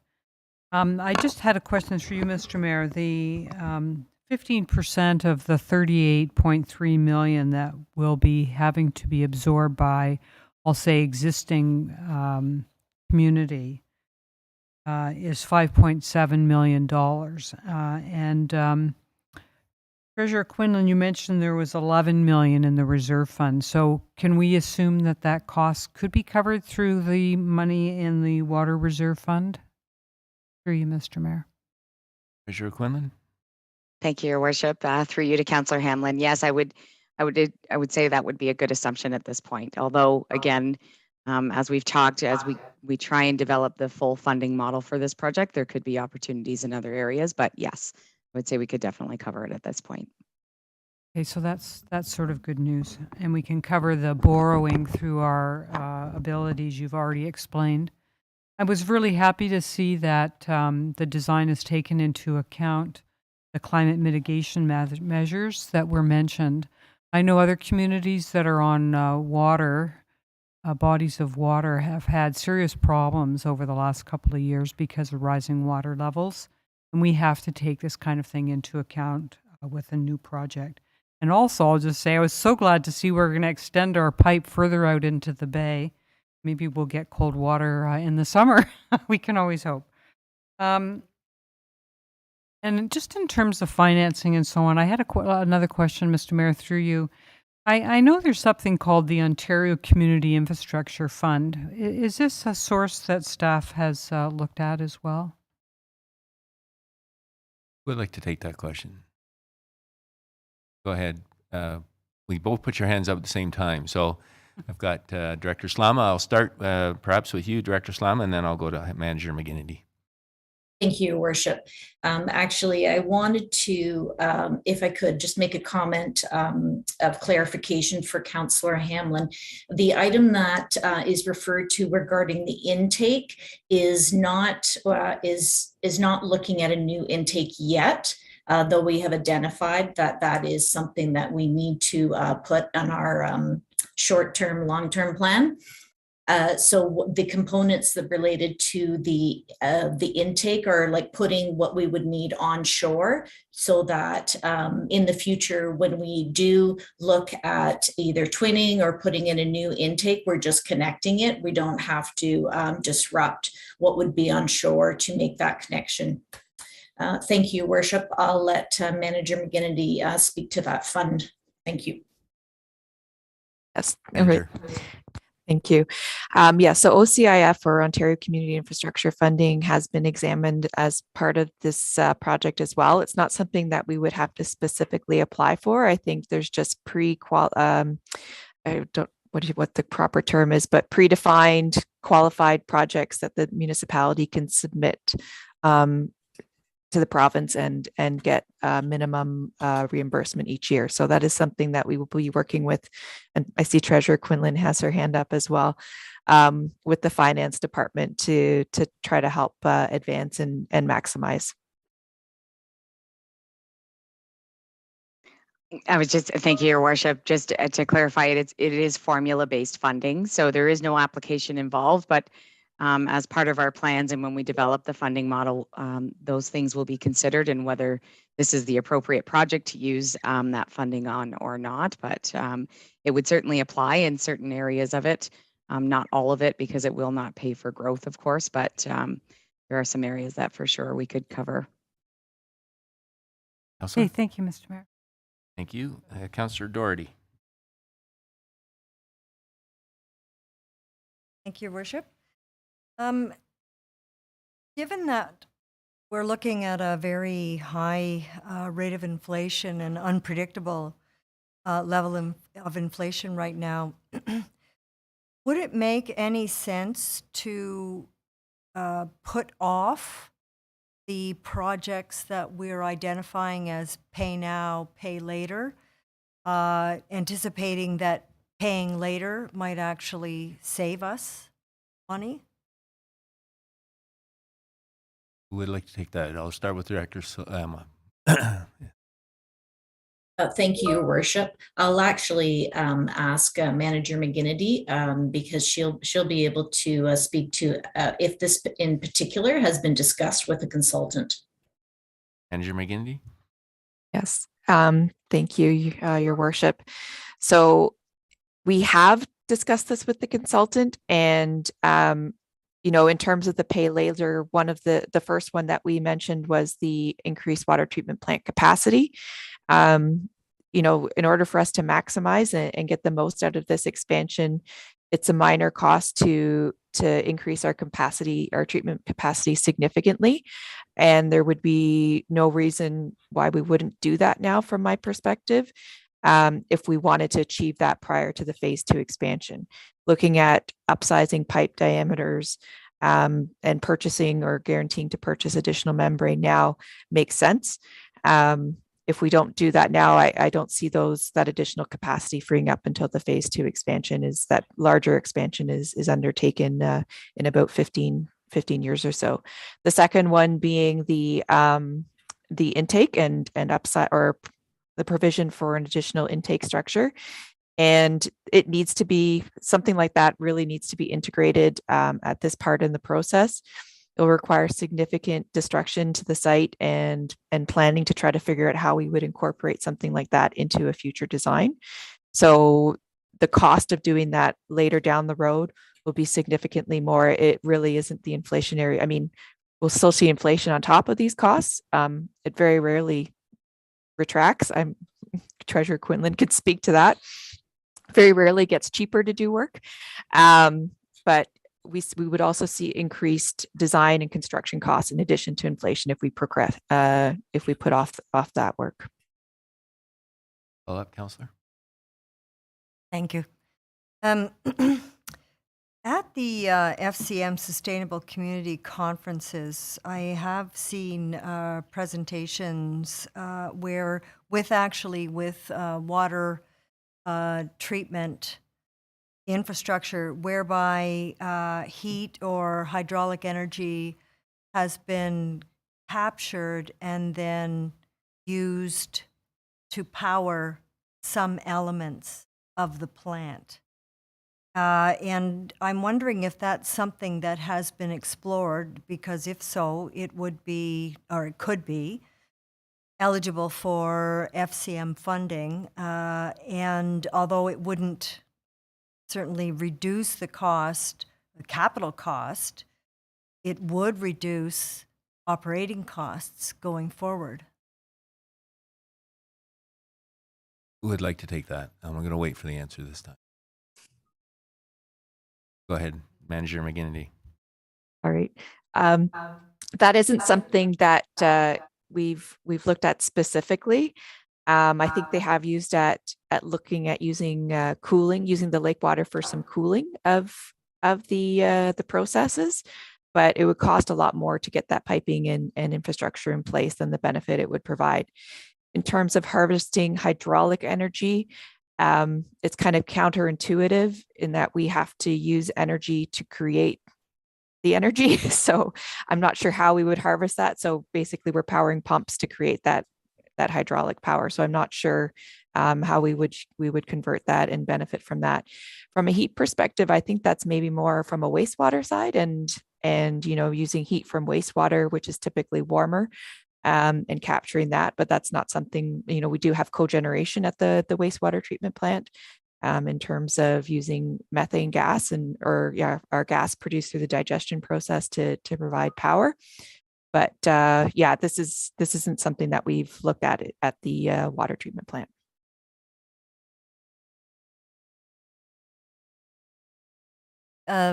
Yes, thank you. Another thing that I didn't mention was installation of solar panels on the roof.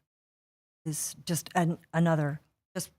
Just saying, they have to spend more, but we would certainly reduce some of our operating costs going forward. Anyway, those are my questions. Councillor, your questions, comments, Council? Councillor Jeffrey, go ahead. Thank you, Mayor Saunderson. So just in addition, my assumption is that staff will run this entire project by our GMF representative, Patrick Costigan, because he can refer us. I know in our National Housing Summit with Minister Hussein and Minister Hutchings a week and a half ago, the minister did respond that in cases potentially going forward in our negotiations, and I hope we'll keep tabs on this, that if part of the water infrastructure is required to provide affordable and attainable housing, which in this case we really need it in terms of that growth to keep up with that, that is something that the federal government could look at in terms of a funding scenario. So I would like us to very much keep on top of the Green Municipal Fund through Patrick or Jim, and to make sure any aspect of this entire project they've considered for the funding streams. Just look to staff and see if there's anything further you need on that to push that agenda. Thank you, Your Worship. Yeah, I wasn't aware of that opportunity. So maybe I'll ask some questions and find out more about that opportunity, and I'll let you know if we need anything else. Thank you. Yep. Seeing no other questions, I have a few, and I do appreciate that as things evolve, the cost of this project may vary, and I'm wondering, now that we've had this cold shower, but it's purified water, so we're good. But I guess what I'm wondering is, and I don't want you to comment on inflation and other factors beyond our control in that respect, but I'm just wondering, is it possible moving forward that we're going to run into other major hurdles, or is this a fairly clear-eyed view of the cost of this, or is this discussion ongoing until really the shovel's in the ground? I'll start with your question, Mayor Saunderson. So at this point, as I mentioned, right, that the consultant has worked with staff through some very comprehensive discussions and looking, detailed looks at what we really need to provide capacity for ourselves and our customer municipalities in this first phase, and what are the best options. So we feel that with this report, and acknowledge the numbers are high and the values have changed significantly, we do feel that we are bringing forth the most important items, and that they are covered comprehensively. So outside of, as you say, outside of the unknowns and elements that are beyond our control. Our next point of really knowing is when we see some of the tender prices when they come in. And I don't want to discount the innovative way that we're moving forward with our general contractors, right? I hope council remembers that, you know, we are doing something that's different, and we're working with, you know, 3 general contractors, and working with them and having conversations with them as the consultant is completing the design, in the hopes that we're going to identify, they're going to help us identify some of these costs that are more surprises during construction, you know, and related to the constructability of the facility. And we're hopeful that we're going to either see some savings, or at least this is going to keep our estimates as, you know, good, reliable numbers, or again, hopefully maybe even under. Okay, I do have follow-up, unless anyone else wants to comment on that first question. The follow-up is the 10% contingency that you've built into this. The hope is that that would absorb any blips or increases in costs, and are you confident that that's enough, 10%? Your Worship, I'll have Manager McGinnity speak to that, because I know that Heather and Ken have had quite a bit of discussion with the consultant about the amount of contingency and, you know, what is reasonable to include. Manager McGinnity?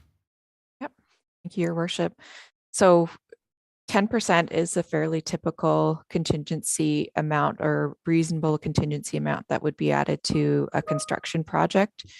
We have also incorporated a factor of safety into the design, into the estimates that our engineers have provided, just based on where they are in the design process. So there are some safety nets there for us. We wanted to come to council and present the worst case scenario, what we hope is the worst case scenario. We didn't want to have to come back and ask for more. This is our hope. We can't predict the future, as you acknowledge, and it's very uncertain right now with a lot of events in the world, and not the least of which is a global pandemic that we're trying to get out of. So we don't know what the future holds. We're undertaking a major capital project at a very difficult time, but we're trying our best to try to, you know, be upfront and work within these constraints that we've presented today. Thank you for that, and I appreciate your candor. And I guess we have partners that are relying on us for, or we're trying to conclude agreements with our municipal partners, and so the clear understanding they have of the cost burdens, I think, as early as possible is going to make that easier. And we don't want to, there's a shock value for this council and for our own residents, but it's going to be felt in other communities as well. So I'd like us to have made sure that we have allowance for the number going forward, because that's a topic of discussion with.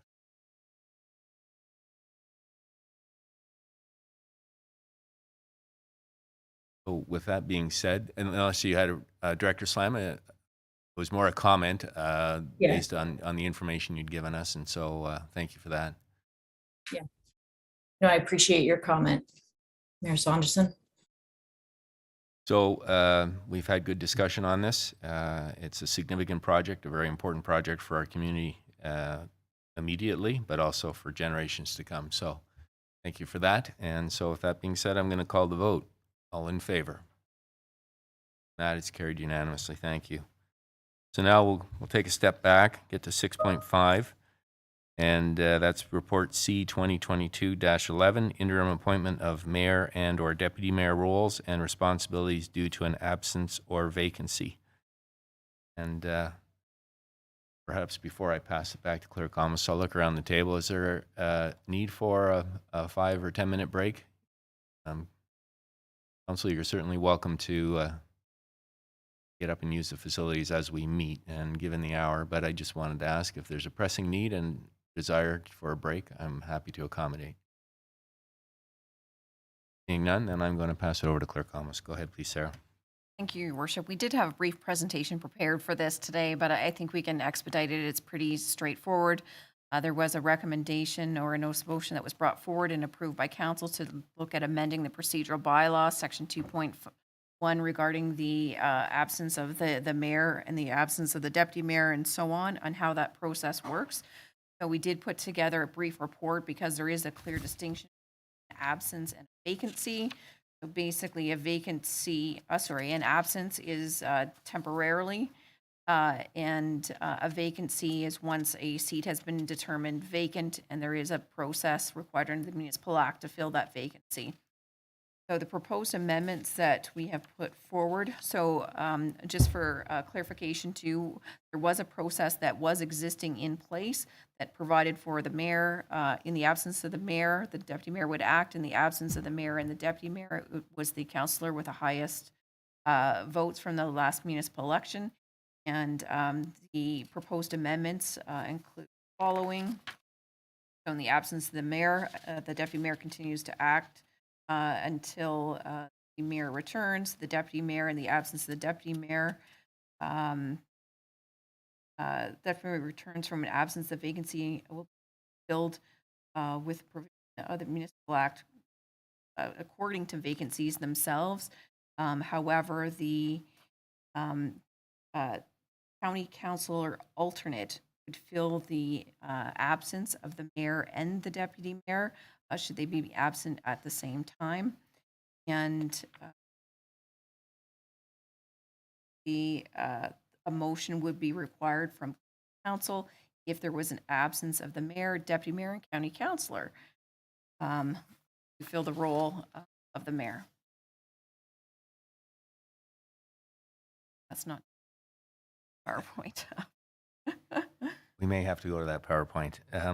But before I get there, I'm going to first see Clerk Thomas if there's anyone in our gallery that would like to comment on that report.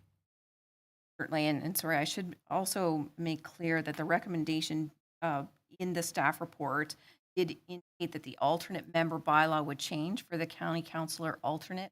And as the notice of motion specifically to section 2.5, there is not an amendment to the alternate member bylaw unless council directs one to occur. That could be done by amendment this evening, council so chose. Again, it's open to the public to speak to the staff report for a maximum of 5 minutes. If you're interested in addressing the committee, please press the raise your hand at the bottom of your screen.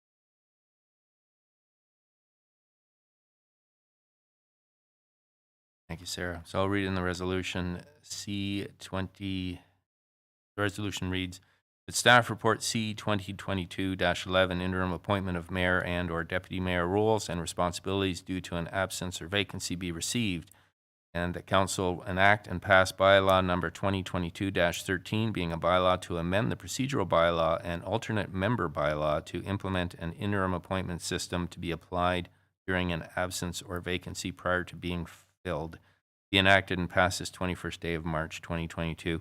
Before I look for a mover and second, I'm just going to go back to you, Clerk Thomas. I think you just told us that no amendment to the alternate member bylaw was necessary. That's correct. So can I take that out of this? That is correct. Thank you. I'm just going to read that second paragraph again so it's clear. And the council enact and pass bylaw number 2022-13 being a bylaw to amend the procedural bylaw to implement an interim appointment system to be applied during an absence or vacancy prior to being filled, be enacted and passed this 21st day of March 2021.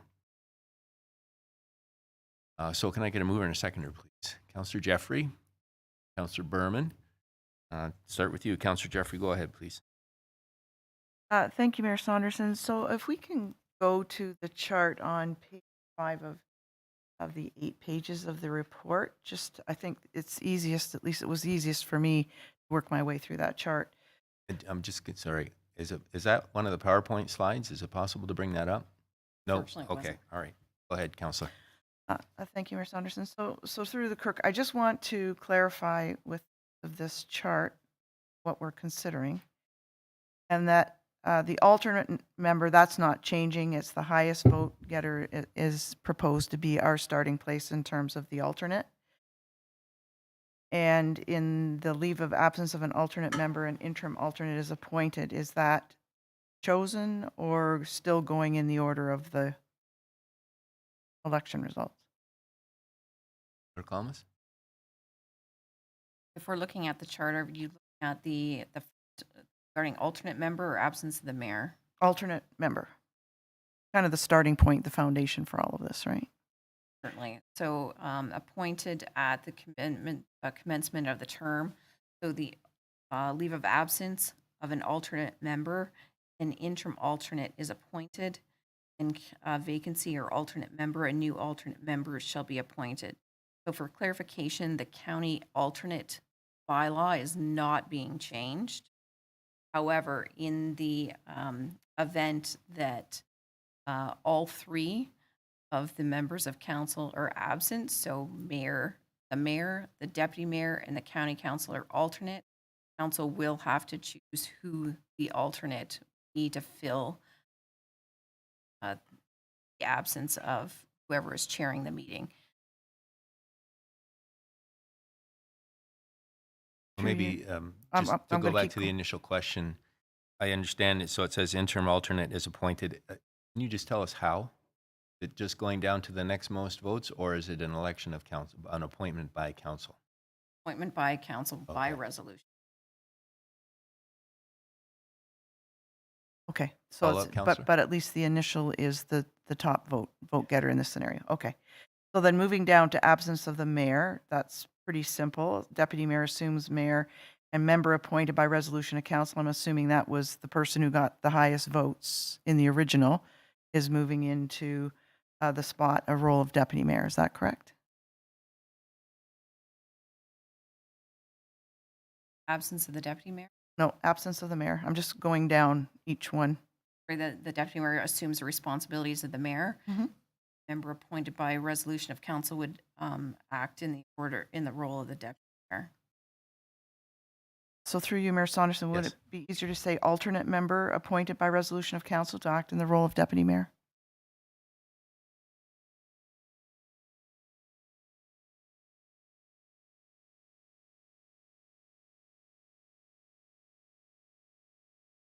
I'm just looking to Clerk Thomas. So in that case, would it be the alternate, as in the alternate county council member that would step up, or is what's the gist of that member appointed by resolution of council to act in the role of deputy mayor? Yeah, I'm looking at this chart, and this chart was originally put together when it was looking at also amending the county councilor alternate member bylaw. Basically, section 2.5 addresses whenever there is from absences for members of council. So if the mayor is absent, the deputy mayor acts, and the county councilor fill the responsibility of the deputy mayor. In the absence of the deputy mayor, the mayor continues as normal. The member appointed by council to act in the role of the deputy mayor would be the case. It's whenever someone have the county councilor alternate bylaw, we also have the emergency plan policy, and we also have the signing bylaw, in which it's all approved by bylaw, and it requires the highest elected member of councilor in the previous election assumes those posts. So this amendment does not take care of any changes to those three policies. So what this is responsible, this policy comes into effect. Sorry, it's been a long day. I feel like I'm getting very tongue-tied myself. So this happens in the absence of both individuals, that council will actually make the appointment of who will act rather than falling on the next individual, and so on and so on. There's much. Yes. So I guess so if the mayor is away and the deputy mayor assumes responsibilities, then the first person to step up to the role of deputy mayor would be the county councilor alternate? Okay. And then if the mayor is back and the deputy mayor is away, then the county councillor alternate would step in at that point too. So the only time here then that, as I understand it, this change would be in effect is if the mayor's gone, the deputy's mayor is gone, the alternate has already stepped up, and then you're looking for a member of council to fill in as the acting deputy mayor. Correct. I think that sorts it out. So the only change is, as I requested in my original notice of motion, was that in the absence of both mayor and deputy mayor at the same time, we're moving the alternate county alternate up to mayor, and then we are going to appoint from within council someone for deputy mayor and for the alternate, I assume, again. And it wouldn't be following the Progression. progression. Correct. Councillor, are there questions? Go ahead, Councillor Madigan. No question, just a comment. I will not be supporting this for the strict reason that I think the people put their trust in process, and the people with the most votes should move up. I remember last term we had 2 councillors, I was one of them, that both wanted to sit on a committee, and I chose not to have it go to a vote because I knew I would win. I didn't feel like dividing the council at that. It's already divided enough. So I took it upon myself not to. I think that pits people that are trying to work together for the betterment of our community against each other for their own personal and political things. I think, as I've had conversations with friends, that the people put our trust, and we should allow the electorate to speak. I have been to county twice because the mayor couldn't and Marianne was there, and I found it quite riveting. And I have no idea. I had no idea before that if that would be something I would be good at.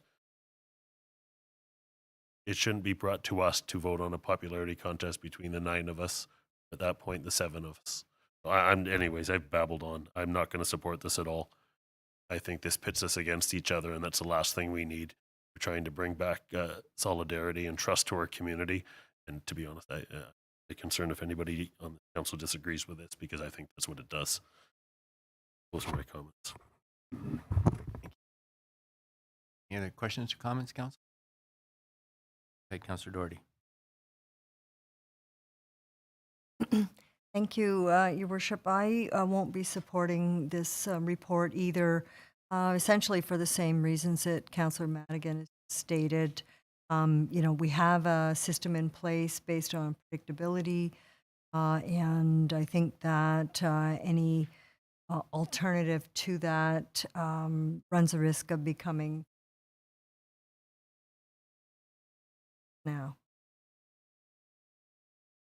Councillor Hamlin. Thank you, Mr. Mayor. I agree with the 2 councillors who have already spoken. Thank you.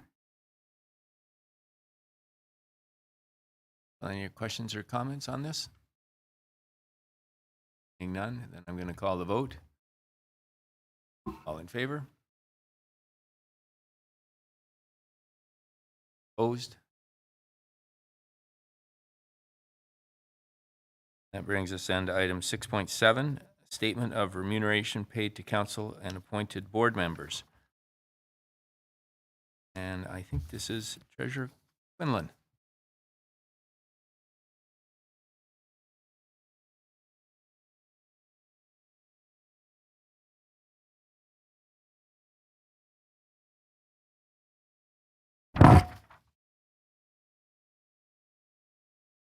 Sorry, thank you, Your Worship. I don't have a presentation pulled together. I don't really have a great amount of comments other than to say that this is an annual statutory requirement.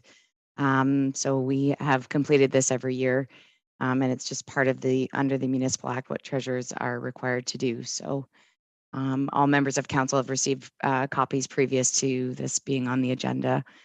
So that's all I have.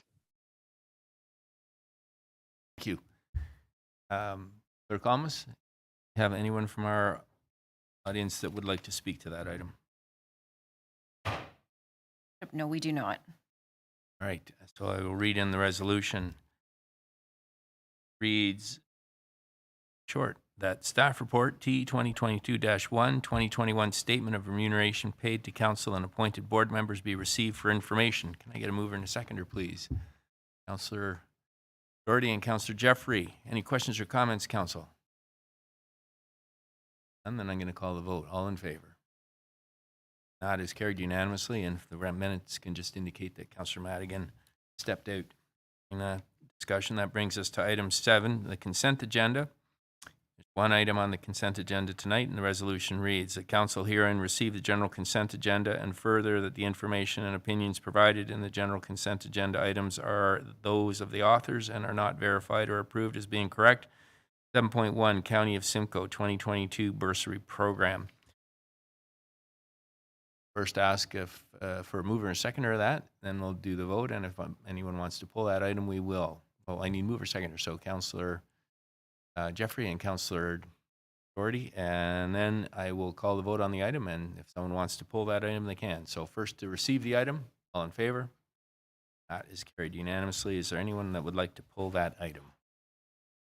Seeing none, then that brings us to departmental updates.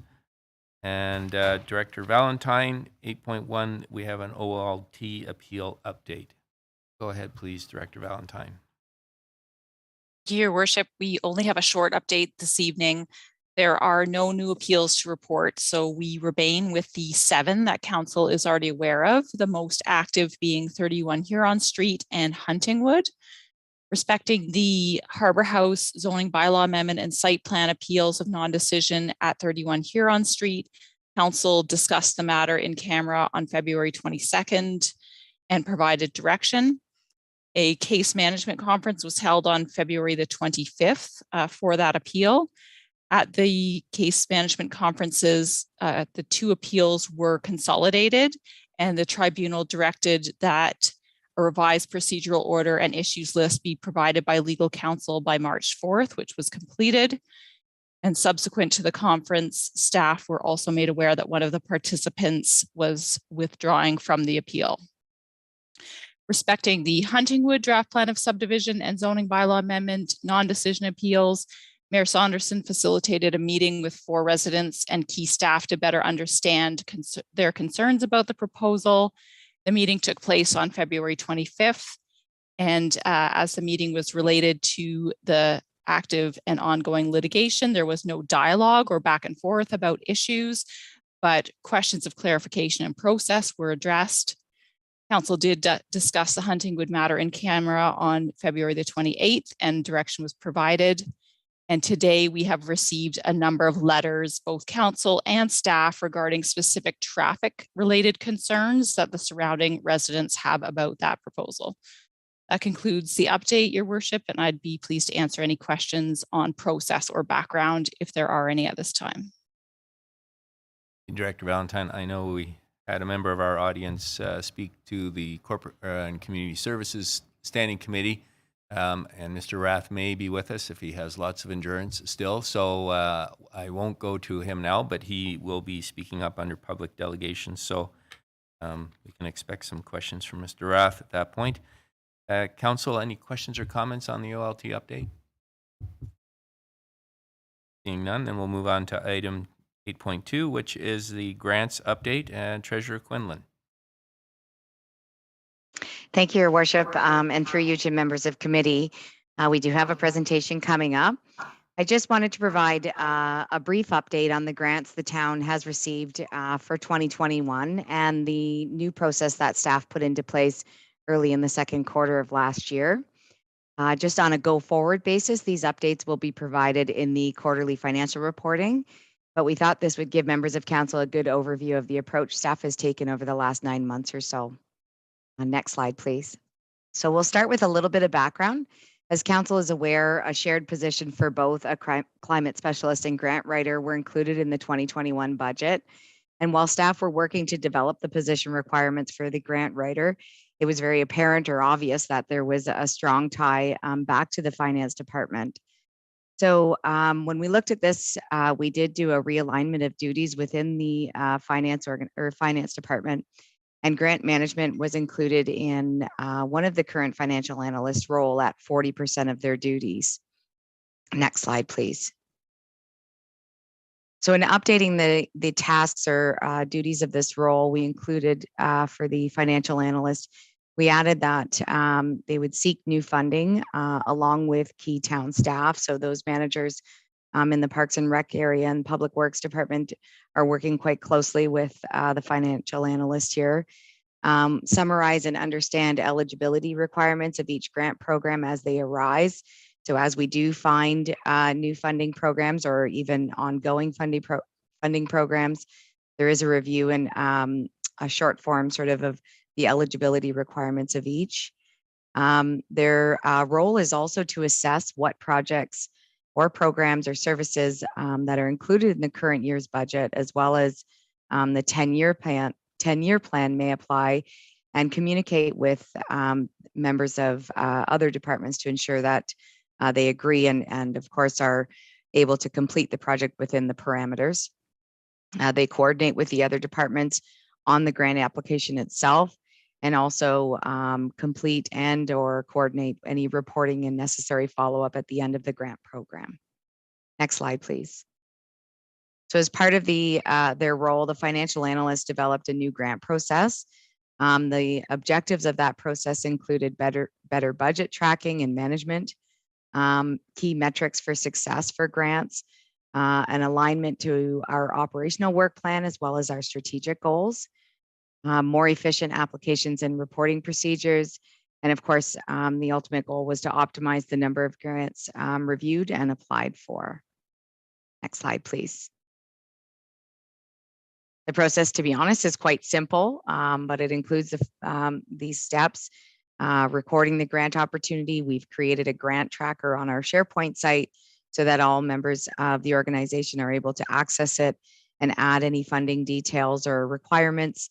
And it just helps us keep under wraps all the different grants that are ongoing throughout the town. As part of the grant planning process, where it's possible, we have asked that we ensure that revenues and expenses are included in the current budget, and where they're not able to include it in the budget, to consider workload if the project is not part of it, just so that we can determine whether additional approvals are required or if in fact the project can be completed within the specified time frame. Third, we ask that the finance department is engaged at the onset, largely so we can ensure that there's appropriate recording of both the revenue and the expenses, and it helps to plan for the final reporting for the project as well. Step 4, recording all expenses and revenues in the accounts that have been assigned, or project numbers that were assigned by finance. And finally, finance and the appropriate department work together on the reporting requirements, ensuring that the appropriate amounts are included as well as the sign-offs. Next slide, please. So this is a summary just of sort of the metrics that we've started to follow, and in total for 2021, the town received just over $4.5 million in grant funding. I'll note that this is both application-based and non-application-based. And when I refer to non-application, this includes our OSIF and our federal gas tax money, as well as provincial gas tax. For this year, there were 35 application-based grants that were reviewed, and of those, 33 were submitted. In some cases, applications, either the projects weren't able to be completed on time, or there were no projects available at the time that were ready and willing to go towards a particular grant. 26 applications were successful. I think some of the larger successful ones include the Community Building Fund through the Trillium Foundation, where we received funding of almost $400,000 for the pool tiling this summer. The electric vehicle charging stations at $120,000. We have both the Huron Street sidewalk and the Huron Niagara crosswalk at just under $300,000. and just over $200,000 in community safety and policing grants for this year. We had 4 applications that were rejected, and 3 applications are still currently under review. I also wanted just to note that as part of our metrics, we don't include any grants that may be managed with outside organizations, although we are looking forward in 2022 to possibly including these on our metric sheets as well. So that's all I have for you, Your Worship. Thank you, Treasurer Quinlan. Council, questions? Councillor Jeffrey. Thank you, Mayor Saunderson. So if through to the treasurer, what would the split of the non-application grants and the application grant funding amounts, what would that breakout be if you have it there? Treasurer? Through you, Your Worship, to Councillor Jeffrey, it's approximately 40% of application based. Okay, and let's go. The police service or the police grants, are those ones we write or are those ones that we sign that are completed by the detachment commander? Through you, Your Worship, to Councillor Jeffrey. We do assist in completing those or reporting, but yes, it is through the detachment commander. Okay, thank you. Any other questions, Council? Seeing none, thank you very much, Treasurer. That brings us then to item 9, other business. Is there any other business tonight, Council? Seeing none, then that takes us to item 10, which is public delegations. And Clerk Almas, see if Mr. Rath is still with us, please. Thank you, Your Worship. We actually have 2 individuals wishing to address Council. Rath and Mr. Don May. Okay. Let's bring in Mr. Rath first since he had a false start at our earlier meeting.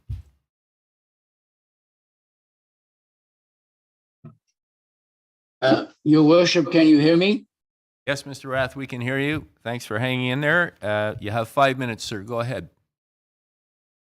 I've timed my comments, so I just want to say before I start them, I've watched you for over 4 hours working hard, and my compliments to the entire council for your diligence and attention to the matters of running this community.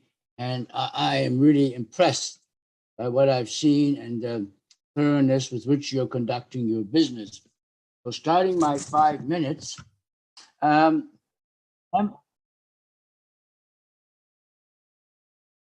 what I was hoping, Mayor. I speak to you, I'm now going to read my comments. I speak to you today with a heavy heart and a troubled disposition. Despite making so much progress with the development of our waterfront master plan, which truly was a community effort, and despite the many related policies and initiatives that have been made seeking to improve this wonderful town, I'm confronted by some ghosts from the past, to the days when important decisions that affect us all were made behind closed doors. And my colleague Don May, I'm sure, will elaborate on this too. I'm referring to the proposed development at 31 Huron Street, the so-called Harbor House, and to the manner in which this development is moving through our approval process, shielded and protected from public scrutiny without meaningful public input on our waterfront, which is the most important extension of our town, downtown, into Georgian Bay. Here is what we, unwashed public, amongst which I count myself, know about Harbor House. The site plan application deviates significantly from the existing official plan policies for the shipyard. There has been no staff report on the conformity of the application with our existing official plan policies. Why? As Don May will elaborate, did planning staff ever have any concerns about the need for an amendment to the official plan? At the most recent meeting of the Ontario Land Tribunal, we were told that changes to the waterfront master plan are being negotiated with a developer behind closed doors with essentially no public input. And get this, that the town and developer were close to reaching final agreement. If you don't believe me with this allegation, please ask the town lawyer, Mr. Eric Davis, who was also present at that Ontario Land Tribunal meeting. Although the existing official plan permits 6-story buildings, Harbour House is in fact an 8-story building hiding behind a facade that obscures the true size of this building. The requested change in building height is from an existing 12 meters to 26 meters. But guess what, members of council? A normal 6-story building is 3.5 meters times 6, which is 21 meters. A normal 6-story building with a flat roof is 70 feet high. The applicant wants to build a ground floor equivalent to 2 stories and penthouses with peaked roofs such that the true height will be 26 meters or approximately 85 feet. How is this possible? And has the planning department made you aware of this hidden fact? Harbour House points to the approval of Perfect World, that is a so-called 6-story, as a precedent. I predict that the next applicant after Harbour House will point to the 8-story Harbour House as a precedent for another 8-story building. Is this the ghost of Living Waters Phase 1 coming back when a 6-story building was presented as 5? Others have previously noted that the design of this building does not have any common elements with the design guidelines of the shipyards. The second submissions from the applicant, including the so-called Harbour House parquet with inadequate tree coverage, are trivial and cosmetic. But I fear these trivial changes are being accepted by our planning people in private discussions behind closed doors. The town UDM guidelines specifically require that the orientation of a building in this waterfront special area must maximize integration with the downtown, with the harbor, and with the surrounding landscape. The developer has not produced a report that shows the different orientations that he examined and why this one is the best. Last but not least is my concern that relates to the nature of the site on which the developer plans to build one of the highest density developments in our town. Here are some highlights from a July 2020 report by TerraProbe, a geotechnical expert hired by the applicant. 1, this site is very close to the harbor of a lake with significant changes in water levels. 2, none of the initial boreholes drilled found bedrock, and several collapsed, making them useless to collect data. TerraProbe was only given a conceptual design and has only given a qualified opinion on the suitability of the site. The sub-basement, which now has 2 underground parking levels, will extend below the water table and requires a significant and constant dewatering discharge into a discharge point that remains unspecified. Above the water table, the soil is type 3, defined as loose and partially consolidated. But below the water table, the soil is type 4, defined as soft to very soft with loose consistency. A Mr. part Rath, of I'm this just going to jump building- in. Can you wrap up, sir? You're at 7 minutes now. I let you go a little long because you Part of waited this so long. building is in type 4 soil. I urge the committee to require that a final design be given to a suitable geotechnical firm to finalize important construction works, that there be a second campaign of drilling, and that given the lack of expertise in geotechnical matters in our planning department, that the town bring in an outside expert to review the final geotechnical report, as I am sure it will be addressing issues that require formal town approval, some of which could require a significant change of scope in this project. Thank you for the opportunity to extend my time. And should any of you require of my remarks, a copy of my remarks, please let me know. Thank you very much, Mr. Rath. Council, any questions for Mr. Rath? Thank you, sir.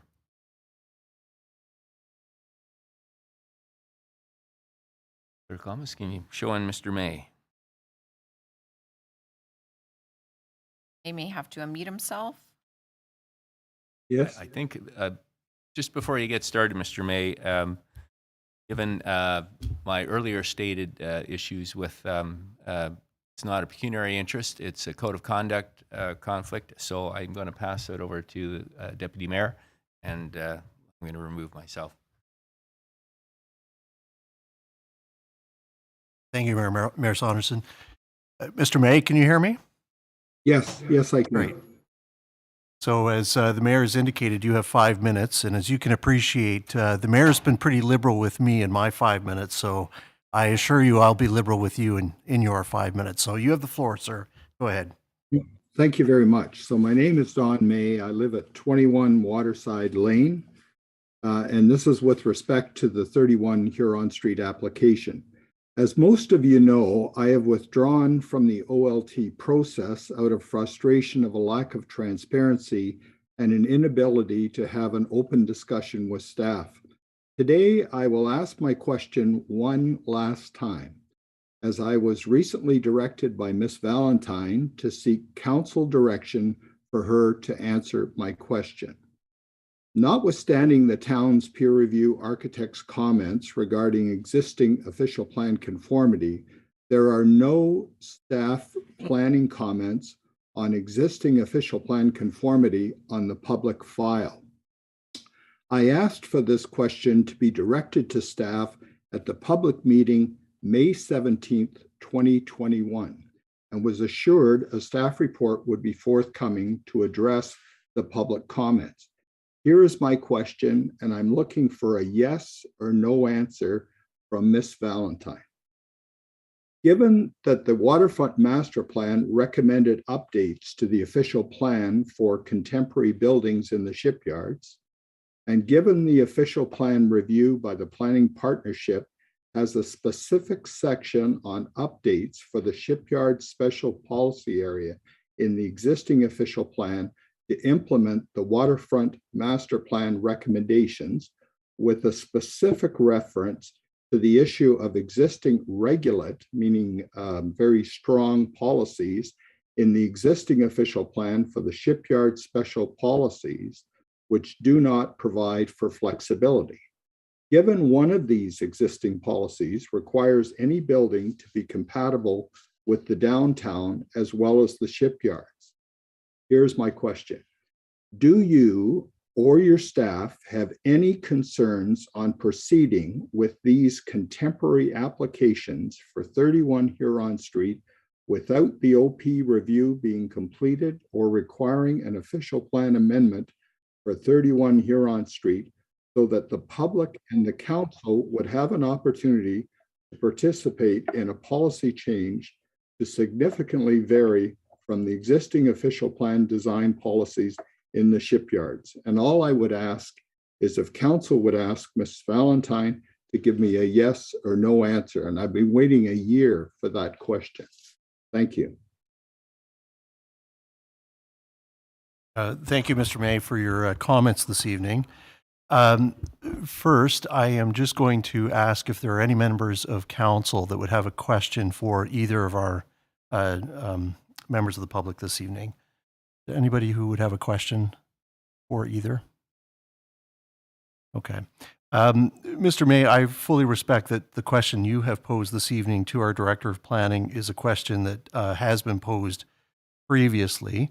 I just am going to turn to my right and just double check. I just want to be sure and respect the process that this is not a question that is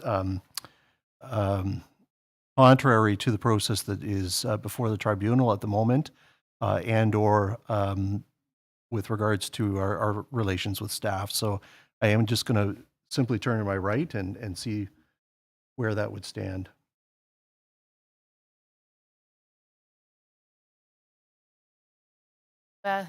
Deputy Mayor. There has been some direction provided to staff as part of the in-camera conversation with the legal team that is working on the town's case at the Ontario Land Tribunal. And I think that we can provide some generalities this evening around the types of things that are looked at in a similar development, but potentially not the specifics that Mr. May would like specifically for 31 Huron. I would note that he did ask the question exactly as he stated back some time ago in a public meeting related to this file. And at that time, we did not know that we would end up at the Ontario Land Tribunal. And typically one would, of course, see a public planning report with a recommendation for council's consideration.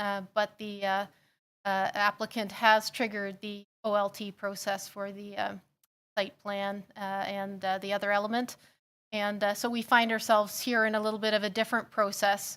If you wish, Deputy Mayor, we could ask Director Valentine to fill in some of the pieces that I may have not covered from the planning perspective. I would appreciate it, and I'm going to preface it by saying this to Mr. May, and I say this with all due respect. You've asked a question this evening requesting a yes or no, and I'm not sure that that can be provided. However, I think in the interests of perhaps others who are watching and who have a vested interest, I do think it is wise of staff to be given the opportunity to provide the answer that they can tonight. So please, if Director Valentine is with us, please go ahead. Thank you, Deputy Mayor. And as CEO Skinner alluded, this committee is aware that we are limited in our ability to speak to the details of matters that are under active litigation in open session so as not to prejudice the proceedings. And in addition, council provided very specific direction on this matter in camera. I did want to clarify one thing before I provided some general responses which may assist Mr. May, in that there's been perhaps a misunderstanding between my suggestion to him and his comments tonight. He has approached this council and myself directly for a public staff report on the 31 Huron Street matter. And what I indicated was that a public staff report would be produced at the sole discretion of council, who would be looking to the town solicitor regarding what risks there might be in producing that report. And it is council that directs what type of public engagement is appropriate around Ontario Land Tribunal's appeals that would be over and above the typical process that allows participants to become parties or participants in an appeal. So just to clarify, the question was about a public staff report, and my response was that would need to be directed by council. In response to Mr. May's questions, I can speak in general terms, in that any Planning Act application is disposed of under the official plan policies that are in place at the time that the application was deemed complete, and that well documents that are not part of the official plan, such as the Urban Design Manual and the Waterfront Master Plan, can be taken into account and given appropriate weight based on their status as guidelines and master plans. Future policy updates to an official plan, like the ones that Mr. May alluded to, would not be considered as part of the planning opinion. Conformity to official plan that is in effect at the time the application is made is what must be demonstrated. And further, I would also note that council did direct that all the publicly available staff, it is a late night, all of the publicly available materials for 31 Huron Street, including peer reviews, staff and agency comments, be posted on the website. And again, from a general perspective, when staff comments are provided on an application, if there was a concern with official plan conformity, that concern would have been well documented in the comments. Thank you, Deputy Mayor Hull, for the opportunity to provide those general comments, and happy to answer any questions should there be any of council. Thank you, Director Valentine. So I'm going to look around the table and see if there are questions. I see a few yellow cards. So Councillor Jeffrey, and then Councillor Doherty, and then anyone else. Okay, Councillor Jeffrey. Thank you, Deputy Mayor. So I really understand and hear the frustration. And for me, in our process, is this where a developer or an applicant can kind of usurp our public process by just jumping right to the OLT process? Like, it's unfortunate that Mr. May didn't get his response before we got into this, and it kind of speaks to being on top of things when we can before it gets to this situation. But I totally understand the frustration, and I want to close any loopholes going forward that the people building are able to disregard or put us in a place where we can't get that public engagement.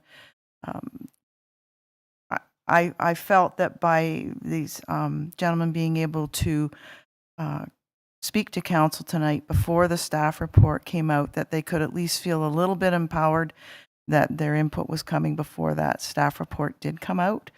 But I really think this has put us in a really bad place, put our residents in a really bad place, and the inability to be able to have input other than to hear back on generalities is really disconcerting to me. So I know that probably doesn't move us out of our process right now, but staff would advise us if there is one, and probably advise us in camera. But I guess I'm really disappointed in one way, frustrated in another, and really concerned about how I've usurped twice tonight, but how our process for public input can be usurped by the timing of those appeals. Thank you. Thank you. Is there could you offer comment on that, Director Valentine? Thank you, Deputy Mayor. I can. Just to remind council that there was a public meeting held on the 31 Huron Street zoning bylaw amendment, and that was in May of 2021. And there was also a design charrette that was held with respect to the site plan. So there have been public meetings. I believe what I hear from the members of the public who spoke tonight and others is the frustration is around not having a public staff report that outlines what the opinion is of staff on the application. And the appeal did come in before, between the public consultation phase and the report back phase.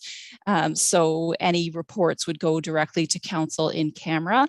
That being said, in accordance with the OLT process report, council can direct staff to provide additional opportunities for public consultation over and above the OLT process, and that could include a non-statutory public meeting or a public staff report, and that direction would be provided in camera.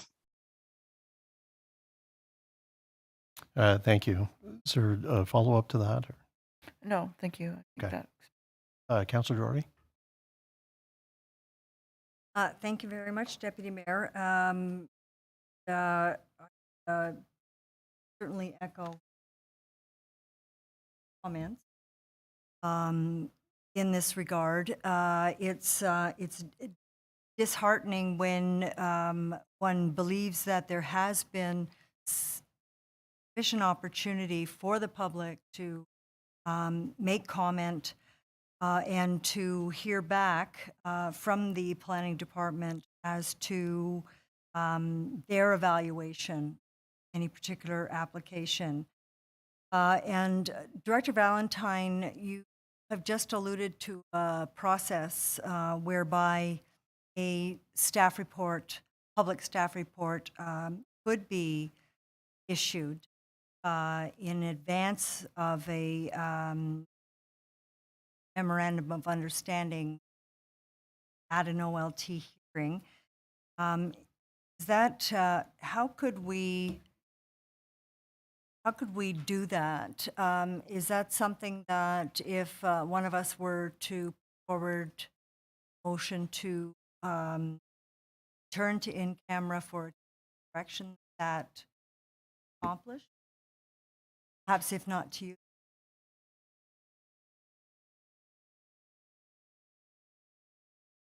Can I just interject for 1 second?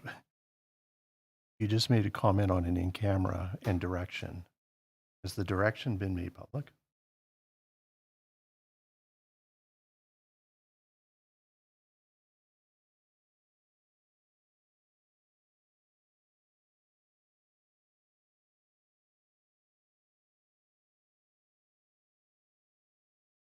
Want to rephrase the question for the director?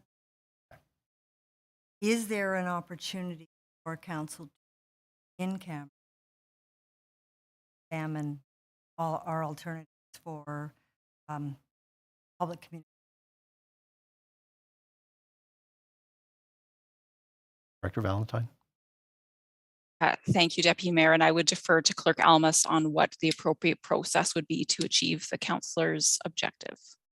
Thank you. My apologies.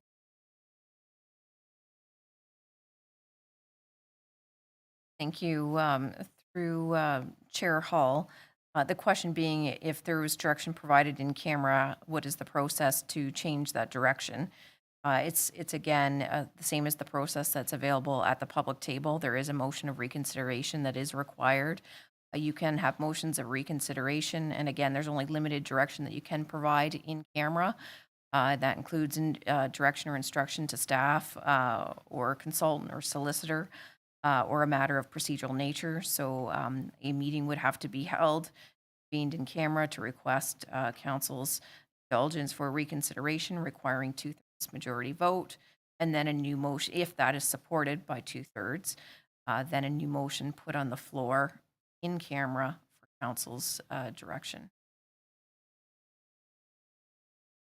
Thank you. If that is the case, then I would like to council all an in-camera meeting.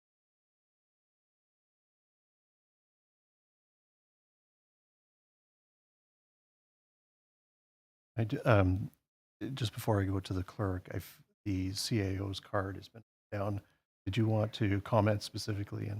And before we do that, I just want to be mindful particularly to the two gentlemen who have stuck with us to the end tonight, but we are approaching 10 o'clock. So procedurally, we need to either pass something to carry on, or we need to wrap it up for the evening.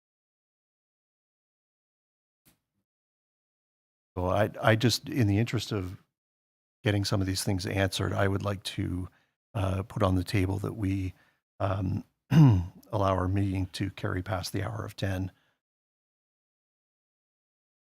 Okay, all those in favor? Thank you. Okay, so back to the CAO. Yes, thank you. I just wanted to put a couple of facts on the table. Typically, when we look at something like an OLT appeal and the options that are open to council, we would be briefing them in general about good planning practice, the peer review, the potential benefits to the community, making sure that they were aware of all of the input that was received at public meetings. And often there will be material information that's received after a public meeting as well, either through our engaged page or in the case of the development that Mr. Rath and Mr. May are talking about. There is an invitation right now for public comments that can be made via the town's website. So those typically would be would be provided, and the town solicitor would provide to council in considering the strategy that's best for the municipality. What's the best way to move forward? What making sure that we don't make comments that could be prejudicial to the overall broad interests of the town. So I just wanted to say that because people who are not familiar with the process may not be aware of the types of information that typically would be provided to council members in camera, and that staff or their solicitor would provide them with some advice on those benefits. So often not sharing details at any given point would specifically be part of that strategy, and not meant to be intransparent or not transparent, but in fact meant to drive us toward the best outcomes that we can. And I say that very respectfully because we do take the direction of council, and once they've heard the full set of information. And the other fact I'd mentioned briefly is the way that the Ontario Land Tribunal works is that once the decisions are appealed to the tribunal, as council members will all know, but the public may still be around, might not know, those decisions are they are taken out of council's hands. It goes to the tribunal, who would make the decisions on the appeals. And I just wanted to make that clear when that was well. Thank you. Councillor Doherty? Thank you. And I apologize right now, shut down, but the expectation of our deputy, what the normal process be, is that a staff report be coming forward and what they're looking for, and it's not been provided, is that thing, public staff report. So I am asking, what will it take to initiate that request? If it is, if it is necessary for me to make a motion, ask for a meeting of council in camera, then I would like to. So I'm looking to my right, but I think the short answer to your question is yes. And in terms of just how we do that, but I would also just ask in the context of where we are as it relates to the external process and this timeline. If you make this request, we have it in camera, assuming that's good with the clerk. Does that work within the current timelines in terms of what is already at play as it relates to the OLT?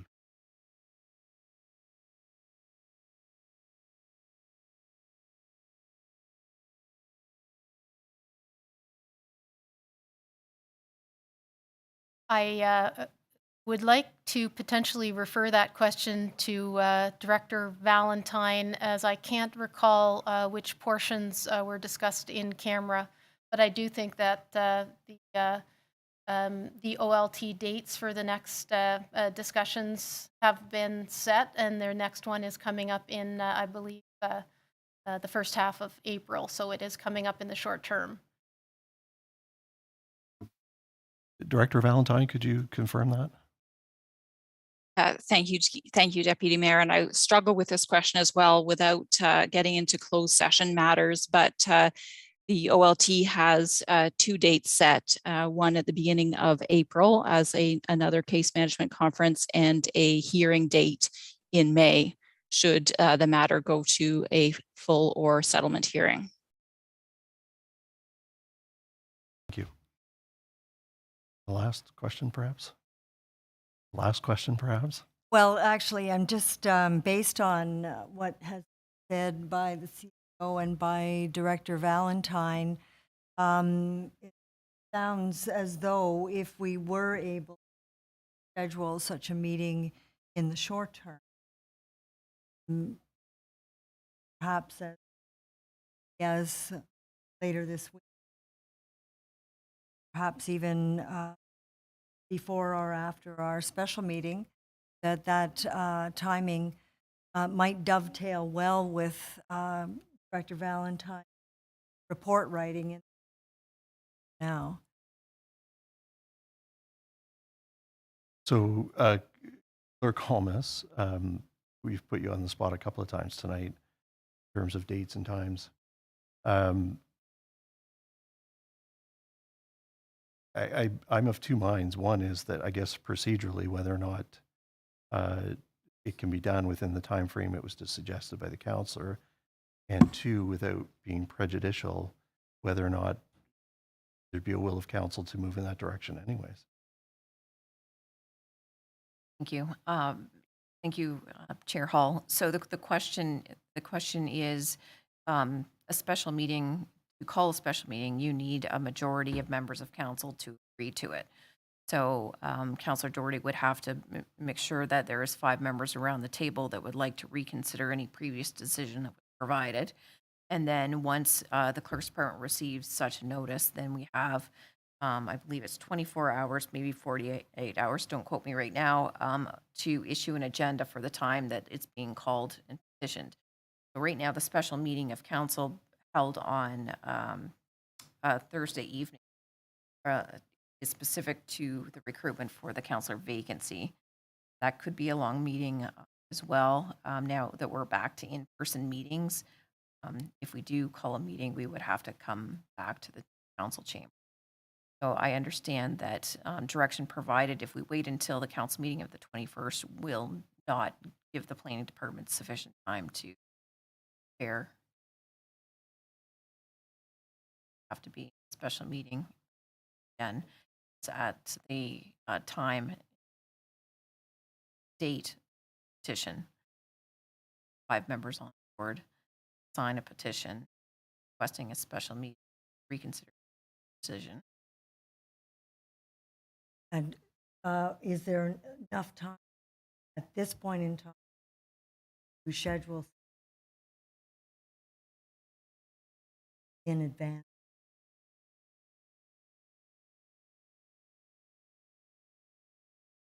Yes, we would have to take that, obviously, schedules. It does require a little bit more finesse with our hybrid meeting process, mind you, if it's a special. But you're looking at, though, what you're saying tonight, though, is that the petition would have to take place outside of. Correct. We would adjourn, and then the councillor wants to move forward with that petition. That would be her prerogative within whatever time frame is established. That's correct. Okay. So does that satisfy? It does now. I didn't. Okay. So, assuming that. Sure. I'm getting messages that they can't hear you when you turn back. So Okay, it's okay. Your back is to me. Great. Okay. Thank you. Okay. So, assuming that, I would need to get back to you as soon as possible. Correct. Yeah. Thank you. Okay. Seeing no other yellow cards, and I don't see anything on the screen, then I'm going to close this section of the meeting. And if Mayor Saunderson is still with us, be asked to come back into the council chamber, and we will endeavor to carry on.